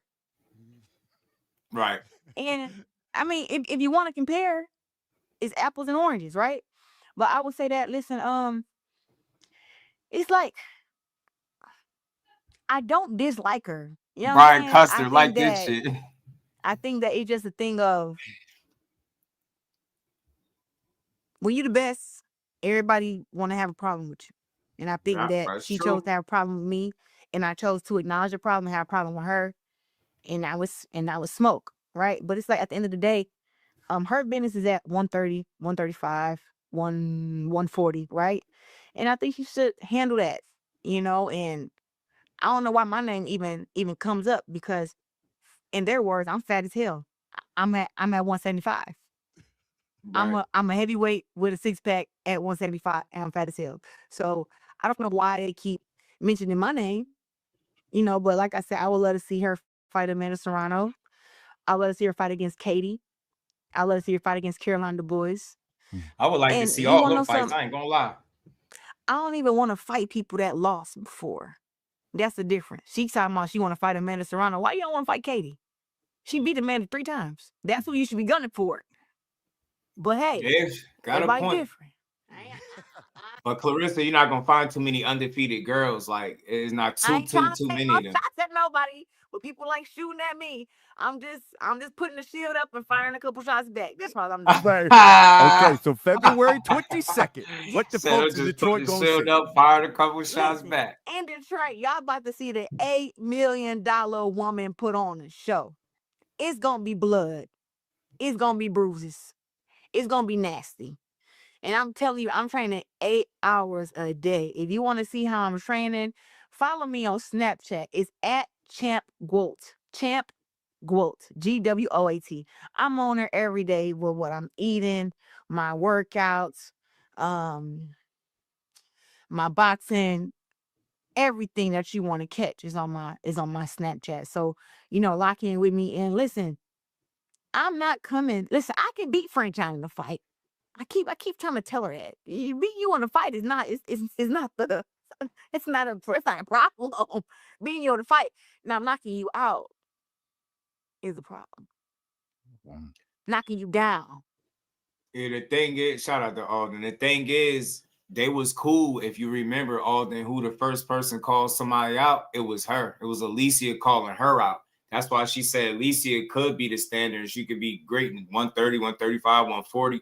But while my name coming up, Alicia started calling her out, acting like she was willing or wanting to fight her. In reality, she way too big. So that's what it was. That's why the GOAT, like, yo, I don't know why my name keep coming out. You know what I'm saying?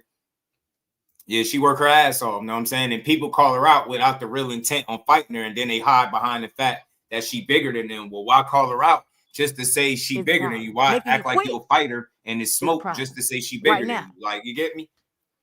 6 She weeks, never called it out won't be. Alicia. It was Alicia Because doing that's what that I'm shit. training for. I I'm think it was training to MVP, yo. cause I think it was damage. MVP. And they can all crack I jokes. think it was Oh, them you only doing got that 3 shit. knockouts. I think Franchine only got 5. She can't crack no jokes. And with that being said, I fought way tougher, way harder competition than her.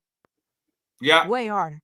And it's not because she's avoided. She hasn't fought those girls because her team didn't want her to fight them.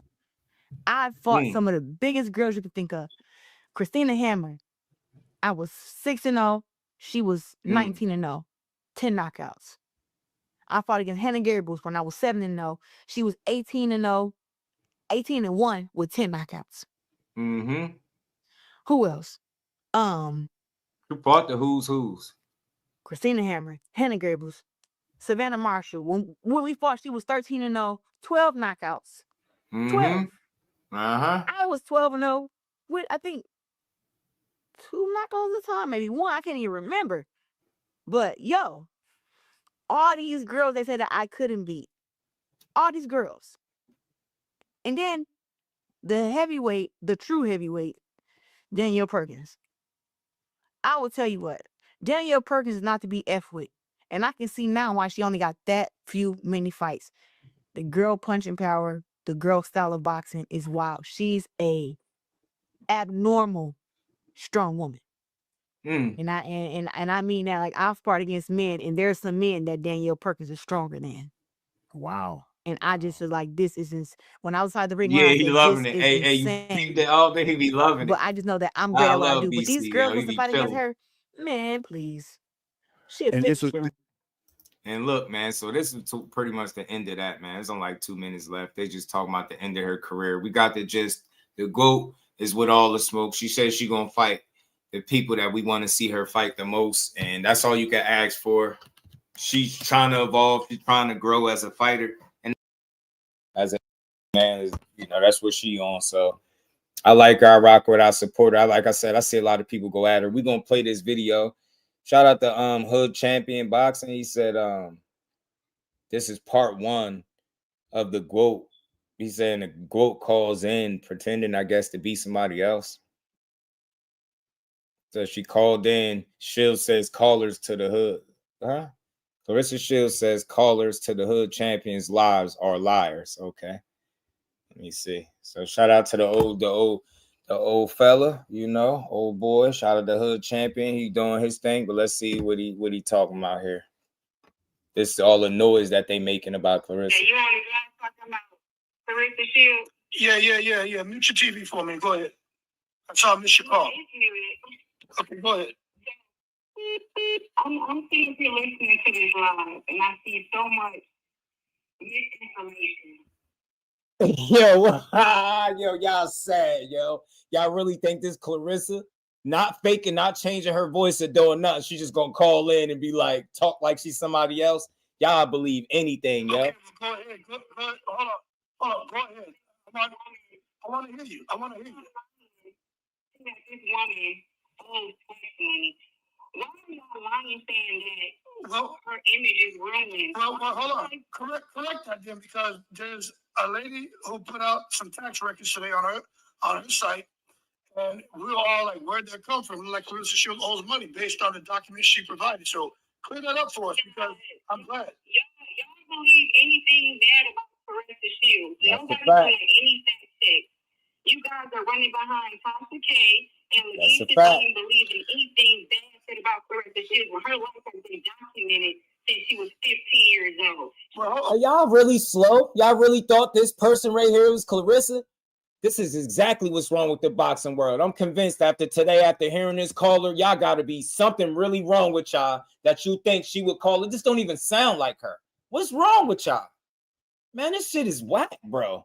This shit is whack. Yeah, this is definitely not her. This is definitely not her. This is definitely not her. Hold on. 100%. She don't talk like this. Hold on. Listen to it. I'm going to let you talk because I'm not rude.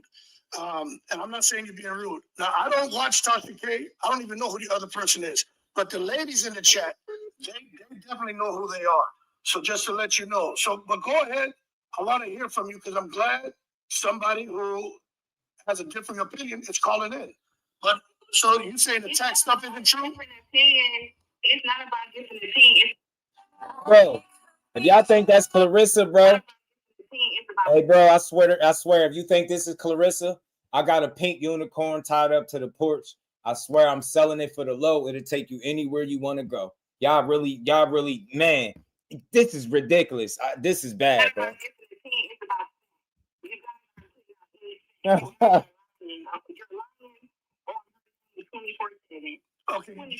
Give the facts. Claressa don't talk with that accent. Listen to the words. Listen to 24/7. She don't talk like that, man. She doesn't owe me money in taxes.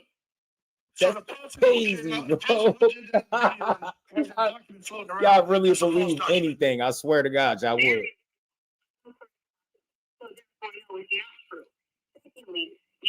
are talking about her image is destroyed. You guys on this live, the girl you had this report saying that, oh, she only made $8 million, like $8 million. And she has the most lucrative boxing deal in women's boxing. When do we start doing this stuff? I don't think it's her. I don't think it's her. So you don't think her image has been destroyed because of the deal? It's not about she has not done anything for her image to be destroyed. She is a female boxer. What is she supposed to do? Yeah. After today, yo, I'm good. It's definitely not her. Y'all bugging, man. Y'all bugging, man. This shit don't sound. These two calls don't sound nothing like her. She's undefeated. She's never been in jail. She doesn't have anything on her record.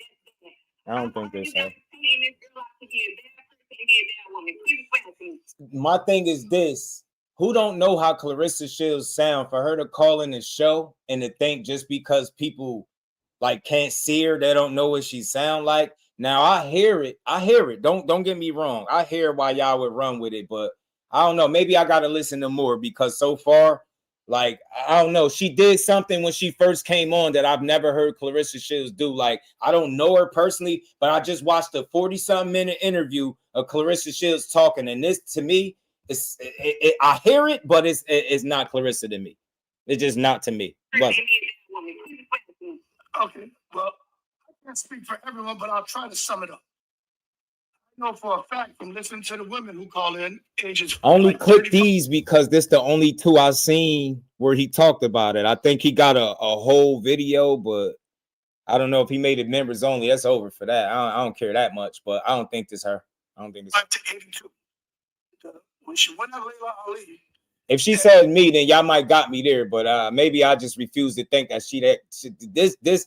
Listen, let me say this.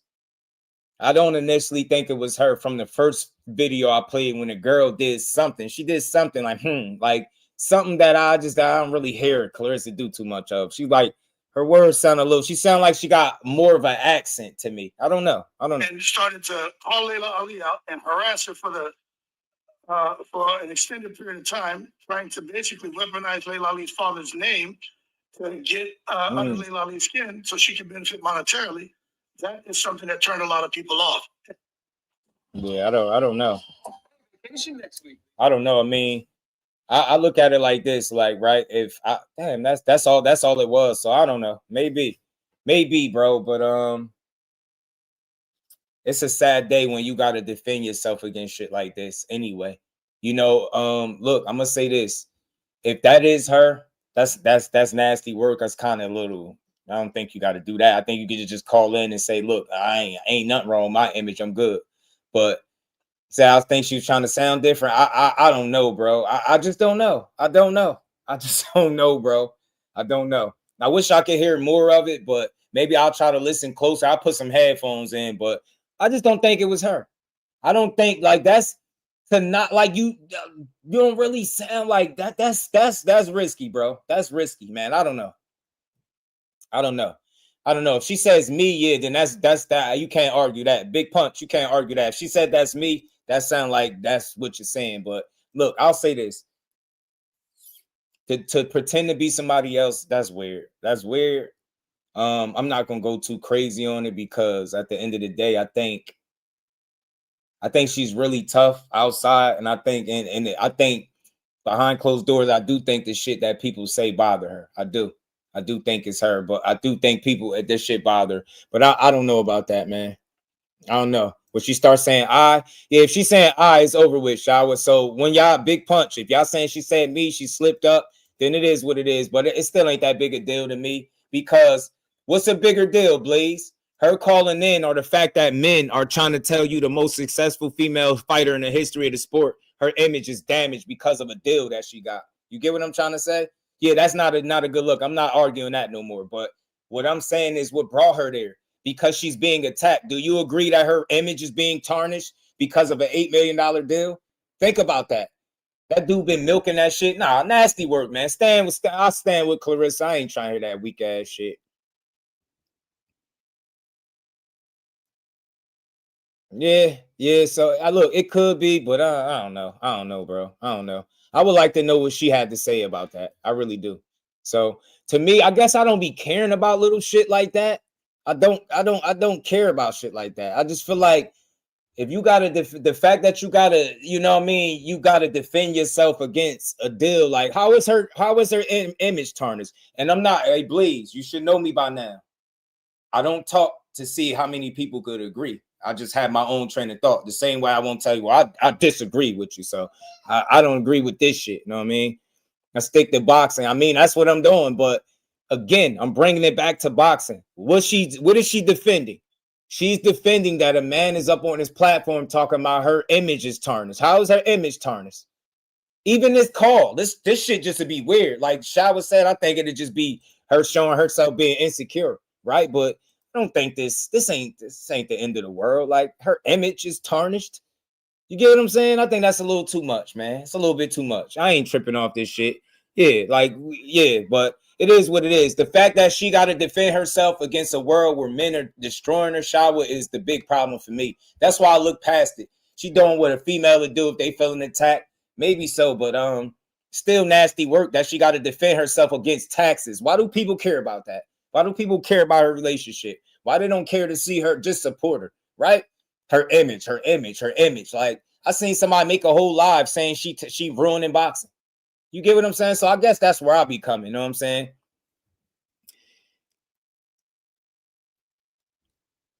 I don't know. I mean, I don't know. But see, again, when you provide a platform for people to talk negatively, it is what it is. You know what I'm saying? That's what I'm saying. That shit just weak to me, Shower. That's all I'm saying. But to each his own. But look, shout out to everybody in the building. Much love, much appreciation to everybody that rocked out with me to the end of the show. I appreciate every last one of y'all. You know what I'm saying? Right. You say I handle her taxes just like Tanks. I don't care about that shit. Right. I don't. The taxes, they was talking about her getting a disability check. Like she's been under attack. That's what I'm saying. People going on Tasha K. Like to entertain negative topics about a fighter and you giving everybody free reins to call in and talk shit. It's the same thing. I would never set my show up like that. That's just me, but I get it. He feel like it's fair game. I ain't saying he doing nothing wrong, but because I don't want that type of negativity on my shit, I'm not even doing it. You know what I'm saying? But it is what it is, man. It is what it is.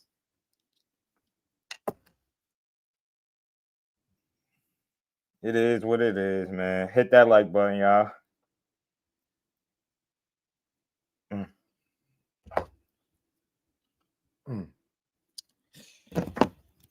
Let you know what they are on. Yeah. They just cashing in. Facts. Play your ad.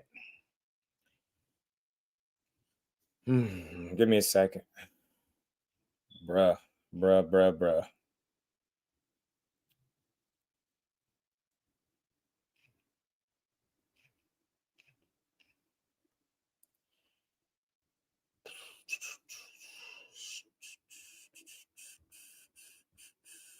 Oh man, I gotta.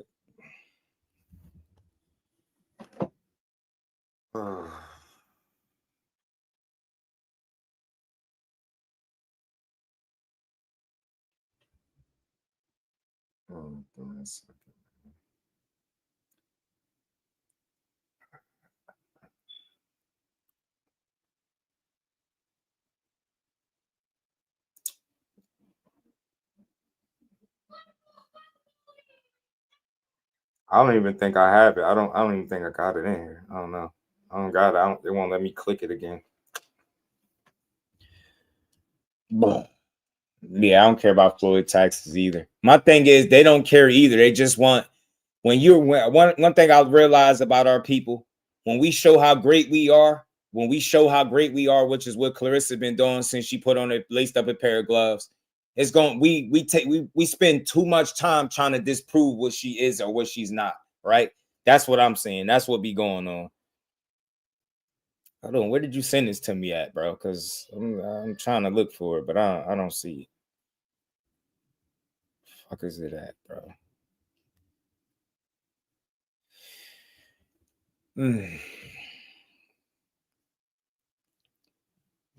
Yo, you know, one of my pet peeves, I gotta say it, yo, when I be live, bro, and people be like tearing me up, sending me shit that I'm not talking about. I don't care what you say. That is fucking annoying, bro. They be like, yo, look at this, look at that. Yo, I'm talking about something. I'm talking about they sending me something else to talk. Like, what is wrong with some of y'all? Seriously, that is so annoying, bro. And look, shout out to everybody in the building. Hit the like button on the way out. Much love to everybody. Dre, I gotta find that in my messages. I don't know where I got it at. It's so much stuff. I'm trying to tell you, like, I gotta say this, and I'm not complaining. People abuse my inbox, and then when you speak on it, it's like they feel some type of way. Now they abuse it. Like they won't even let me get through a show. They'll be sending me some shit that I talked about last week on the show or something like that. It's like, bro, you gotta pay attention, bro. You gotta be tapped in. You know, you got to send me something that I ain't talked about if you're going to send me something. Shout out to everybody. I love my family. Yeah. Big Dre. Matter of fact, while we here, send it to me. Send it to me because send it to me. Send it to my phone. I'll play it. Hit the like button. Y'all sub to the channel. We're going to keep it. Send it to my phone, bro. Send it to my phone. Be having so much shit sent to my phone and inbox. They be tearing me up. Just send it to my phone real quick and I'll play it.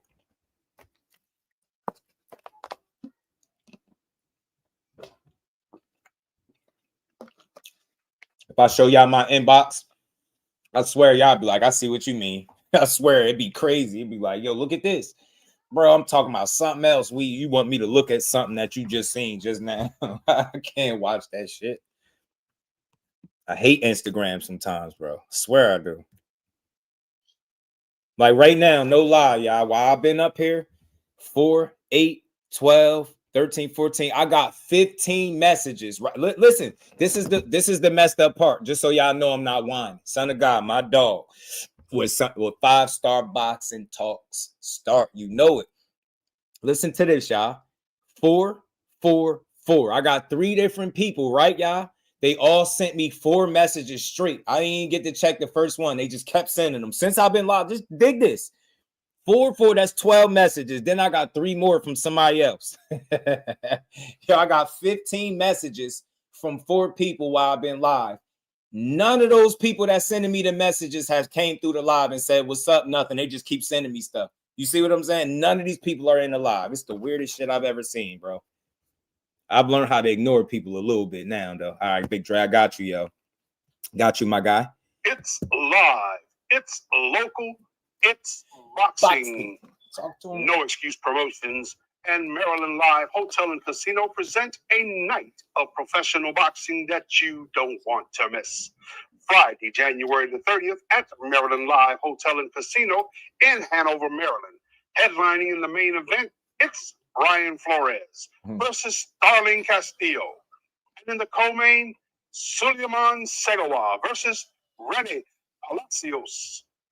Also featuring some of your favorite DMV fighters: Francis Scarborough, Jordan White, Elijah Flores, Ben Johnson, David Whitmire, Trayvon Marshall, Jordan I like Trayvon Marshall. Jeffrey Yu, Dwayne Holmes, and Irvin Fuller.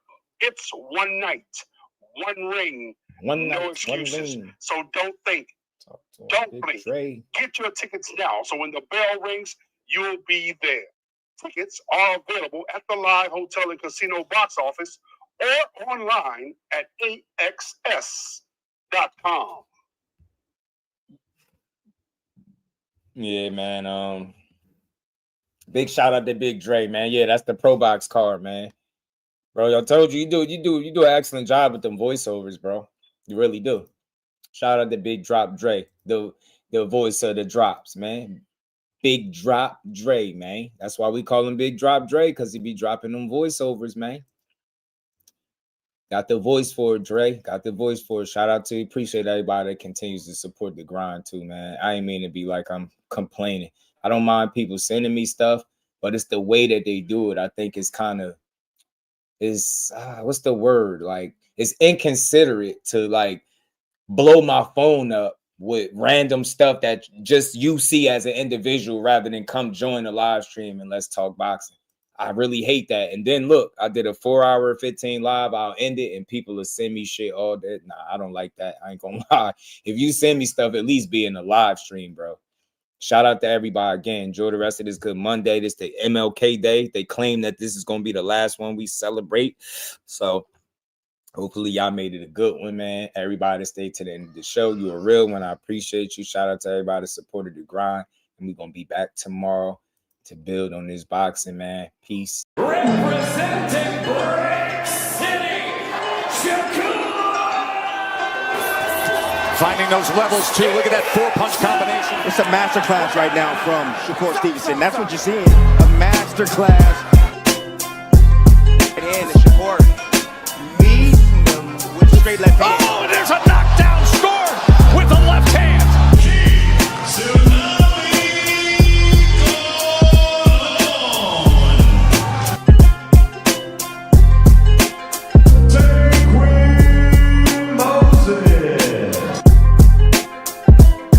From Patterson, New Jersey, please welcome the Sweet Terminator, Shadesha Green.